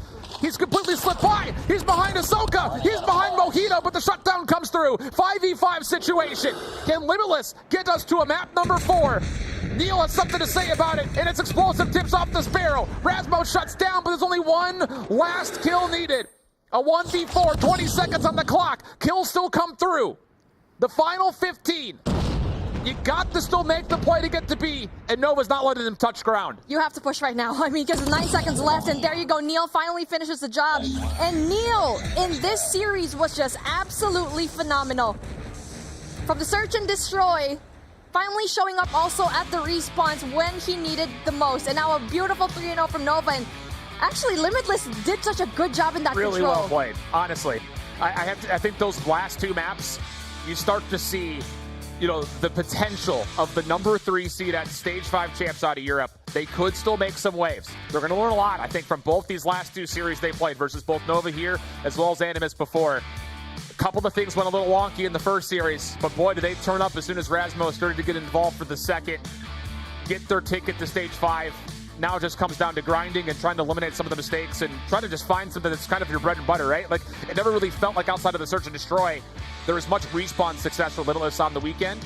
But, man, I do have to say I feel very hopeful about what they're able to do, especially considering how difficult they just made it for a very strong Nova squad. All right, what we mentioned a while ago before starting this control matchup is whoever starts on defense is going to have that advantage because you are going to end in defense. We are really looking forward to that, but unfortunately Nova had that in the bag already. So I feel like, I mean, obviously if Limitless had that advantage, well, sure, that would have probably been, going to map 4, exactly, right? Map number 4, but obviously a 3-0 with a very convincing win from Nova coming in from standoff Hardpoint. That is just Beautiful Hardpoint gameplay. I still have to say, though, for Limitless, it's very tippable what they were able to do this weekend. Third place is definitely nothing to scoff at. Lots of money will go their way, and of course, the coveted prize of being able to represent Europe at Stage 5 in the World Championships. But for Nova, I don't know. It's a 3-0, but it may be a little bit tighter than you'd like, especially considering now you have to go again and play Animus, but in a best of 7. We'll send things to the Jets to see what their thoughts were after Nova was able to get their rematch.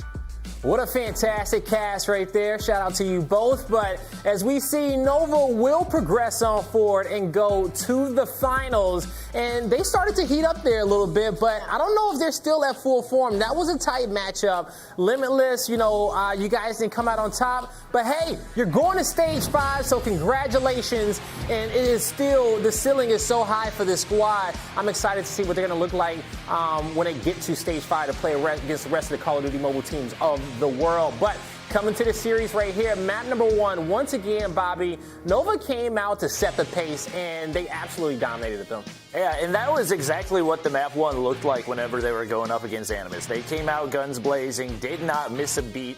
And it was really in the search and destroy that they started to firm things up. And I think the biggest thing for that was a huge confidence builder for Neil. He had not been having a great day all day, especially in the matchup up against Animus.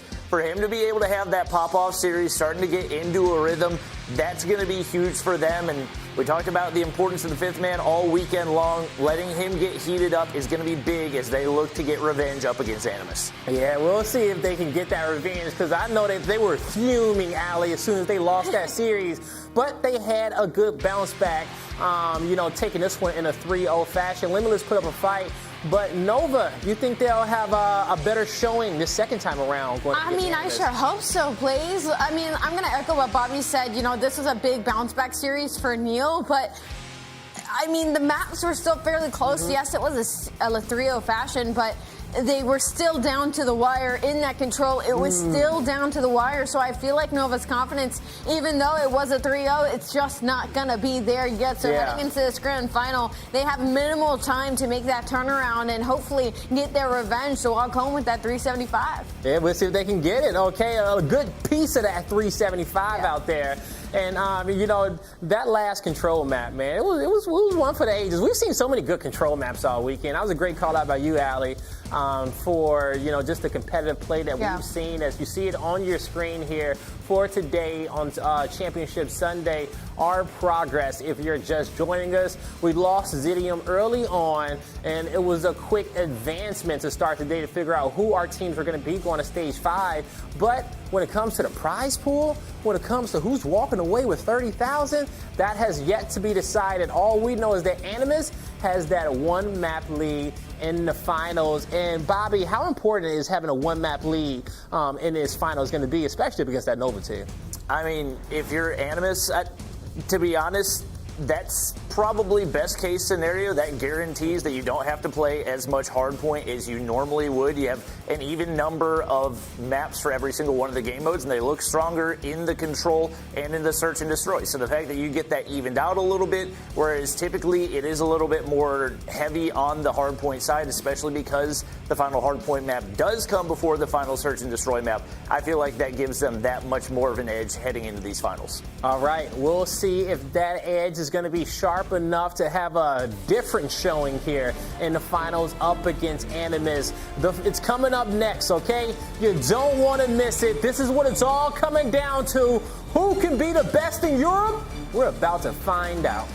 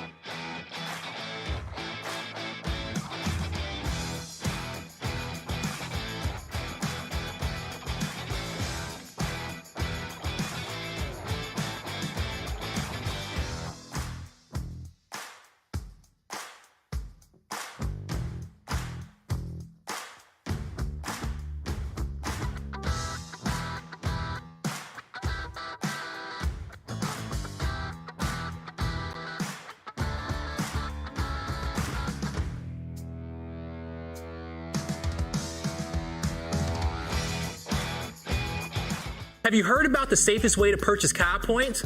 Only at Codashop, you can get a 10% discount. Get your skins right now using your preferred payment method. Just head to Codashop.com to get started. All right, COD fans, it's coming down to this. As we are here at the regional playoffs, it's time to crown a champion for Stage 4. I'm your host, Blaze, and throughout the weekend, we have seen so much exciting action with the best Call of Duty mobile players in the world, and they have been battling out for a lot. Stakes, okay, making it to Stage 5, coming out for the lion's share of that prize pool, $30,000. They're looking to get it done and be the best. I got Allie and Bobby with me on the desk to break it all down, and we've seen a lot of great teams play so far, okay? But as I talked about what they were playing for, you can look for your favorite squad, see where they landed, was it 7th and 8th, 5th through 6th, 4th, 3rd, 2nd, or 1st. We still got to crown a champion, but the placements down below between 3rd and 4th, 3rd and 8th already decided. Now, as you see here, our top 10 KD Respawn leaderboard, as they've been battling out for that prize pool. This has been our performances so far. Look at Spy at the top of that leaderboard, Allie, with the 1.67. He has not disappointed from objective gameplay and offensive slaying. Get this guy some help. I mean, he's the only one on his team in the top 10. That's actually so surprising to me, seeing as Nova's heading into the grand final. I mean, that might just be the teamwork at the end of the day, but they got to be worried because you can already see 3 Animus players sneaking their way up there. 1.39 for Narcs. He has been lights out all weekend in the OBJ, in the slaying department. You got Marvel with the 1.31. Not only nasty with the snipe, but with the slaying and Respawn as well. You got to be very worried for this Nova team coming off of a loss from Animus earlier in the day to close out this grand final. And it was Spy actually that came out hot too in that first map of that series, in that Hardpoint. He went 36-19, 3 minutes and 15 seconds in hill time. Like, after a performance like that, you're like, Nova has this in the bag. So I'm hoping to see a couple more players step up from the likes of Nova heading into this grand plus final. 15 with those 10 assists. It was a great performance by him. And Allie made a great point, Bobby. You know, no other Nova members up there, but you see multiple Animus members there as well. And I think Nova maybe played one more series than Animus throughout this entire weekend so far. But in order to be number 1 on the KD leaderboard, somebody got to not be getting kills. Yeah, the thing about looking at the KD leaderboard on Championship Sunday specifically is typically KDs are going to drop as you do go up against that tougher competition. So the fact that you still have 4 Animus players on that leaderboard, that says a lot about how well they're playing right now, and that just shows how hard Nova's going to have to go going into this grand finals, especially given the fact that they are already at a 1-map disadvantage. All right, at the 1-map disadvantage, Nova's going to have to start off hot just to make this series even, Steven. So as we start breaking this one down, Animus versus Nova Esports, I'm going to quickly just, we can take our time a little bit on it, but who is going to win and why? We have seen so much of these two teams so far. Animus already sending Nova down to that lower portion of the bracket once again, but can they finally close them out?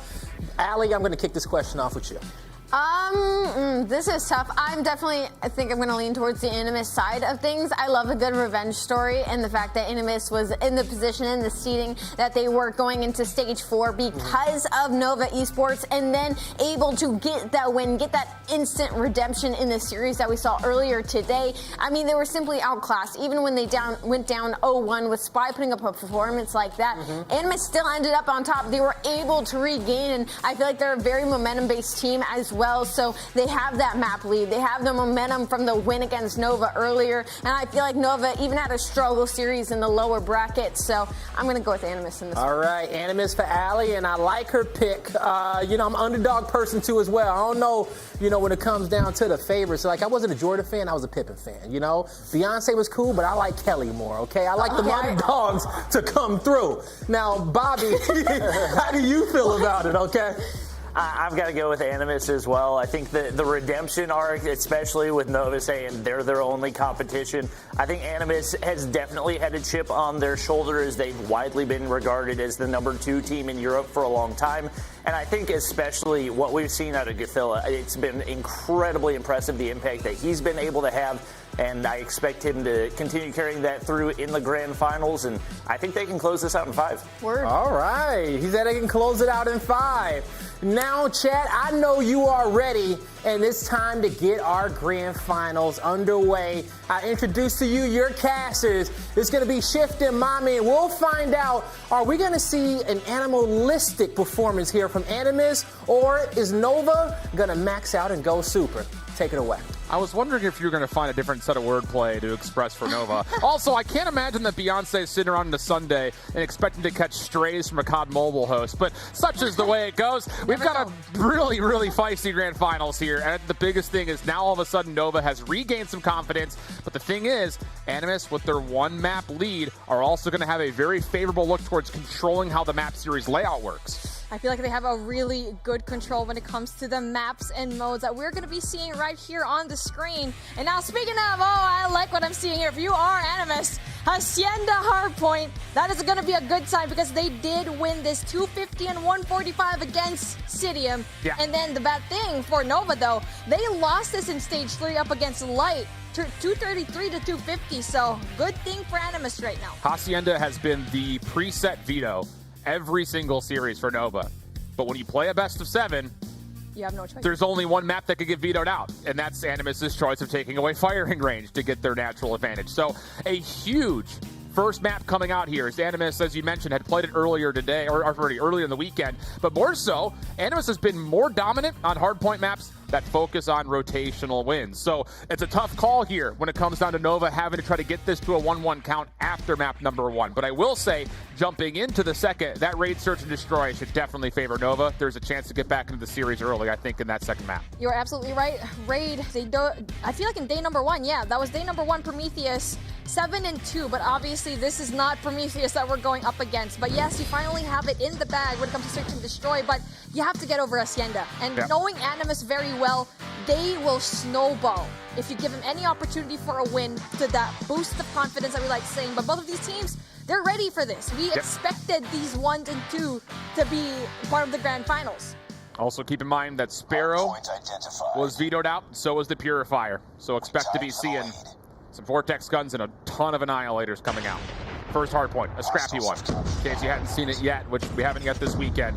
This is typically a 50-50 battle, but from the high ground, Animus already controlling all the top side of art. Oh, this is not at all what you want if you're Nova. A really poor break off from Nova Esports, and now all of a sudden, they're losing a ton of time here early on the first hill. That was such a good patience play coming in from Godzilla. Not really. That is absolute patience coming in from this man, and trigger discipline. I must commend you. And this is the man to stop coming in from that standoff hardpoint a while ago in their game, and he's just doing it all over again here. It's all blue in the map. That is a perfect off-the-break setup when it comes to how Animus can control the top of the map and turn that into immediate score. 30-plus seconds on the first hardpoint with more possibly to come, but Creed saves a life, gets a double.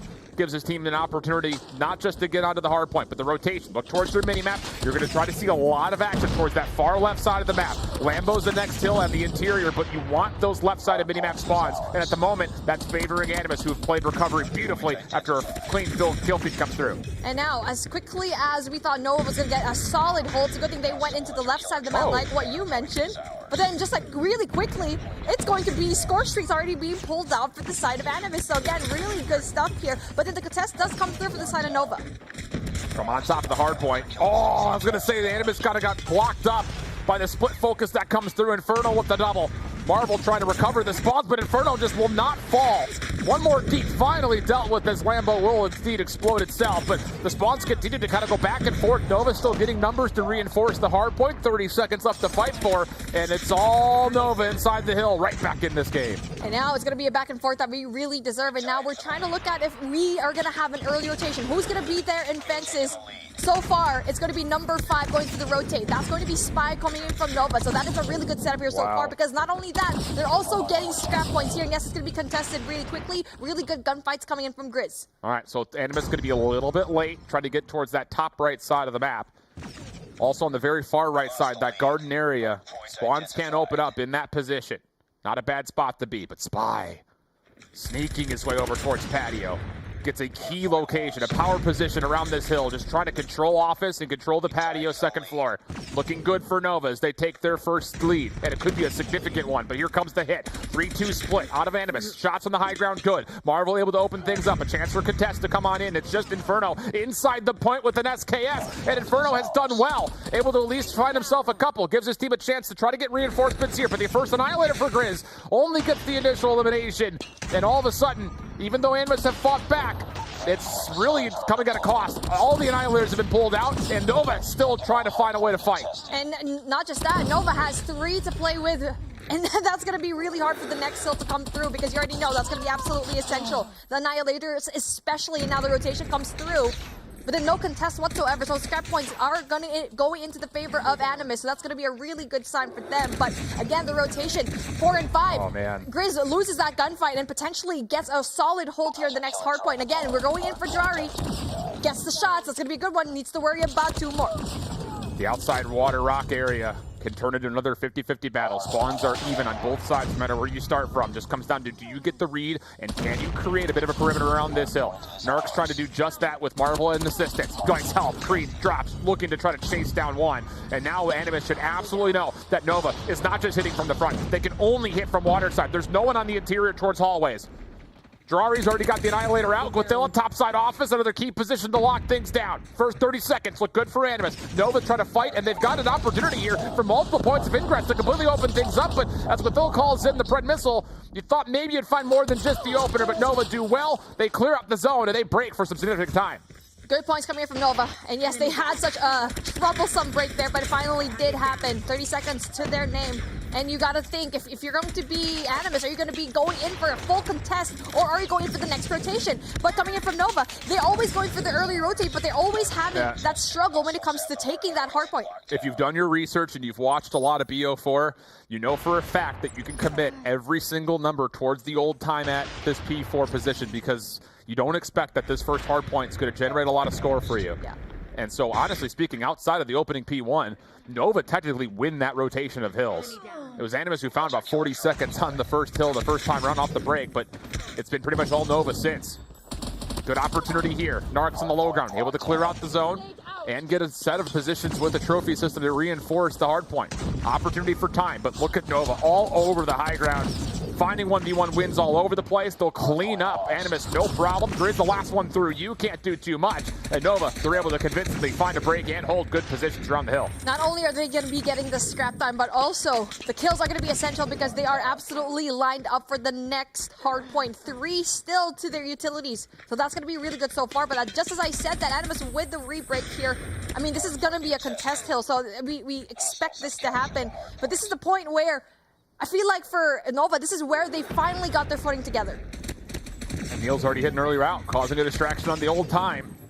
Through Spiral, eventually dealt with. But look at the spawn. Neil spawns right back up in place. There's no way Animus are going to expect this. There's also a long route from Spy to try to reinforce these spawns.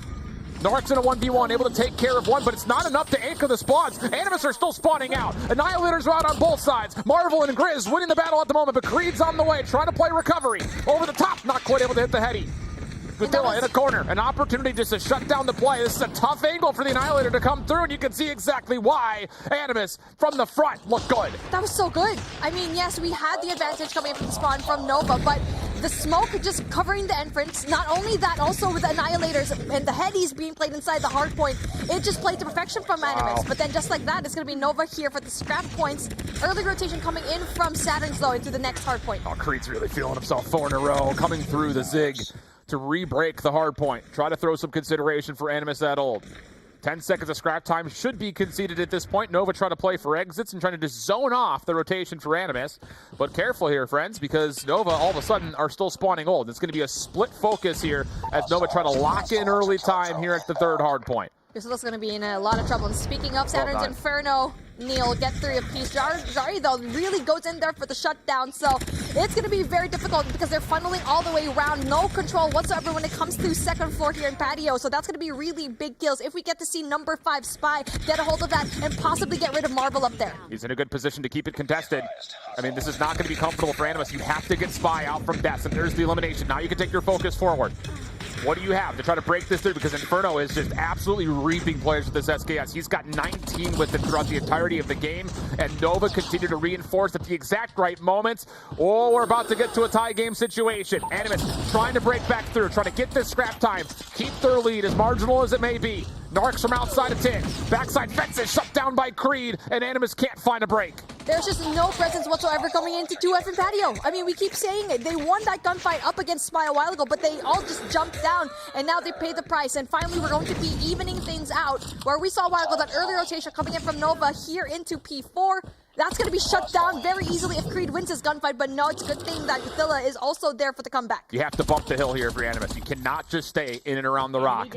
Good help. Drari's going to be locking down water halls with this Annihilator. Everyone else needs to be focused on the front. Trust that Drari can get the job done himself.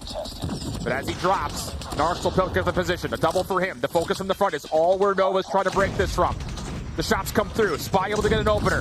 But Saturn shut down. Guadilla, he's been so key for this team. A double comes out, looking for number 3, but can't quite get a lock in. The Hunter drone will come through. That should get the job done, but Neil's able to get a double, avoid the Hunter killer, and he's still got the Annihilator out. Grizz gets completely trapped up. Nova for the break, and it's as clean as you'd like. Narcs can only watch. Such a clean break coming in from Nova, and that's what we like to see. But the contest as well, the response coming from Animus is going to be really good. Creed wins a really big gunfight, gets 2. Doesn't really quite get the 3rd, but still Saturn is there for the comeback. Unbelievable out of Nova. They will have a lead going into our 3rd set of hills.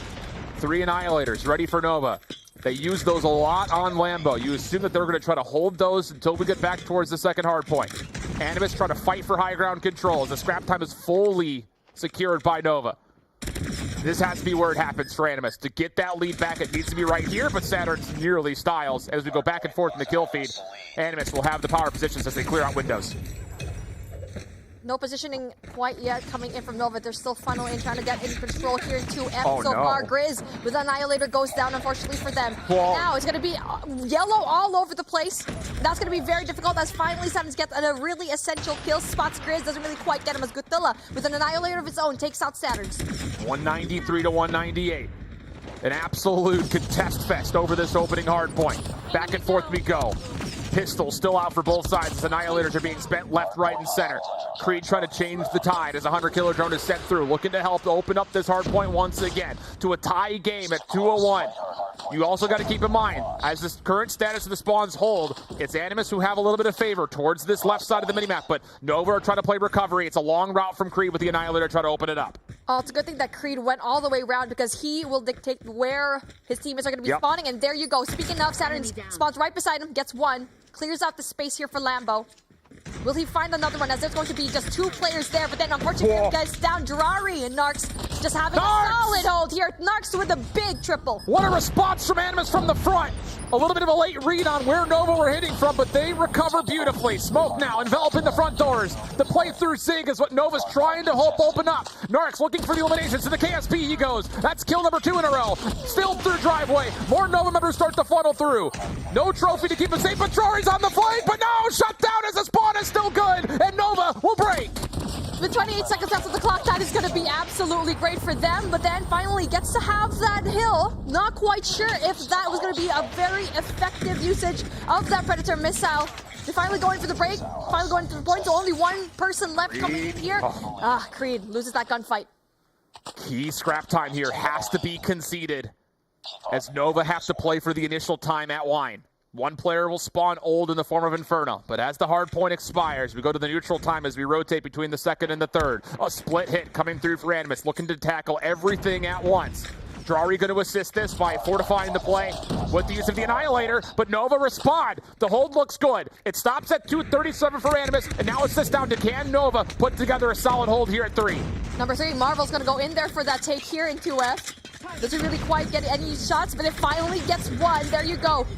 And just as we thought, this would be a solid defense coming in from Nova. Animus did such a have to go right here. Creed's the first one on the front ropes. Grizz from backside 10. It stops at 242. Creed and Spy get in. The stuns connect. Neil also there to assist, but Guadilla, of course it is, trying to finish it off for Animus. Not quite able to do it. Operators out for Nova on the break attempt. 244 to 242. The spawns are all one-sided for Animus, but they're able to find at least a couple of eliminations, but not quite in time. The touch and Nova play recovery between Lambo and Wine, and we start to question, why did you keep that out of your map pool for so long? They played it phenomenally. Both teams played it to perfection. I mean, obviously, with Nova being a little bit more perfect. And so with Nova, they just recovered so well in the later half of the game. Coming in from Lambo, actually, it was before that. It was the reset coming in P1. They had most of the points there. And yes, it's a contest hill, but they got majority of the points there. And a really good recovery, even though there was an early rotation coming in from Animus going in from P2. And that was just amazing. And speaking of, let's take a look at what happened into the last few seconds of this matchup where Animus was up by just a mere 4 points and Nova had to go and play catch-up.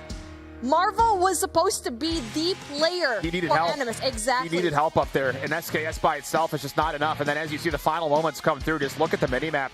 Animus will continue to spawn front left side by you, and there's just never an opportunity to get the full-on break.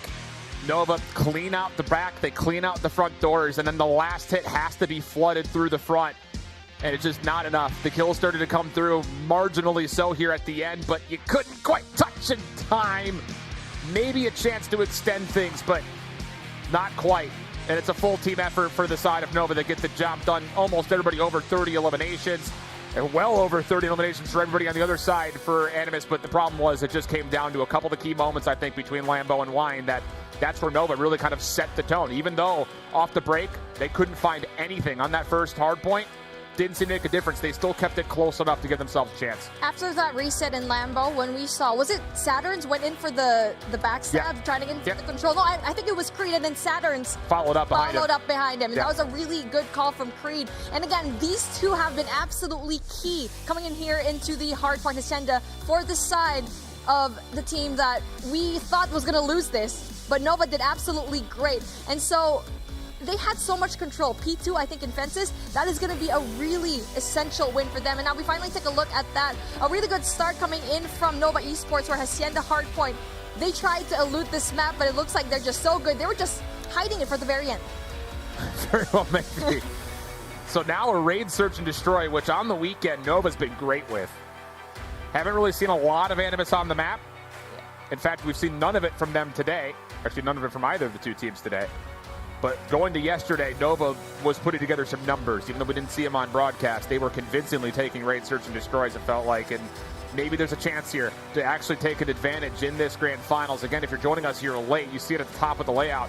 Animus from the winner's bracket get the reward of starting up a 1-0 count in this best of 7. And I'll just say it because it's happened. It happened in India when we were casting. We saw a $15,000 match of controls on Slums then. It could be happening here with Summit. I don't know, man. I just feel like this one is going to be tight all the way through no matter how many maps we get. I mean, as much as Nova did such a good job here, it's a close game. It's literally 8 points. And now for Search and Destroy Raid, you already know that Animus has a little bit of a, pickle here. Because, they're good when it comes to Search, but it is a map that Nova's very comfortable with. Yeah. I think so. And I really, for me, kind of relating back to what we saw, and I know it was on Firing Ring Search and Destroy, but seeing Nova throw these weird curveballs, that's where I think they could possibly see themselves really rewarding them off the bat when it comes to either side of the bomb, honestly. I mean, we saw them on Firing Ring do it from the defensive side of the bomb. I would not be surprised to see them do things that look like that here on Raid, where you're trying to full flood into weird positions. I don't know. I think that this is an opportunity here for Nova to really flex the playbook, and there's no reason to hold back. I mean, this is a $15,000 match at COD Mobile. You want to give it everything. You'll have plenty of time to tune things up between now and Stage 5, but now it's just about being the crowned champion of Europe and taking that #1 seed out of the region before we get to that 40-team Stage 5 finals. Now that I'm thinking, with Nova going up against Limitless a while ago, I feel like that could be their playground. Kind of like a rehearsal coming into this, because you don't really get to see Nova do those kinds of plays. And now they can finally put it here and see if it's going to work out up against Animus, because obviously you cannot let your guard down if you are Nova up against Animus, where they beat you so convincingly in that Summit S&D. But good for them, they're going to be seeing it later on, but in control. Yeah. It's an interesting layout. It really is. And I think that this builds, especially stealing away the first map, which by all intents and purposes, with the selection coming out for Animus, should have been theirs. For Nova to come out on their hard veto, steal that away, and give themselves a chance to now go up 2-1 early into this grand finals. That shakes things up very much so. So I don't know. I think this is a really good starting point for Nova. Maybe they needed the re-confidence building and playing up against Limitless, but for Animus, now all of a sudden, the shoes on the opposite foot. You have to show us something on your opponent's map selection to see how deep the map pool goes. Yeah, well, maybe it's going to be a back and forth there. This is my map choice, then I'm not going to win it. And now for Raid, Search, and Destroy, that's going to be a very interesting call here. But something that we really didn't really have to touch up on when it comes to talking about it. Search and Destroy in Summit. No, Firing Range. Yeah. I feel like that's going to be a very tricky one because Animus saw Nova play it really good. And so I feel like if they play the same thing, how they played it against Limitless a while ago, that's going to be on Nova. I'm not going to be surprised if they lose that one. It's tough, man. I mean, that's such a long way down that list. Yeah, I know. It's just... We have a lot of talking to do before we get to the gameplay. Yeah, it could be about an hour before we get to that potential map number 5. But I think this just, first and foremost, it starts off with how the tempo of this raid search is going to be played. Because there were times yesterday where we saw squads on this map throw smokes at each other and just decide to play inside of a raid rave. Where it's just like everyone's just compelled to fight and force engagement through smoke. We've seen a lot of really passive setups as well. So what are we going to get here out of these two squads? Hard to say. Haven't seen either of them really play it much on the weekend. And what a test this is going to have to be here to see if Nova can really reap the reward of stealing away Animus' map selection and finding an advantage here early. We'll see. Defensively, it's going to be Animus to start. On the offense is Nova, and it's a 5-man hit over towards Waterside. And now 5-man hit, but then taking a look at that, the trophy system gets destroyed just because of how many Utils are going to be there. Narcs is going to be in a very tricky spot, and Godzilla goes down as well. A very blitz play coming in from the side of Nova. And you need to play catch if you're going to be Animus. Jari's going to be in a really big position to go in there for the pinch, but Neil knows very well where he is. But with a sniper, you can't do much. No. Good forced engagement. Marvel and Grizz trying to work through cutout. They know Inferno stuck down in towards Tiki. Can't quite see the fanny pack, looking for the hit markers to the wall. One's going to connect. Jari finishes. Opportunity for the post-plant retake. 3v2 we go. Creed in trouble. Will fall. Just down to Spy in the corner. Not able to grab it. And how about Animus for the quick retake, the quick response, and the opening defensive round as Jari lets him know. Jari with some beautiful shooting on the ground. I wonder why he was shooting there. I don't know. It's basically asserting dominance here, and they need that confidence back, especially after almost winning that Hardpoint in Hacienda. And one thing that I would like to commend with both of these teams is their usage of utils. It's so beautiful. Going into the Hacienda, the smokes just absolutely covered it, and now we're doing the same thing. Oh, double hit here for Animus in towards Art. The stuns do land. Spy could not contest this. Nova's not going to know that there is a forward member in Jari that has gotten up top towards top Art. Can he execute? Oh, what a prediction from Spy. Still gets shut down. Jari trying to get out with his life. Inferno looking to punish. Will secure the trade. And mid/pillars control goes the way of the Nova as we go to a 4v4. The bomb is going to be going down finally. The pickup finally comes through. Saturn's has that. And so it's a 3v2 situation. Really good kill from coming in from Marvel, but Inferno goes in there for the kill. Takes out a Godzilla. It's a back and forth, and Marvel looks like he's awake and ready to go and take it. Unfortunately, doesn't really quite get Creed. Narcs is here, though. He's got a crossfire setup. Marvel continues to try to finesse around this, but Creed wins the gunfight at range with a KSP. Marvel tucks tail and runs. Plant could come through here. No chance for Marvel to contest this from this position. And so it'll be. Can Creed get off the bomb, though? It's the question. Shot will land. 1v1. Marvel able to take down Neil. And a clutch out of Marvel sees Animus start up 2-0. Yet again, he's going to be getting a body shot yet again. Animus is mad that they lost that Hardpoint in Hacienda. 27 seconds, a lot of time for him to go and play Call of Duty Mobile in that laptop. And there you go. Nova looked so good in the beginning, but they just couldn't really follow through. If you're Nova right now, you cannot be rattled after losing that round. That's just a special play by a special player. The whole offensive setup, winning over towards screens/pillars, and able to win the middle of the map is going to be a key factor for Nova's offense. But we're going to try something a little bit different.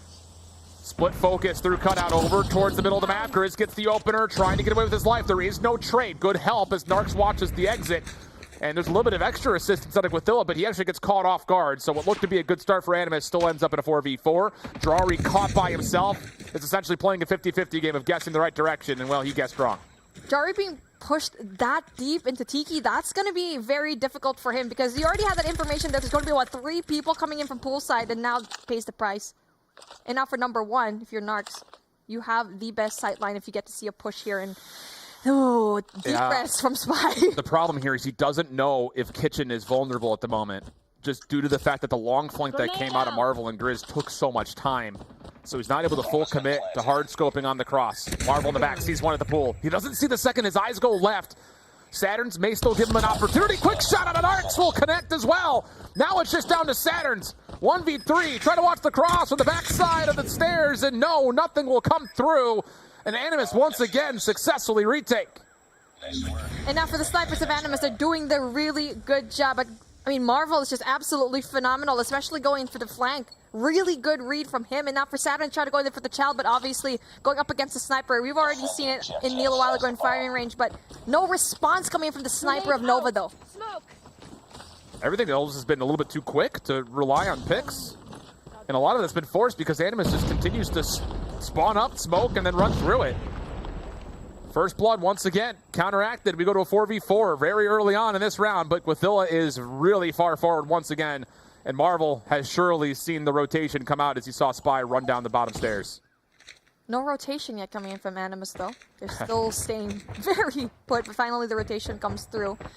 Number 1, though, it's just going to be him. So it's going to be Narcs going in there, but very, very slowly. And now for Nova, you need to find a way. Do they even have utils to go and check? That's the thing, is you don't know if there's a defender inside of this A site. So even though Narcs is a little bit late, he's still in a position where you can watch the cross, misses the shot onto Saturns.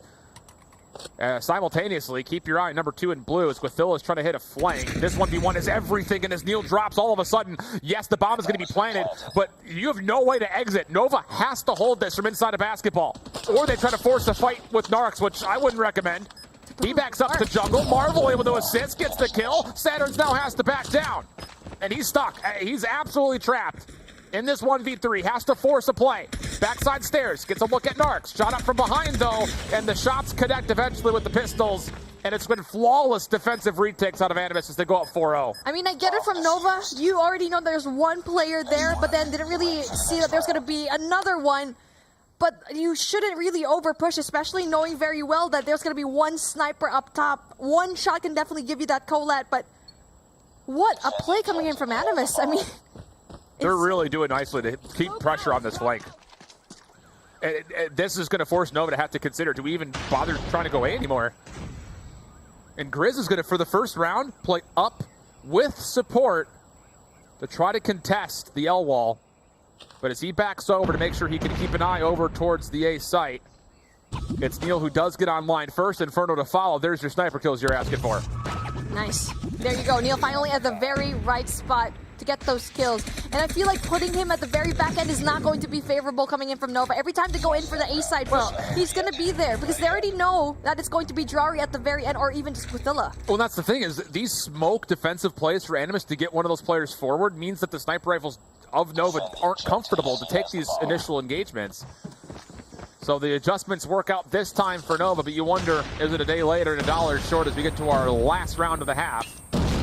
Opening nades now all of a sudden becoming a problem as Marvel tallies up first blood to Neil. Guathilla still holding passively just inside the ring, and for Nova, it's just, you don't know what you can challenge with those opening nades like that. Fortunately, Saturns does take down Marvel, so that'll open up a little bit of space, but Grizz is already looking for the trade. We'll shut down Inferno from finding too much more, but before dropping, Narcs also was able to get tallied up, so Nova have a chance to keep the numbers even. That was a beautiful crossfire here in mid from Grizz and Narcs. And yes, he gets traded out, but I mean, very fruitful. 3v3 situation, and now it seems like they want to go and commit an A. Player number 5 coming in from Grizz, though. He's going to be going in and giving that information, and everyone else needs to move. That's all he needs. You got the point of contact. You have a nade. You've got a stun. You can use that to secondary check. Still tons of time in the clock. Drari trying to retake full stairs. And go down. And once again, Nova just cannot get comfortable as they try to approach this A zone. Drari even going to make things a little bit more difficult onto Nova as he picks up the scope. Bomb will be planted here once again, but again, you have to remember there is utility available for this possible retake. Spy looking to hold down the spiral stairs. Creed now working with them. They're trying to force out a gunfight, but Guathilla's the one here. It's not a sniper rifle. Guathilla gets one. That's all he needed. And now all of a sudden, Spy second guesses. Are they hitting my flank? Are they still from the front? He's not going to know. Has to force a gunfight, though. Here comes the pinch. Grizz wins it without contest. And Animus dominate defensively here on what was Nova's search and destroy pick. And then for Animus, what a great job at knowing that very well Nova is going to be pushing up there, and Nova just doesn't have a response when it comes to the mid gunfights. It's just so good because Narx is always going to be there in kitchen. Grizz always there for the crossfire, and you have so many moments where Grizz just wins all of his gunfights here through mid. It's just a variety of looks. Yeah. You know, it's nothing too out of the ordinary, but you hit a default if you're Animus, and then you just kind of change up one or two of the pieces. Nova looking to come forward. The double challenge from driveway with a little bit of assistance from Grizz. Trades initially favor Nova, but the response out of Norx and Grizz keeps us tallied at a 3-3 count. Both teams will back off a touch, but advantage to Animus, who now stretch this defense out immensely. You know, player number 2 is someone to watch here, because if Inferno finally gets that information, especially if we get to see Saturn hear something, he's going to be at a big advantage. But unfortunately for him, he does have the SKS. So if it's going to be a full 3-man push, he could at the very best get one. Just needs one. That's it. If you can get one, that's fine. There's the noise. Doesn't get the first. Just not the right weapon for the job. Saturns is in a position to possibly watch this cross. Sees Grizz. Didn't maybe see the second. He was focused on the players to the right, but no one watches open stairs. Finally, Narx turns just at the nick of time as Saturn's nearly just completely foiled all of Animus' approach. They have the bomb. Bomb is going to be there. Narx gets some shots, but then Creed unfortunately doesn't really quite finishes the job. Doesn't know where the other player is going to be, but Marvel obviously having that sniper is going to be having that advantage. And so he's going to be in a little bit of a pickle and finally goes through spiral stairs. That is the best position to him to go in play and probably to stop the plan. Narx gets spotted, doesn't quite get down with his life. Literally in between bursts. Narx lucky to be alive, but the post plant all of a sudden becomes super formidable as it's going to be played over towards the beach chair. Opening stun does not connect. Creed over the top of the bomb. It's planted wide out in the open. He's cleared off some good positions, though. He actually gets forward to Tiki. If he can get Marvel at range, this is very doable, but no, the pistol locks it in. And it's all Animus here in the search and destroy. My goodness. We're at match point. That is one of the fastest search and destroys that we've done here, and Animus is going to be up by another map. And Nova, it's going to be so hard for you to go and make a comeback. It's those small adjustments that you can't do, and that's the reason why it's a 6-1 right now. And a very deep push coming in from Nova, and I feel like it's always the positioning of Neil that's always so detrimental. He's always in that short range. I just had to double check that I was right with who picked what map here because both teams have shown some absolute prowess on their opponent's selections. Marvel with the quickscope denies Inferno the forward route. And even though Nova still have a pretty aggressive defense over through B, they're vulnerable, and that's exactly why Saturns tries to sniff out the rotation, but in turn will drop, and Animus are 2 kills away from going back up 2-1. And now it looks like they're going in for that rotation, going to Bravo and play to perfection because Nova thinks it's going to be an A plant, leaving B wide open. That is a very good call coming in from Animus. But they need to do it right now because just like that, the rotation coming in from Neil can actually go and pull through. And now Neil's in a really good spot, especially if the information goes down, it's going to be a B plant, especially if he goes into the top laundry control. The thing about it is, as Animus are very methodically clearing out these positions that could have been tricky, now all of a sudden your advantages start to really shine through as you could probably even get up towards laundry. Marvel doesn't even need to, a little jump scope to put it away. 7-1. And once again, the White Oxford comes out as Guathilla is starting to feel himself. Oh my goodness, Animus. You're absolutely nuts. Why do you keep doing this to us? As we thought that Nova Esports had the advantage, and finally Animus shuts them down here in the search. Whew, that's got to feel good. Oh, it's got to feel incredible. I mean, you absolutely styled on your opponent's map selection. Yeah, Nova stole yours away, but that was a tight fight. Nothing was tight about that search and destroy, man. It just, I have to really give a lot of credit, you know, especially watching that kind of play out. I know some of the moments we've had so far in the search throughout the weekend has been a little bit all over the place, but that was the first real setup that I saw out of any of our teams this weekend where it was very clear what the defensive default setup was going to be for Animus. But they have the ability and the pliability to kind of give a variety of looks by who moves forward. How do you free up one member to get into a weird position? And that's just a really cool way to kind of get yourself going across Search and Destroy and mobile. Love to see it. And man, It's just from start to finish, there was always a retake answer for Animus. Nova just could not get comfortable, even if they planted the bomb. I mean, Marvel was just absolutely insane in this map, and Neil could not have any kind of response. I feel like it was, again, timing for this guy. And I feel like in some situations, no, actually, because every time he's in Bravo, in the defensive side, he's very close. He's in that close range where you're going up against SMGs, where you can definitely get taken down unless you're feeling very confident in getting those quick scopes, in which Marvel has been absolutely crazy at. Yeah, 100%. And that's the thing, is when you've got someone that can lock the long range down, like Marvel can, but then also get that thing involved to kind of be a clearing tool.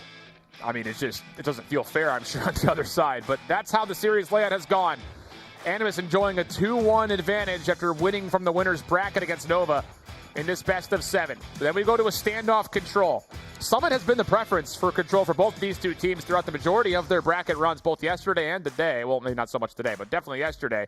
So as we start to look over standoff control, once again, the focus tilts towards whoever's on the attacking side. How do you find a way to try to put the pressure on and maybe steal a way around? Because this is another map that definitely feels like the defense just feels untouchable. I mean, for standoff control, I mean, both of these teams, like what you mentioned, they don't really have much experience here, but taking a look at what happened a while ago, we're definitely going to be seeing a lot of sniper plays here, and that's a lot of pressure yet again for the sniper of Nova. And also, you already know that Marvel's going to be absolutely popping off in this map, and standoff, you're probably going to be seeing some SKS here. So there needs to be a way for you to control Alpha, because a lot of the times Alpha's going to be taken, for sure. B is going to be that problem where if you're going to be on the offensive side, you need to find a way to capture it, but also just take care of your lives. Man, we'll see. Boy, we've guaranteed ourselves a Slums Hardpoint, and I'm starting to salivate the pretense of seeing that one come through. But once again, don't want to bite off more than we could chew. Food analogies aside, standoff control, it's hard to really say that either team has an advantage because of the control so far this weekend has pretty much been comfortable for both teams, save the fact that Animus started off their Swiss bracket play against Axabite and lost the control. But I don't really spend a lot looking at that and saying, oh, well, all of a sudden Nova's more favored. Like, it's just, both these two teams are so evenly matched. And even though map number 2 may not have shown that, I have a feeling that this one for sure will. Just comes down to who the X Factor players are going to be. I got my Isaac Wathilla on one side. I think you kind of look towards someone like Creed, but Spy's a good option too because he's leading KDs in literally everything. So that's actually, wait a second, that's actually a Pog stat right there. Yeah. 1.3 to 0.72. Talk about the shutdown. Shout out the stats people. That's a cool graphic right there. Pretty beautiful, and I'm glad they finally brought it out for today. And now finally opening things up. Narcs goes in there. Going to be applied some pressure, and so far so good for both of these teams as the tick finally comes through for the side of Animus. Trades coming out. Animus on though. First tick already gone. Second tick on the way. Defense trying to recover the hotel position without losing gas station. And Neil's actually been backed off. So the third tick of progress starts to come through. Saturn's able to reap the reward of one player off the reload, but the kills are so convincing. Oh, this is how you get over to B. You've got a clean kill feed, up 4 lives, and a chance to win the backside of Hotel. Drari's watching for a point of contact first and foremost. He's going to miss timing on 2 players that are passing him, but he gains timing in a different position as he starts to make the move forward.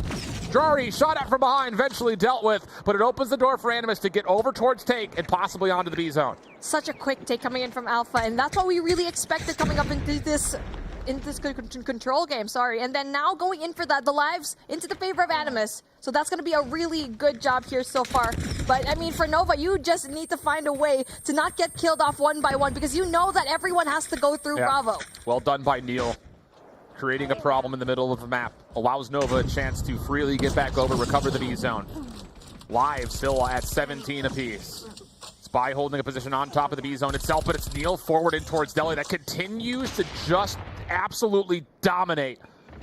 Single-handedly now on 5. Has a Pred missile in his sights. Stunned up. Hip fire. Yeah, I just can't turn. He's stuck. Stuck in place. And now, the C. Number 4, you're going to be in trouble. Drari.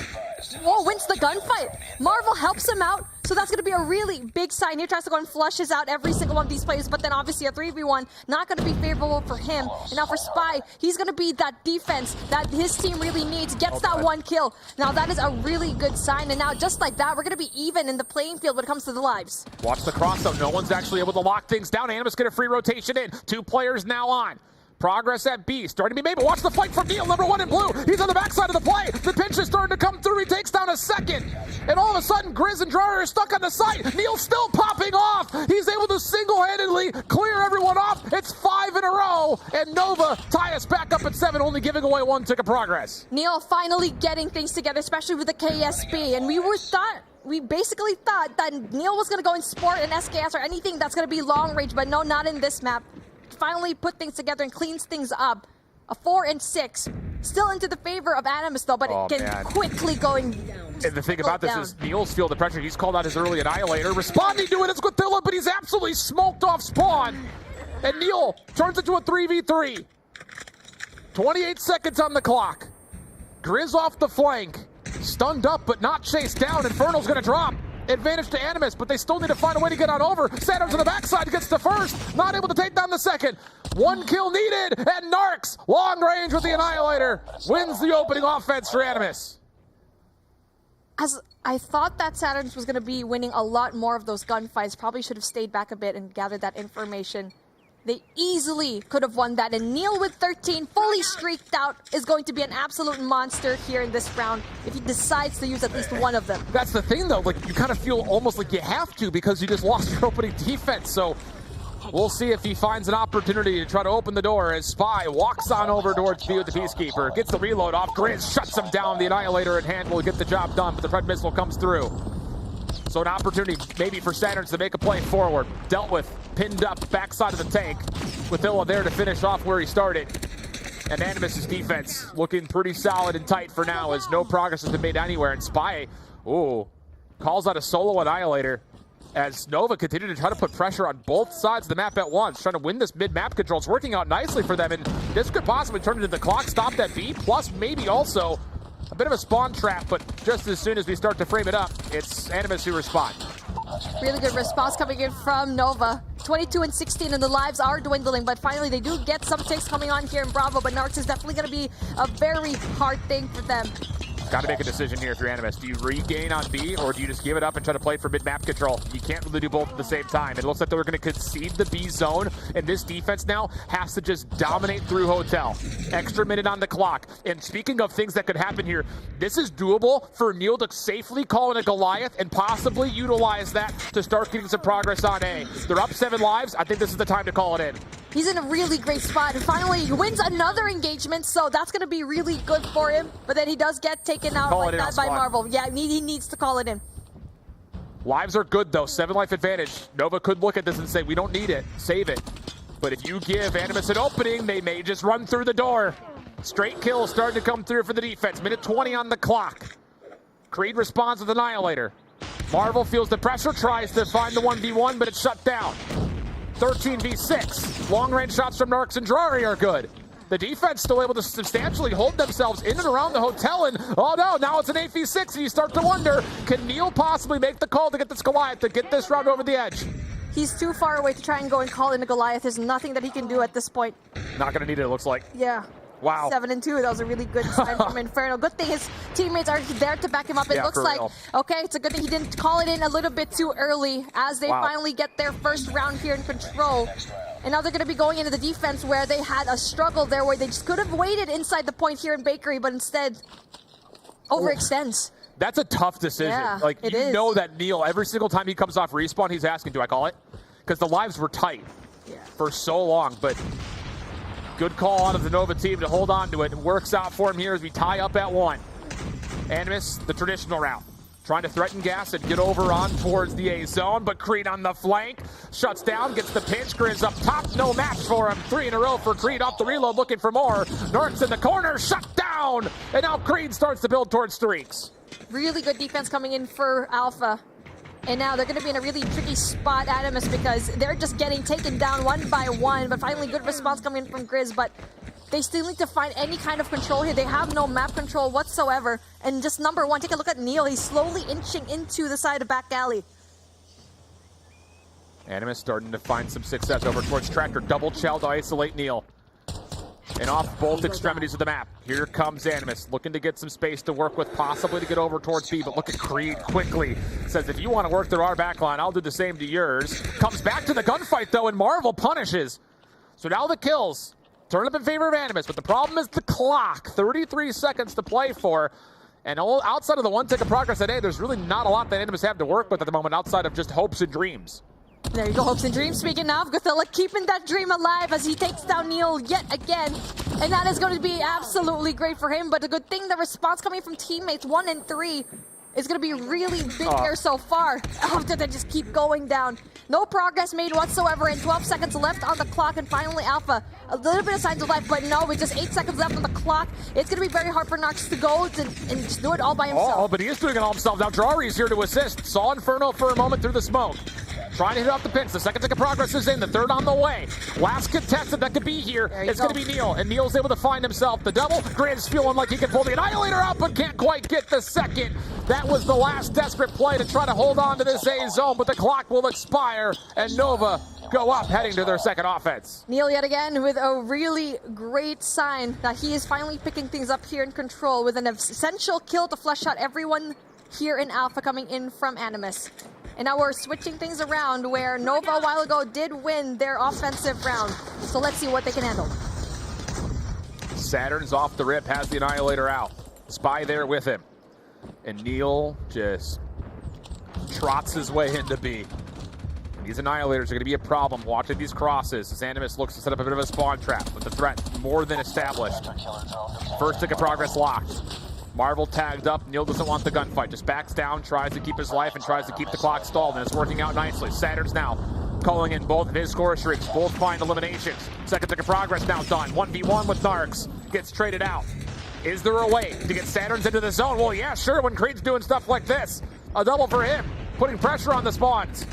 Oh, and Animus do not have a response for Creed. Third tick of progress will come through, and 2 minutes and 10 seconds are on the clock for Nova to work with. Very fast pick scare coming in from Nova. That's a really good sign for them. And now Creed was definitely an essential player up here in 2F and Bakery. And now for Spy, spots one. Gets the kill. And that is a really good sign to go in pursue. But Marvel obviously did not see that he was going to be there. And now Spy goes down Creed as well. Marvel's absolutely reaping in the middle of the map. And you need him to start finding streaks, if I'm being honest with you. But he gets shut down by Neil, so nothing will be earned here off the Annihilator play. 18v14, 90 seconds to play off of. Saturn's reading a threat that comes through, and interesting. Nova's going to call the Goliath here, trying to put the game away in round number 4. The lives barely favoring that of Nova. And for the side of Animus, if you can just pick the players around this Goliath, there's a chance to overwhelm it from multiple points of high ground. Grizz flushed out, Spy gets the kill. First tick of progress on the way. 14 playing up against 11. Neil being chipped away at, but still finding eliminations. Now working on the second tick of progress. But Neil's, I think, the only player who's here. Grizz trying to finish things off. Is able to take out the Goliath, 11v9, and we'll have to see if that Goliath gamble was worth it. And this is where we see, are you going to be taking out your operators? Because you do have 3 in your arsenal, and everyone else from Animus does not have. Yeah, that's kind of like a thing where you kind of want to save later on, especially going into the defense. And now 6 and 7. And a while ago, we saw that Animus had the disadvantage. Even things out, 5 and 6. Still very doable for Nova to go and win. Lots of time, but stuck in spawn. Creed opens her out by way of the Annihilator, gets the second, sees Marvel over the top. The hipfire connects. Looking for Marvel. It's a 5v2. He's trying to get it done himself. On towards A. The clock stops once again. Second tick of progress starting to come through. Animus, you need to find a way to recover. They clear off the zone. 4v2 now the situation. Hunter Killer Drone not going to find a kill. Down to a 3v2. Nova just need one elimination. And they'll find it by way of Neil with the Annihilator. And Nova take it back to a tied series. This time now at 2. Yes, we're taking it to the distance here, ladies and gents. A beautiful display of gameplay and a quick turnaround coming in from that S&D. That was a really good play from every single one of the teammates here for Nova. It was Creed, it was Sam, it was Neil that was doing such essential gameplays at the very right time. And yes, I feel like that Goliath probably was a little bit premature, but they won it anyway. It's a gamble, but, you know, hey, we don't have to worry about the risk part of it because the reward comes through first. 6 captures out of Narcs, 5 from Grizz, getting a lot of the work done on the offensive side for Nova, or for Animus. Where on the other side, when you see it, it's just a team effort, really from top to bottom. 30 total kills for Neil, who nearly goes double positive. An unbelievable performance from him, and obviously a major reason why the offenses were so successful for Nova. Just a playmaker on so many fronts. It's hard to put value to someone like Neil when he makes plays like that. Really impressive, and such a quick 180 when it comes to that search and destroy going here into control. Now we're going to take a look at what happened into that control matchup, where I feel like Nova could have won this an easy 3-0 if they had just chilled just a second. And yes, they gambled putting Saturns all the way into the gas station, but unfortunately for them, didn't really pay off at the very end. And it was Narcs pulling out his Annihilator at the very end of that first round, just won and sealed that first win from Animus. I mean, it's moments like this. I mean, Neil's just on his own. He's the one that's, I mean, look, he's got 3 different members for Animus trying to deal with him here. And he's able to still lock things down and create so many issues. And when he makes plays like that, you see the rest of the focus for the team for Nova start to hit the opposite side of the map. You know for a fact that Neil is stretching this Animus defense out thin. And that's really the win condition every single time that we see on the offensive part of the map for Nova. It really is a lot of respect, because that is not an easy role to fulfill. And not just individually do you have to be incredible, but as a squad, you have to trust that Neil is making the right reads when he's off on his lonesome like that, and boy, was he. And Creed, especially with a really big 3-piece here on his own, 29 to his name. That was just an essential win coming off of them, because that could have easily been towards the favor of Animus. Whew! What a series that we have. And it looks like red and blues all across the board, and it's a back and forth. And this is the one that you said a while ago. You were salivating towards it. Slums Hardpoint. I would be surprised if we see any SKS in this map. I think this is just going to be full throttle from start to finish. I have to believe that if you're Animus, you try to make that come to fruition here. Get right back into it. Get yourself a respawn win. They're absent so far in both of the respawns that we've had. No better time than right here, right now, to get your first respawn win in this grand finals. Otherwise, Nova, you have to feel like, starts to build a major advantage by taking 2 maps in a row, essentially nullifying that map advantage that Animus have because they were able to win this matchup in the winner's bracket. That's their reward. So we'll see. We dive on in towards Statue. Utility trails on the way forward, ceremonious in nature as they explode over the head. And as actually, how about this? Nova's going to make a full play towards bricks. It's going to allow them an opportunity to shut down rotations, but do they read the fact that Animus have already kind of split spawn? And it looks like, yes, they have. What a read out of Nova as they start off absolutely fantastically. That full set going to bricks definitely was a really tricky one, because, yes, it's a power position that you want to get, but at the expense of your spawn, and now Animus definitely has the advantage. But that's a good thing. Bricks and Broken are also being controlled by Nova, so that is a really good response here so far. I mean, look at Animus. I think Marvel's taking a long route just to make sure no one's spawning back towards parking. So you've got a really solid amount of time here for Nova. There's still 20 seconds to fight for if you want to start to make a move towards rotation, which they start to make their move out of the hard point itself to do. But stuns and nades make life difficult. The spy eventually gets deleted, and it looks like Animus are going to concede the back 12 seconds. This is a very important moment in this map already early. Any gunfight that Animus loses while this hard point is open, we'll see them spawning out, but Nova's not able to capitalize, at least not initially. Now the kills start to come through. They flood on in towards Soccer, and the spawns are out. They're not spawning up top of the parking lot. Nova on the break example looks solid, and that's going to be at least an opportunity to flip things around. It's all blocked up in the back, but from the front, Animus reinforce. But then that's really good for Nova. Yes, they don't sustain it for very long, but then taking a look at that, the backside, that's going to be all them. Not only that, the spawns are going to be in their favor, so yes, that full set going in there, that's going to be a really big kill as 4 players go in there for the pinch as well. No, all 5 of them.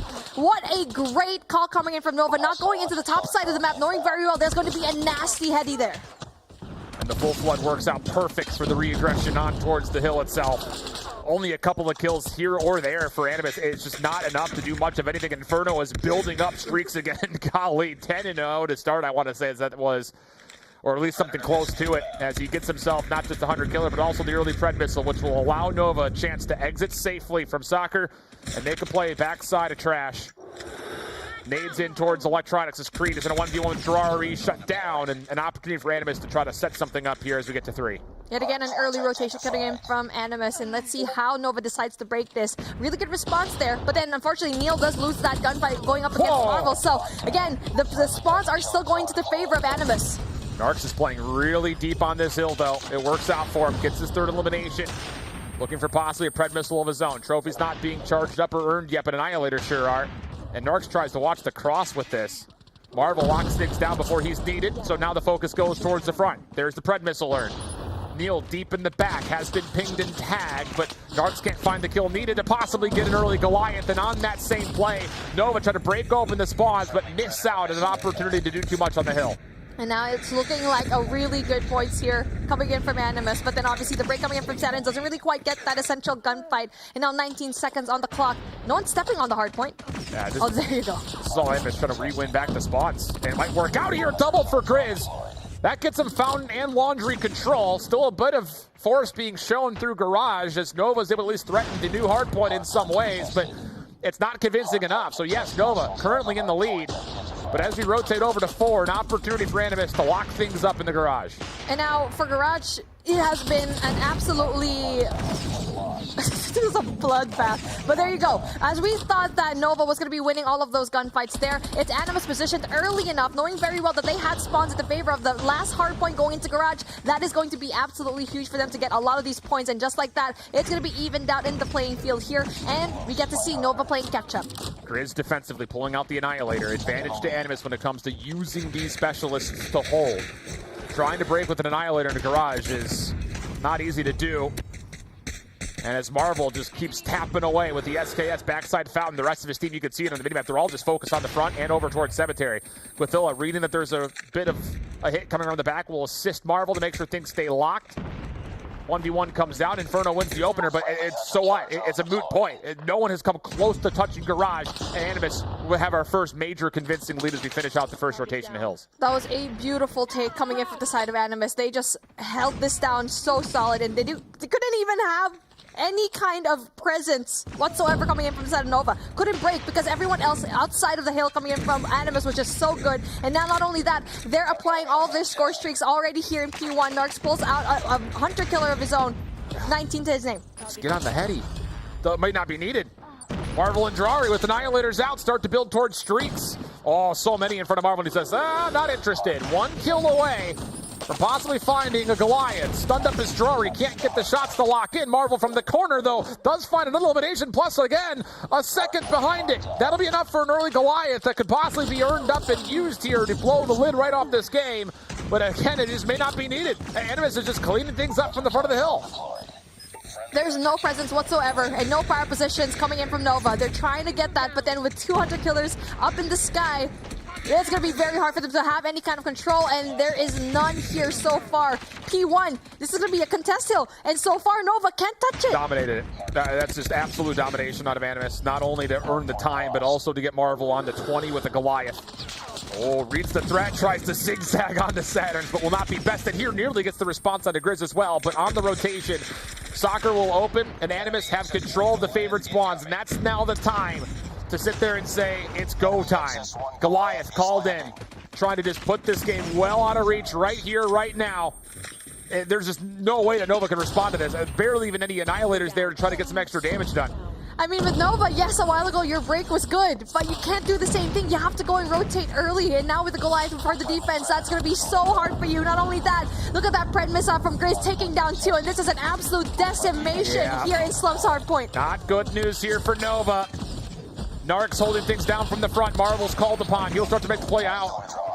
A lot of damage onto the mech, but largely speaking, Marvel's fine. Eventually it's dealt with, but here come the reinforcements with the proximal spawns. To the 200-point mark, go Animus, as Nova are headed back over towards P3, and they're going to be met on rotation here. There's still an opportunity for Drari to possibly blow this wide open on the rotation, but shut down. Nova have a chance to hopefully earn some significant time here. Yeah, it's going to be player number 2 that will decide the fate of where the spawns are going to be. Inferno 19, SKS to his name. He needs to have some sort of assist, and that's going to be number 4. It's going to be Saturn's. And so far, so good, getting the points here for Nova here in this early rotation. Be advised. Hostile Predator missile inbound. Marvel calls in the Pred missile. That'll find Inferno deep. Look at the flood coming on the minimap. Animus are just using this to just win back spawns. Number 5 in yellow is Spy. Able to find an opener, but nothing behind it. Saturn's realizes and recognizes that the threat is 100% imminent, and Kareem's going to say, oh, I can try to lock this down with an Annihilator, but only gets one. Long-range shots from Inferno will assist. And maybe there's a chance here for Nova to start to bring this back. If they can hold off this final hit from Animus, they can be right back in this game. But right over the top ropes came Jari initially, but he was the only one as a part of that threat. And Nova have done well in the first 40 seconds of this hill. Saturn's really big kills, goes out, repositions himself, knowing very well there's going to be one person. Narks finally gets the kill. Big kills, big turnarounds coming in from Saturn's. And just does enough to give just minimal points away coming in from Animus. And now we're going in for the rotation. And yet, it's going to be the spawns that's favoring Animus. Yeah, Nova have the numbers here first, but quick to reinforce his Animus, especially as Quithilla eliminates one side of the opening here at Garage. 208, 144. Animus with the opening setup. The break attempt from Nova comes straight out from the front. As Spy just cannot get anything going, man. He's trying his best, but he's 10 and 30. Just so uncharacteristic, and Drari's making him pay from the front door. Double Pred missile called in. Would you like a double? Why not? Oh my goodness. Goliath possibly on the cards, but no way it'll be needed, as Cathillo's already killed in his. And not only that, they're just invested right now. They are heavily stacked when it comes to the operators and also the score streaks. Wow. They can very much end it here. There's no one else near from Nova. And what a show of dominance from Animus. They wanted to have that comeback coming in from that loss in a stand Hardpoint, and they showed it here in Slums. It just goes to show how good Animus is in those smaller maps. Absolutely. It's just their ability to finesse and create time and space for help to show up is some of the best that we've seen throughout the weekend. Not so that Nova is not doing that, but I will say, and you're going to see it here in the stat line, you pointed out in the middle of the map, Spy is just not having a series here. I mean, considering that he was the #1 leaderboard player in overall KD, for him to be dropping less than a 0.7 in this grand finals is really hurting the overall impact that we're used to seeing out of Nova. That is such a surprising thing, especially after seeing what happened 10 and 30. That is just absolutely unheard of when it comes to this man. And for him to do it at this stage where you're already even at the points, so that is where it matters the most. And yes, you have 1 minute, the most out of everyone, but you just can't beat that Narks. Again, you already know that his average here is 3 minutes, and he's 2 seconds away from that in this map. 29 to his name, and everyone else in his team looks so good. 32 and 15 from Marvel, who was just running routes all game. And you start to wonder, I mean, hey, Spy's the young guy up. I mean, first year of competitive eligibility, he was great throughout the group stage. But you start to all of a sudden, do you worry about the young kid not being able to show up when it matters most? I mean, this is a $15,000 game of COD Mobile. That kid's probably never seen $15,000 in his life. So is he just under too much pressure?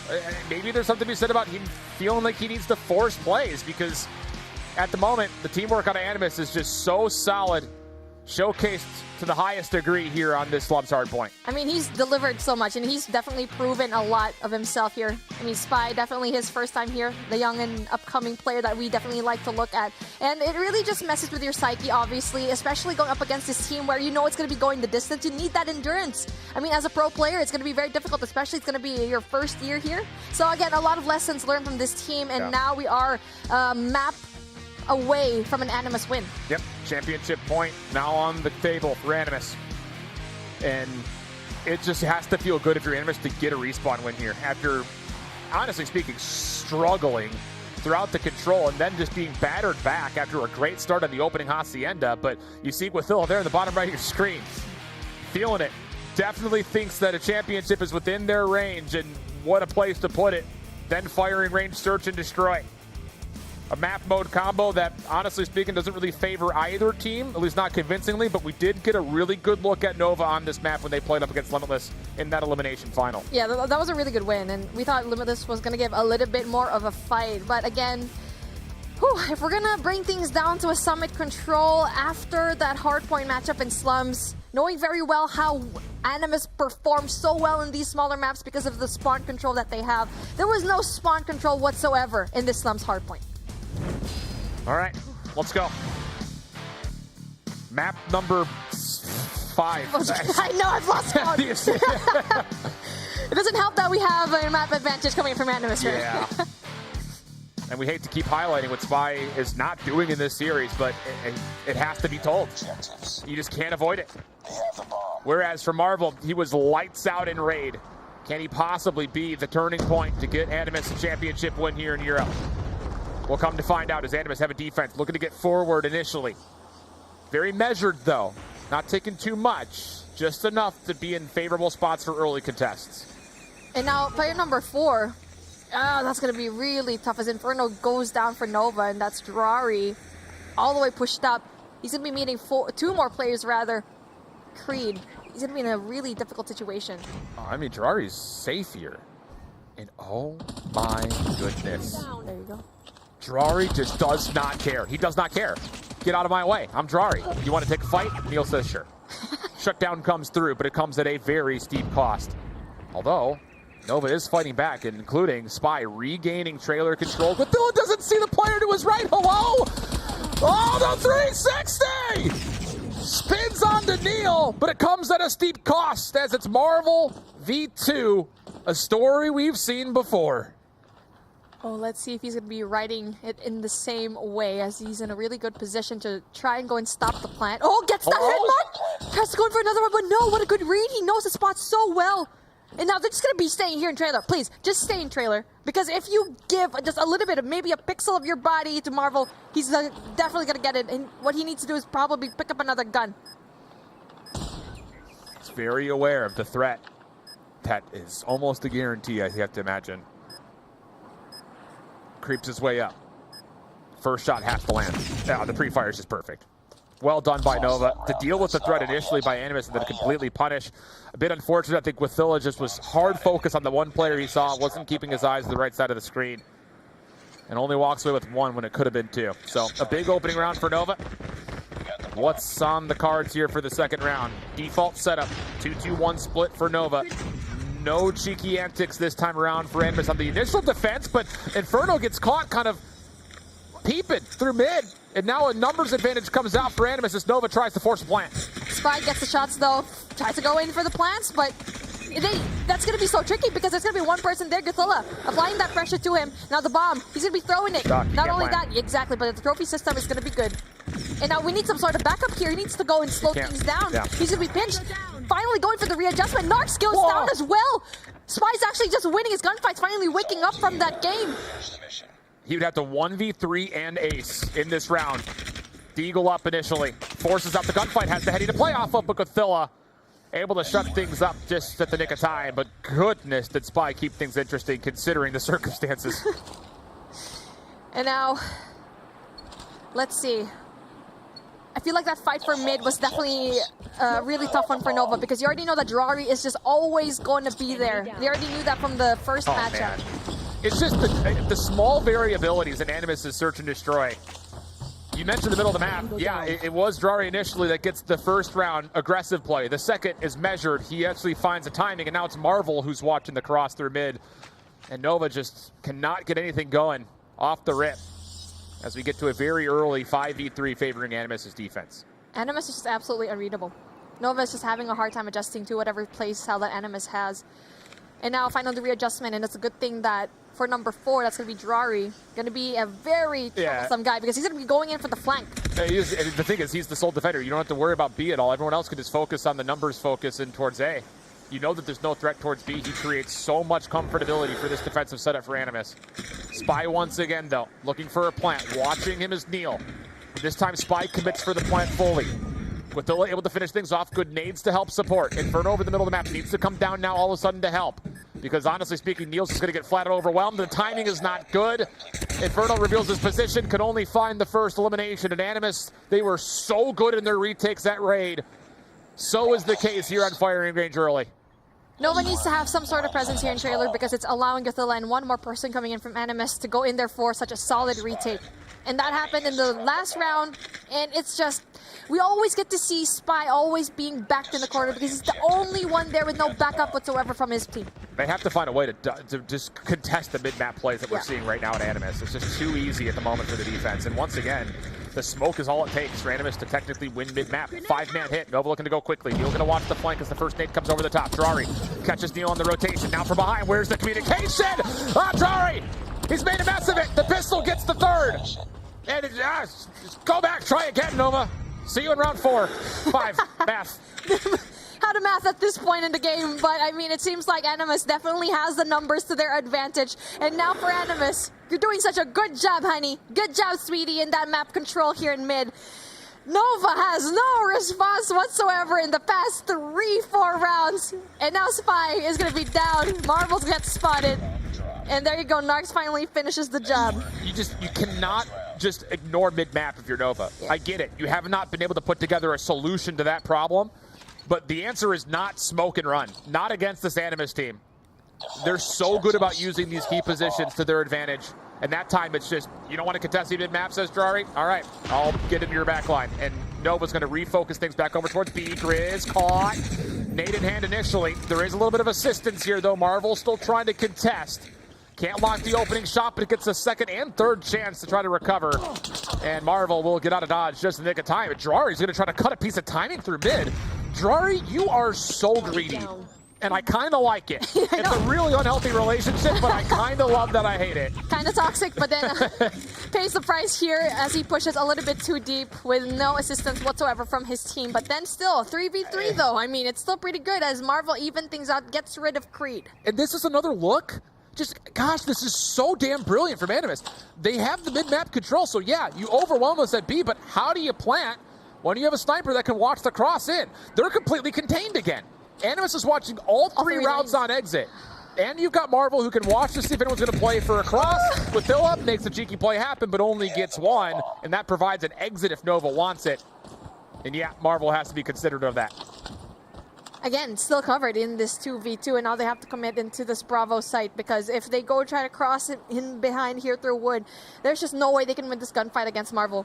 I mean, again, we keep saying it over and over again, that mid-map control is just not present at all when it comes to Nova, but it's a good thing that they pushed up. This is so smart. They see that there's no sniper mid-map, so they say, okay, they have to be playing on the outsides of this B zone. They may catch Narcs. This is a brilliant call from Saturn and Neil. Just comes down to the timing, because the bomb is not committed to either site as of yet. Neil's feeling out one side, Saturn's feeling out the other, and all four members have passed by one another like two ships in the night. Saturn's eventually catches timing on the Narcs, but the bomb gets planted at A. I don't think they realize that Marvel's nearby. He hits a hit marker, but can't finish the kill. And we go to another 1v2. Marvel knows very well there's one player here in trailer, and he doesn't know where the other one is. So, Neil, all you have to do is just stay put.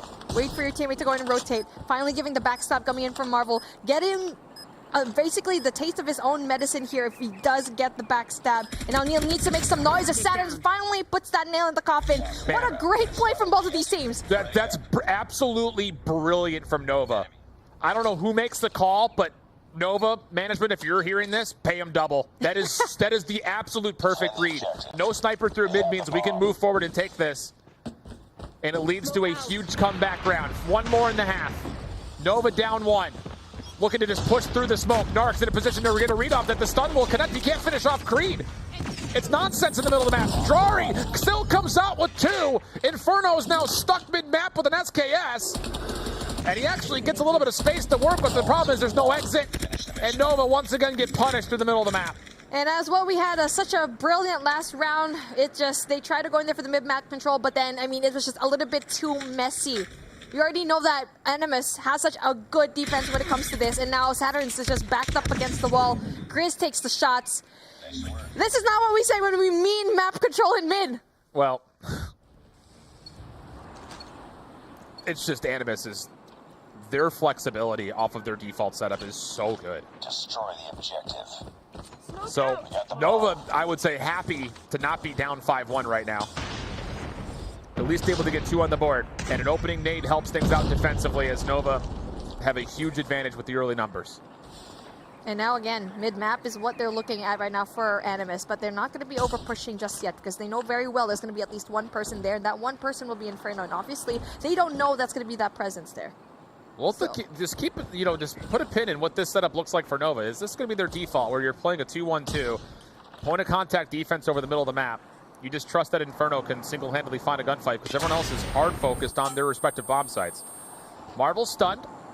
Not going to be tested, though. Saturns continues just to throw shoulders. He's going to be the alarm bells for Neil, who's trying to watch the cross, but Drari slips behind Inferno. He had one job, and it was to watch the middle of the map. And now all of a sudden, Animus can get a plant and safely start to put together a post-plant defense. And now speaking of number one, the defense is going to be on. That's going to be Narcs. But then brings out the pistol. Unfortunately for him, Neil spots him. That's a really good sign for Narcs. That's going to be a really big sign for Creed as well. A good retake coming in from Nova, and finally they put things together and just bring things down into a one-map advantage coming from Animus. How good has Spy been? After a very poor performance on Slums, he's now at 8 total kills, and a main reason that that post plant gets foiled with a double on the way in. So we get back to within 1 round. And now we have to take a look. What does Nova want to do defensively? We saw a couple of rounds where they were playing up against some of those. They decided to full flood. Not the case here. Same default setup. 2-1-2 split, same exact positions. Need to find more success this round, you feel like, out of players like Inferno, and he gets first blood watching the cross as Drari falls. And now speaking of, that is going to be a really important kill for Inferno. You know very well he's going to be positioned there with the SKS. He has sights. He's not going to bring things on because Drari a while ago, he went all the way in wood because he has the KSP, and now for him, he readjusted and finally has that presence in mid. And now we're finally going through a 3 versus 2 here in A. And let's see if number 4, that's going to be Saturns, if he's going to be able to take some sort of information because Marvel, Neil finally gets a shot. I thought Marvel was going to get it. Can't have that, Marvel. He's hard scoped on that exact same cross. That's an opportunity missed. And Nova starts to get activated to try to foil the plant setup over here towards A. Withilla responds to 1, but gets caught on the reload. Just down to Narcs now. 1v4 around the corner. Spy finishes it off for his 9th elimination. And Nova tie us up at 4. Overtime. I'm smelling an overtime here. Finally, the readjustment comes through from Nova. And Animus is having such a difficult time being on the attack. And now finally Creed. He has 3 here so far. I mean, he needs to step things up. Yeah, I mean, a different setup. A 3-2 split, 3 in mid, 2 in A. That's going to be really big as we finally get 1 big kill from Saturns, but then Grizz here with the response. Honestly speaking, that's fine if you're Animus. You lose the first blood, but you stop the cheeky play from really getting too much success. So now Nova kind of scrambles back to set up a 4-man defense. It's going to be trusted that Saturns can single-handedly watch B. Inferno, I imagine, is going to want to try to get back up towards sandbags, and yeah, that's going to be the case. And Animus will have the ability to try to figure things out, just kind of kill the noise, create a little bit of doubt. And they are going straight over to Saturn's direction. The shoulder peek comes through. First shots connect. Saturn can't finish it off. Expects the slide. Not there. And the kill comes through cleanly. But look at the quick rotation on Nova. Inferno watching the cross. Gets shut down. Marvel finds the kill just off screen. Spy trying to get into contested. Oh, shut down by the Car-9. And that'll be enough for Nova to be left to a 1v4 situation. Pardon me, 1v3. Neil was good with these earlier. Could he be once again? This is the first chance as Narcs gets the plan and gets out of dodge. They are covering all 3 lanes, and that's going to be very big for them when it comes to the defense here. And now Neil has the massive opportunity to go at least take 1. That's going to be number 1 on your screen. That's going to be Narcs. There you go. Speaking of the man himself, he's going to go down. And now, clean up. They're going to be isolated so much. Neil could have won that, but then obviously Marvel with the information knows very well that where his location is at, and now we are a 5-4. Neil, though, that was a really good effort. What's going to be the next defensive setup here? Do you go back to a default? Looks like yes. Yep, sure will. Same default setup here for Nova. This time, Animus not bothering at the middle of the map. They're looking to full flood and hit, but they've missed their chance. Saturns has stayed alive. He's trying to throw stuns and nades to give himself a second life, but Drari punishes. Look at the quick rotation, though. Nova's here to try to challenge this. Over the backside of barrels, though. Drari! 3 opening kills. 1 more in the corner. Neil eventually shuts down the streak, but the damage has been dealt. The bomb is down. Grizz on the backside makes sure the plant stays safe. And Neil once again is left in the 1v multiple. Narcs first point of contact. We'll see the play. KSP out. Help has arrived. And it's championship point for Animus. They can basically taste the rainbow here. 6-4. And now Animus, you got to close things out. Because if you give just 1 more shot, Nova can definitely smell that blood in the water. Different look here for Nova. 3-man hit. Aggressive towards the boards at A. The stuns over the top connect. Oh, Nova win all the gunfights. What a brazen call. But they're still pushing forward. They're not just taking their numbers. And Animus respond. Creed still trying to stay involved. The forced engagement's coming up, but Drari's by himself, and he will not be able to put together a response. Nova, stay alive, and we're one away from OT for Nova. Whew. It's very possible. And then what a great read coming in from Nova, knowing very well it's going to be a full send going into Alpha. Sends all of their squad as well into a pinch. And now let's see what is going to happen here with Animus.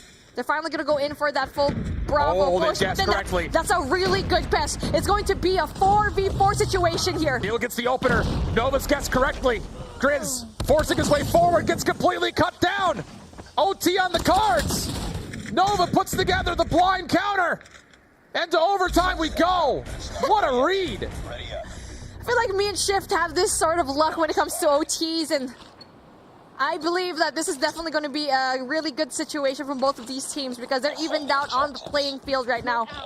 And now if you're going to be Nova, you have the bomb, and you had a little bit of a hard time here, but full send going into Bravo. No information whatsoever coming in from the side of Animus. There's no defense, only number 5 to be Grizz. Grizz just needs to find one and get out of dodge, and he's done well. Now the help can rotate over. The focus comes out on number 4, Drari, just throwing down some shots, but the bomb's still committing. It's going to get planted. Oh, this could still work out for Nova, even against the numbers. They've got an exit over towards Cubby. Jungle path is completely safe, although Spy second-guessed it for a second. And the retake for Animus is labored. They're waiting for this clearance out of wood before they start to make a play to try to pinch the zone. Here comes the first move out of Drari. Creed, point of contact over the top of the car. Simultaneously, the jungle pinch is starting to come out, but Inferno shuts it down. Nova, massive advantage over this post-plant setup. Drari can't find a kill. He's in, but he can't lock down anybody inside. Now towards Cubby. Nova puts together the perfect response once again. Narc's the last one left. Shut down, and Nova take the advantage. Marvel just took too long to go in for the rotate, and yes, they waited for the pinch, but they needed one more person to make the biggest difference in that. And now Nova finally has the advantage. Target to 8. And when we thought Animus had the advantage, no, Nova says, oh, they're no doing siree. It. This is the play they set up versus Limitless. Trophies down, full flood. Oh, but look at the response. Animus is playing passive. If you get a read on this, you can turn it immediately into Nova's face. The pre-fire comes out. Marvel, he takes the gunfight, falls. Response out of Guathilla. And Nova will take their numbers advantage and try to back down. Oh, maybe not. They're still taking the gunfights. Creed stunned up. Grizz trying to punish. Shut down. And it's just down to Guathilla, who could do nothing. Nova got the momentum going and snowballed, hell, avalanched their way through the rest of that Search and Destroy. We're going to map number 7. Wahoo! There you go. What a beautiful end to a game, and where we thought Animus just dropped the ball. I'm losing my right over here, Shiv. That was such a beautiful wrap of both of these teams, and Nova with the response, and finally, yes, it was a late one, but it counted at the very end. It's just, you cannot, you have to know if you're Animus that as soon as Nova starts to feel themselves, they will not stop.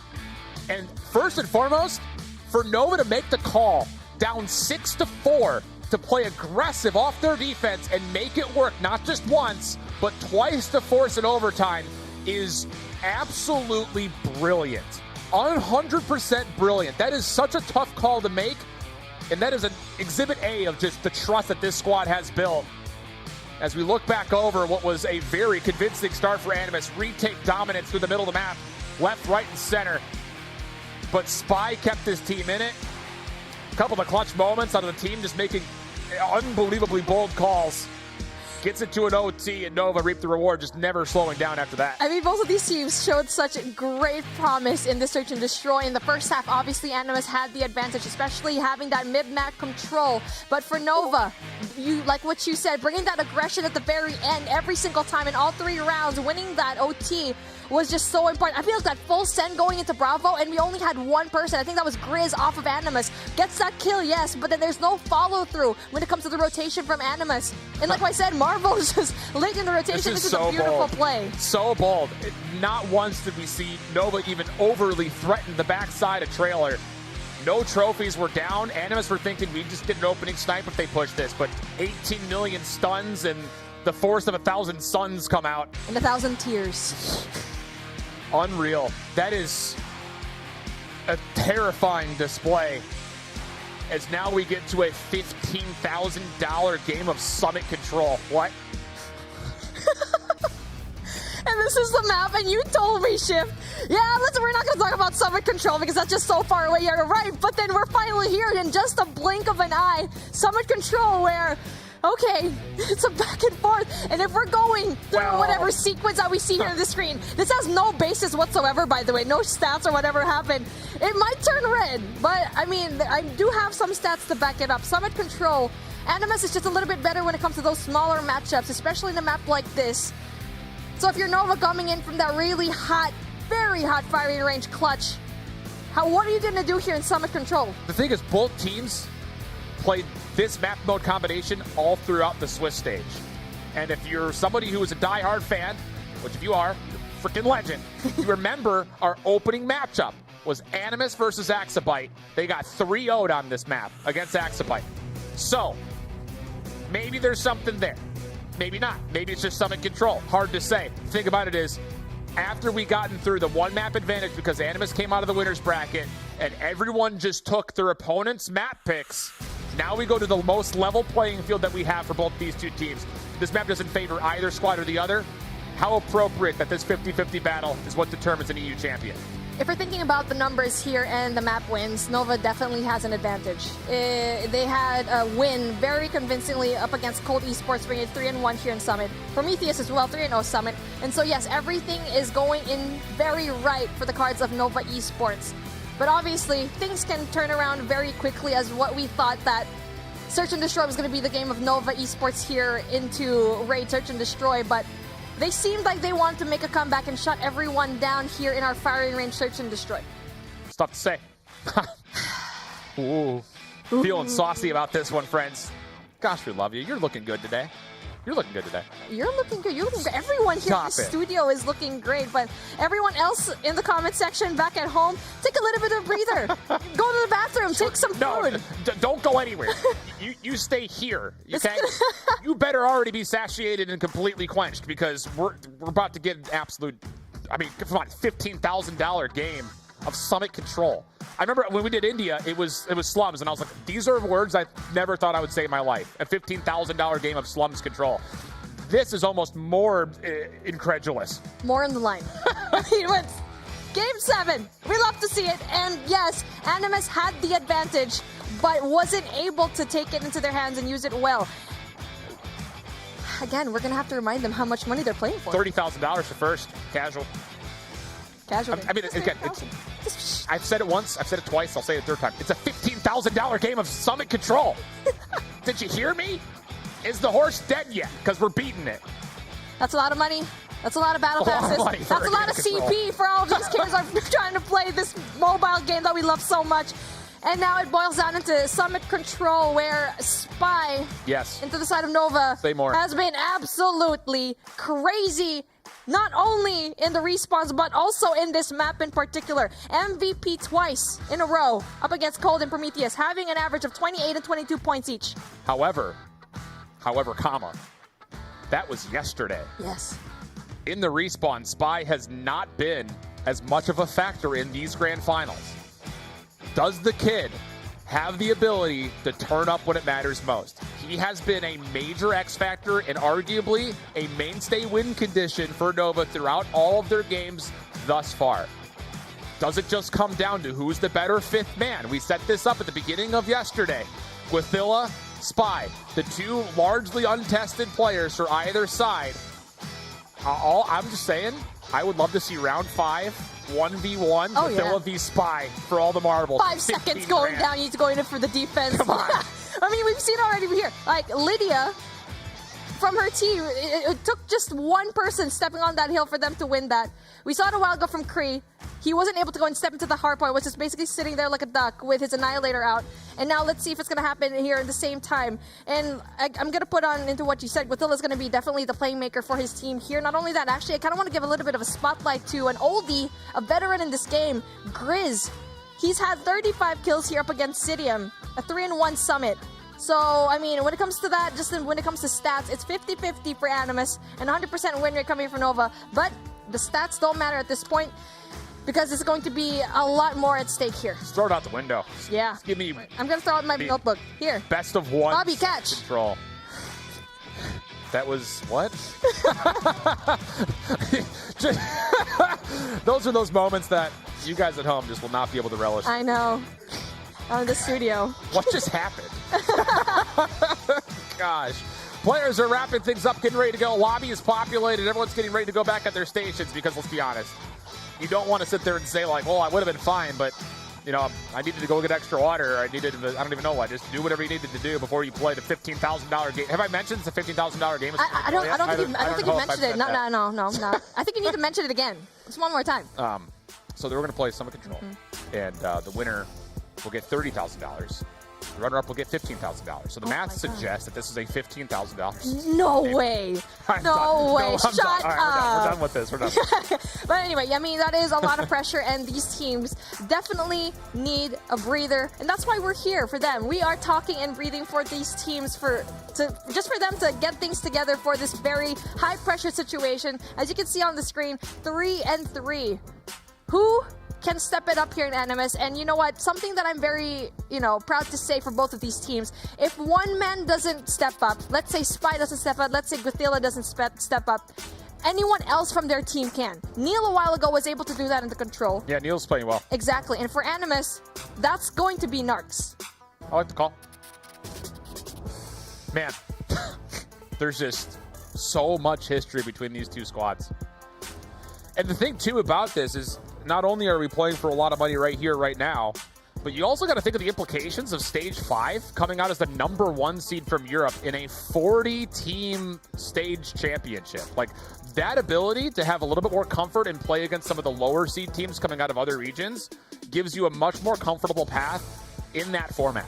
So there is something to be said about this, not just being for the EU crown, but for possibly setting the tone and maybe giving yourself the foundational build to what your champions run could look like as well. Speaking of setting the tone, now that we are essentially 3 regions down and we are ending here in Europe, how do you think this sets the tone when it comes to this region in general? Because you casted it. Yeah. You've seen LATAM.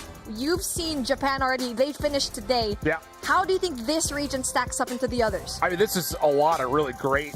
I mean, they're not going to think about this now, but as you're prepping for December, you've got so much film to relearn off of. So not only are we seeing Great COD Mobile being played right now, but they're going to have the ability to use their flaws or even just identify their successes and try to really embellish that as we make a play towards round 5. But there it is, Spy v Narcs. You had framed it up. We see it there in the graphics, how things have been going for either of these two teams. And as we get things going, it's going to be the defense initially for Animus, looking for rail control. Stuns, nades, all trying to land, but not really finding a lot of success on the initial connections. Grizz playing off the flank, looking to piece things up, but honestly speaking, Nova have done well to elude most of this and already locked in the first stick of progress at A. Oh, that's a really good sign. Narcs finally gets a really big kill, so that's a really good sign for Animus, and he's definitely at a really great power position. And finally, yes, takes an A, but then it's going to be cleaned up really quickly by Animus. And everyone else coming in from the side of Nova is going to be so far away. Still the first tick is appreciated for Nova. But now recovery has to happen. How do you fight back over through Grizz? And the answer is you don't. Hunter Killer Drone comes out. Creed survives just barely through it. But with that all said, still advantage goes the way of Animus as they continue to control this second floor. And that's what you need to do if you're Nova. They keep going and funneling one by one, and they just lose their gunfights. And now for Narcs, has a very sick heady. And now for Inferno, needs to just back away from the situation because you're not going to be winning that gunfight. He's just looking for a jumping SKS one tap. That's really what he's trying to do right here, which you got to tip. But thing about it is it's not going to be able to find the kill. So Nova now take their full focus with all the surviving members over towards B. First tick of progress on the light. Drari, just the next one up to contest, and he does well to keep his life, get the double, and take his focus to clearing out the interior. Well done. And Marvel will further defensive success. 23 playing up against 8. Nova not able to do too much outside of the opening tick at A. Spot trap ensuing as well for the side of Animus, and it's going to be a really quick round over into the favor of them. 4-22, that's just absolutely crazy. Their fight going in for 2F in control room definitely wasn't really that successful.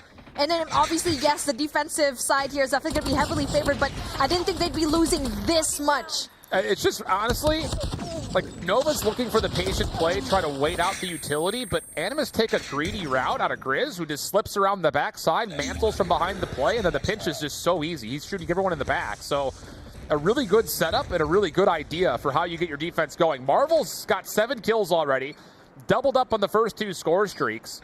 If he's playing off the same life, be curious to see how close he might be to try to get a Goliath. Hard to say, but Grizz has also earned a very early operator with his 10-kill success in the opening round. So advantages here for Animus. Right on towards A goes Narks. Progress being made, clock being stopped. Grizz up the back. Sees Spy at range, but did not expect Creed to be as close as he was. And even though the first tick of progress is locked in, Nova have the high ground position. Just comes down to can you capitalize while trying to recontrol the zone. And yes, they do have the advantage, but then goes down. One person already out. And now Neil goes out as well. That's going to be very unfortunate. And now for Narks, he's going to be finding a way to go and have more ticks here, but then it's going to be contested. Really big gunfights coming in from the side of Nova Esports as well, because they're stopping the push here in A, but just like that, it's going to be captured. Second hit down. Annihilator out for Grizz. Number 5 in blue, making a play forward, just trying to zone off the defensive rotation, but he only gets a single elimination. Marvel over the top, well found takedown 1, but with an SKS, you don't really have the ability of full flooding on in towards this zone. And you have to keep in mind that Predator missile is not going to find much value until it starts to be a focused hit over towards B. Double up from Narks. That'll open the door. Guathilla with the Annihilator out, tries to watch from the high ground. Gets a read on the Spy. 1v1, a big one, and Guathilla is able to win it. Now down towards A. 16 plays 15. Guathilla looking to lock down Snowpath. May have seen Neil on the cross, but just gets caught losing the energy off of the Annihilator. But the third tick of progress is still on the way in. Saturn's Creed trying to get into defend. Marvel stunned up. Help from Grizz. They keep their lives. There's still a chance to convert, and Marvel gets the double. Last 1v1 comes through, and the A zone gets captured for an extra 60 seconds as Drari's making a mess of the defensive spawn. Not only that, Nova's going to be down when it comes to the lives, and I feel like for Guathilla, even though he overextended there, it doesn't really matter because everyone else from his team is going in there for the backup. Now, the backstab coming in from Guathilla, the man himself loses that gunfight. Tries to go in there for the kills as well, but then just like that, it's going to be even down when it comes to the playing field. But then take a look at Nova. They do have 4 operating skills to go and play with. Okay, they try to clear out with the Predator missile, but nobody falls off this. It does keep the defense a bit at bay. 8v5 situation. Do you start to pop out Annihilators if you're Nova trying to regain? They're trying to get there, but the zone of control is too significant.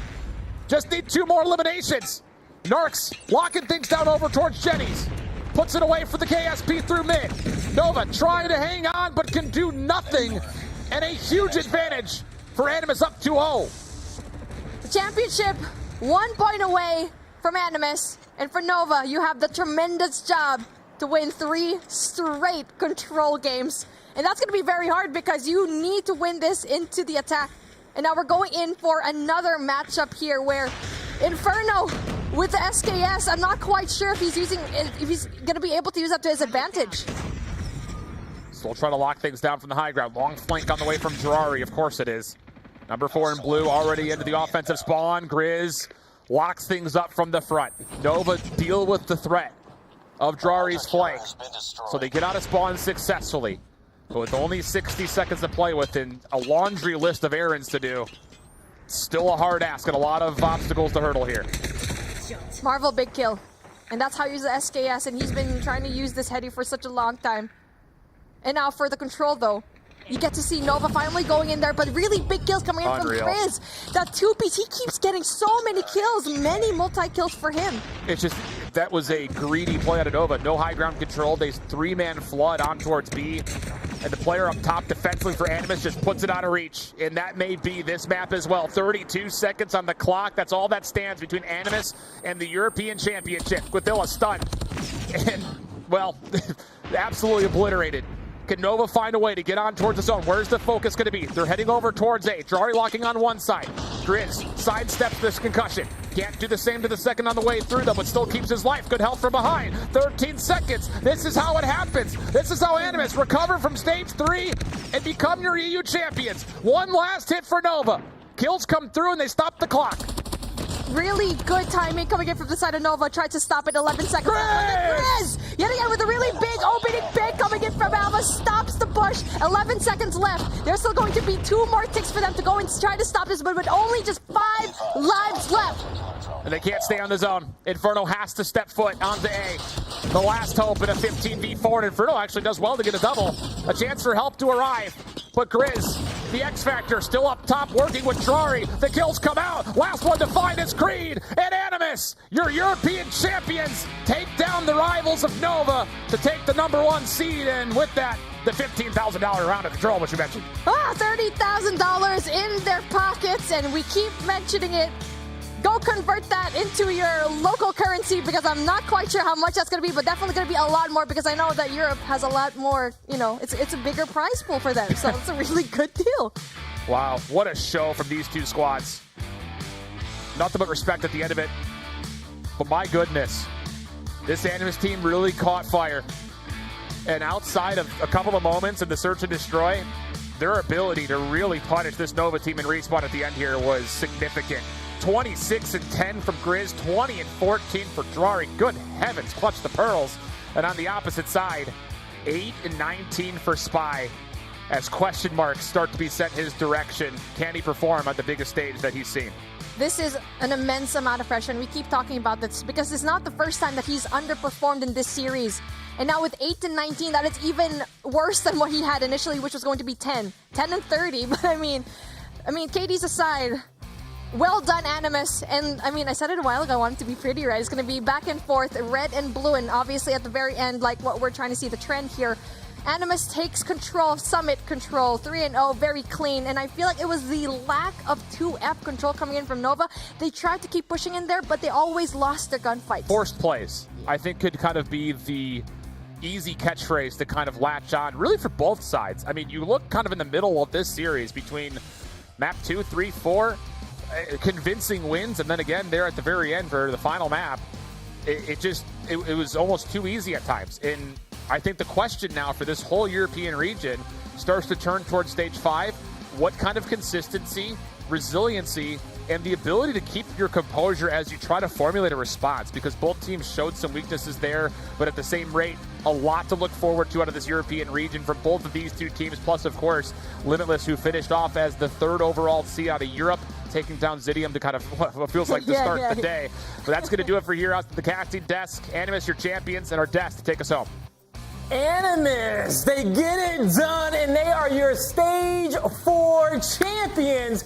Finally getting over that hurdle, which was Nova, and coming out victorious. What an insane series. We go to distance, Allie and Bobby, and getting all the way towards that game 7. As we kind of look back over this one, so many awesome moments to point out, but for me, I really think Animus took the turn for the better and really evolved in that map number 5 on Slums. They started off, they were down 80-20, and they had such hardpoint struggles before. Yeah. Then they go on a 220 to like 20 run, come out dominant, and I felt like they were kind of even on the controls in the S&D, but at that moment, I think they even felt like, you know what? We are the best team, now let's go out here and show it. I love that point that you made, that it was in that hard point in that game 5. For me, it was then, but it was also the final 2 maps. Animus went into this with the edge in the search and destroy, and we clearly saw that in that map number 2. Technicality, there was technically map 3, not the one they were getting. Anyway, that doesn't matter. But the first of the series, 7-1, it was a dominant showing overall, and then they go into overtime in the second search and destroy in that series. Nova was not ready to go down and out, and for Animus to lose a map, to lose a mode that so heavily favors them, you would think that would put them on the back burner heading into that final game, heading into that game 7, but it did not. They came out swinging. If anything, it seemed like it was a restart of the series. If anything, it seemed like it was map 1, as if they had just come off a hot 3-0. So, I just want to commend the absolute amazing mental that Animus was able to keep heading into that final game. Yo, it was such mental fortitude there in that map number 6.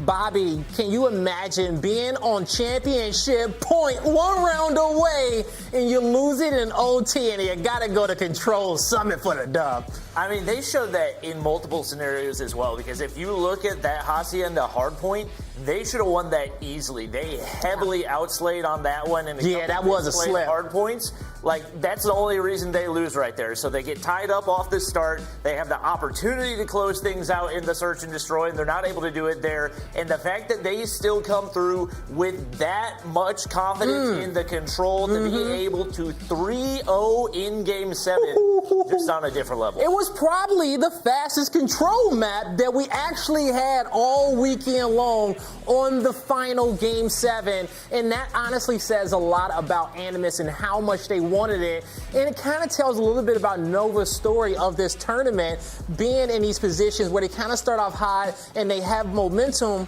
but it looks like maybe they're too comfortable or too complacent, or they just step back from the previous map that they were dominated, So whatever it was, in the end, it was still a great final. And Nova comes out in second. Animus up on top with $30,000. These are your final results. Bobby, I think the one thing that really stands out was our second seed in Light all the way down at the bottom.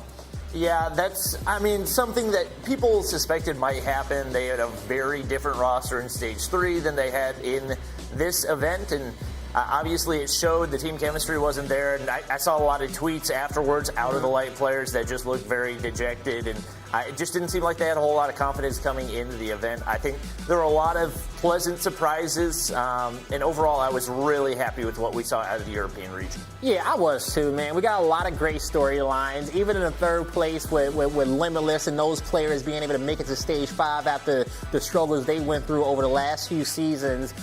They get on through. And then there towards the bottom, we had a lot of great competition, but, Zidium, Prometheus, Code Esports, Light, Axabite, we see you guys next season, keep practicing, but it was a show. Everybody came out and they gave it their all. Man, we saw so many awesome moments. And in a second, we're going to try to get an interview with the winning squad and see how those guys are feeling. They're not all together, but we'll be able to at least talk to one of them and see how they all feeling there. But we've seen so many awesome moments throughout the weekend. I want to kind of reminisce and recap on the best of the best that we had so far from the European region. Maybe we even get our casters to give us some of their favorite moments as well. But Allie, what was yours? Oh man, favorite moments. That one's tough. It actually was not the grand final. Even though we went down to the wire, it definitely wasn't then. My first overtime S&D, I have to keep going back to it. Yeah, that was good. I have to keep going back to it. I just remember we were actually at rehearsal, and we were in the green room talking up about how the day was going to go. And I was like, it's been a while, since I've been acclimated into the COD Mobile scene. Like, is there anything super different? Like, okay, we go to 250 now when it comes to Hardpoint. We've added control. There's a couple of maps that we're not used to add to the map pool. Like, okay, cool, this is some throwbacks for me. And then I get told, by the way, Search and Destroy has overtime, you have to win by 2. I'm like, okay, that's cool. Like, yeah, it sounds great. Yeah, that sounds really cool. So what? Like, you have to win 6-4 now? Like, what's the deal? No, you can go up to 30 rounds. With the closest match you can have is 7-5. Oh, we so, need a definitive winner, okay? You keep going. And it played out to be some of the most exciting moments that we saw so far. Now it's time to interview our winner. We got Grizz in the building coming out from Animus. Grizz, are you there? Man? Hey, how you doing, man? Congratulations. You come out as Stage 4 champion. How you feeling? Mixed emotions, honestly. I just want to say, Creed, you're shit. Do never shit on my team ever again. Tell them like it is, okay? Say, don't talk down on us, as we could tell already that this was personal for you guys, especially in the region. Nova came in and said, hey, that we are our toughest competition, and no one else is going to come out here on top of us. And you guys had some matchups would have been in the past that didn't go your way. But coming into this one, what was your game plan for victory? Coming into this tournament, we knew we was going to win. We all discussed it. We knew the strats was going to do. We knew the map pool, the map bans. We knew everything. Honestly, it was just the confidence. We knew we could do it, but in previous tournaments, we've always just choked because we've crumbled under pressure. You guys handled the pressure really well this event. You guys handle it incredibly well. And I have to ask, what is the comms like? Especially in a series like a best of 7, you're going against a team like Nova, that will not go down, will not give you a proper lead when it comes to a best of 7. What is that comms like when you guys are going down against a team like Nova? I mean, I got 4 French people on my team always yelling in my ear. Jay, I love these guys. I just want to shout out Shock, especially. We've done this with Shock. Unfortunately, he wasn't allowed to play this year. So yeah, I want to dedicate this win to Shock. I love you, man. All right, much love to Shock out there. You couldn't play this year, but the team's sending you a lot of love out there. Bobby? Okay, Grizz, you probably remember at the beginning of the year, Animus tweeted out that they were looking for an org to support them. And I tagged London Royal Ravens. And I said, guys, this is probably your best chance at winning a Call of Duty major this year. You should pick up this team. And they trolled me, but if they'd picked you guys up, they'd have a major right now. What are your words for the London Royal Ravens? I mean, we're still available, you know. Just hit us up in DMs. I love it. I love it right there. Okay. Oh, man, they would have definitely loved to pick you guys up. Looking like one of the best teams in Europe and the best team in Europe, especially with Call of Duty Mobile. Yep. And I got a little side question right here, okay? When it comes down to Guthila, the professor himself, okay, with the Oxford White, how do you pronounce his name? We call him Gatilia. Gatilia! Yeah. That's so much cooler than what we were saying. Yeah, it really was, okay? And that was just a side bonus question, okay? But my last for you is going to be, what words do you got for the fans out there and everyone who has supported you throughout the weekend? I just want to say thank you for everyone who supported us, all the Animus fan base. And I want to shout out my teammates, of course, Nox, Marvel, Durari, Gatilia, Balance, our manager, SC, of course, Shark. I also want to shout out Arif as well. She's doing a watch buy right now. And yeah, just thank you everyone for supporting us, honestly. Thank you. All right, Grizz, it was awesome talking to you, and congratulations once again. Everyone in the chat, give some love to Animus, your Stage 4 champions, heading to Stage 5 to be the best in the world. Now, that's not all, okay? We only have, 9 teams qualified for Stage 5 so far, and we got more to come. North America will be next week. Make sure you mark your calendars. It's going to be on August 27th to the 28th. We're going to have to come through and figure out who will be our final remaining 3 teams to make it to Stage 5, and you don't want to miss out on that one. We still got a lot of hard hitters out there in the world who are looking to host that trophy, and we'll see who can do it from the North American region. That's going to do it for us here at the Call of Duty Mobile Regional Playoffs. We have had such a fantastic time with you all, watching the best Call of Duty Mobile players in the world battle it out. And that's going to do it from us. We'll see you all next time.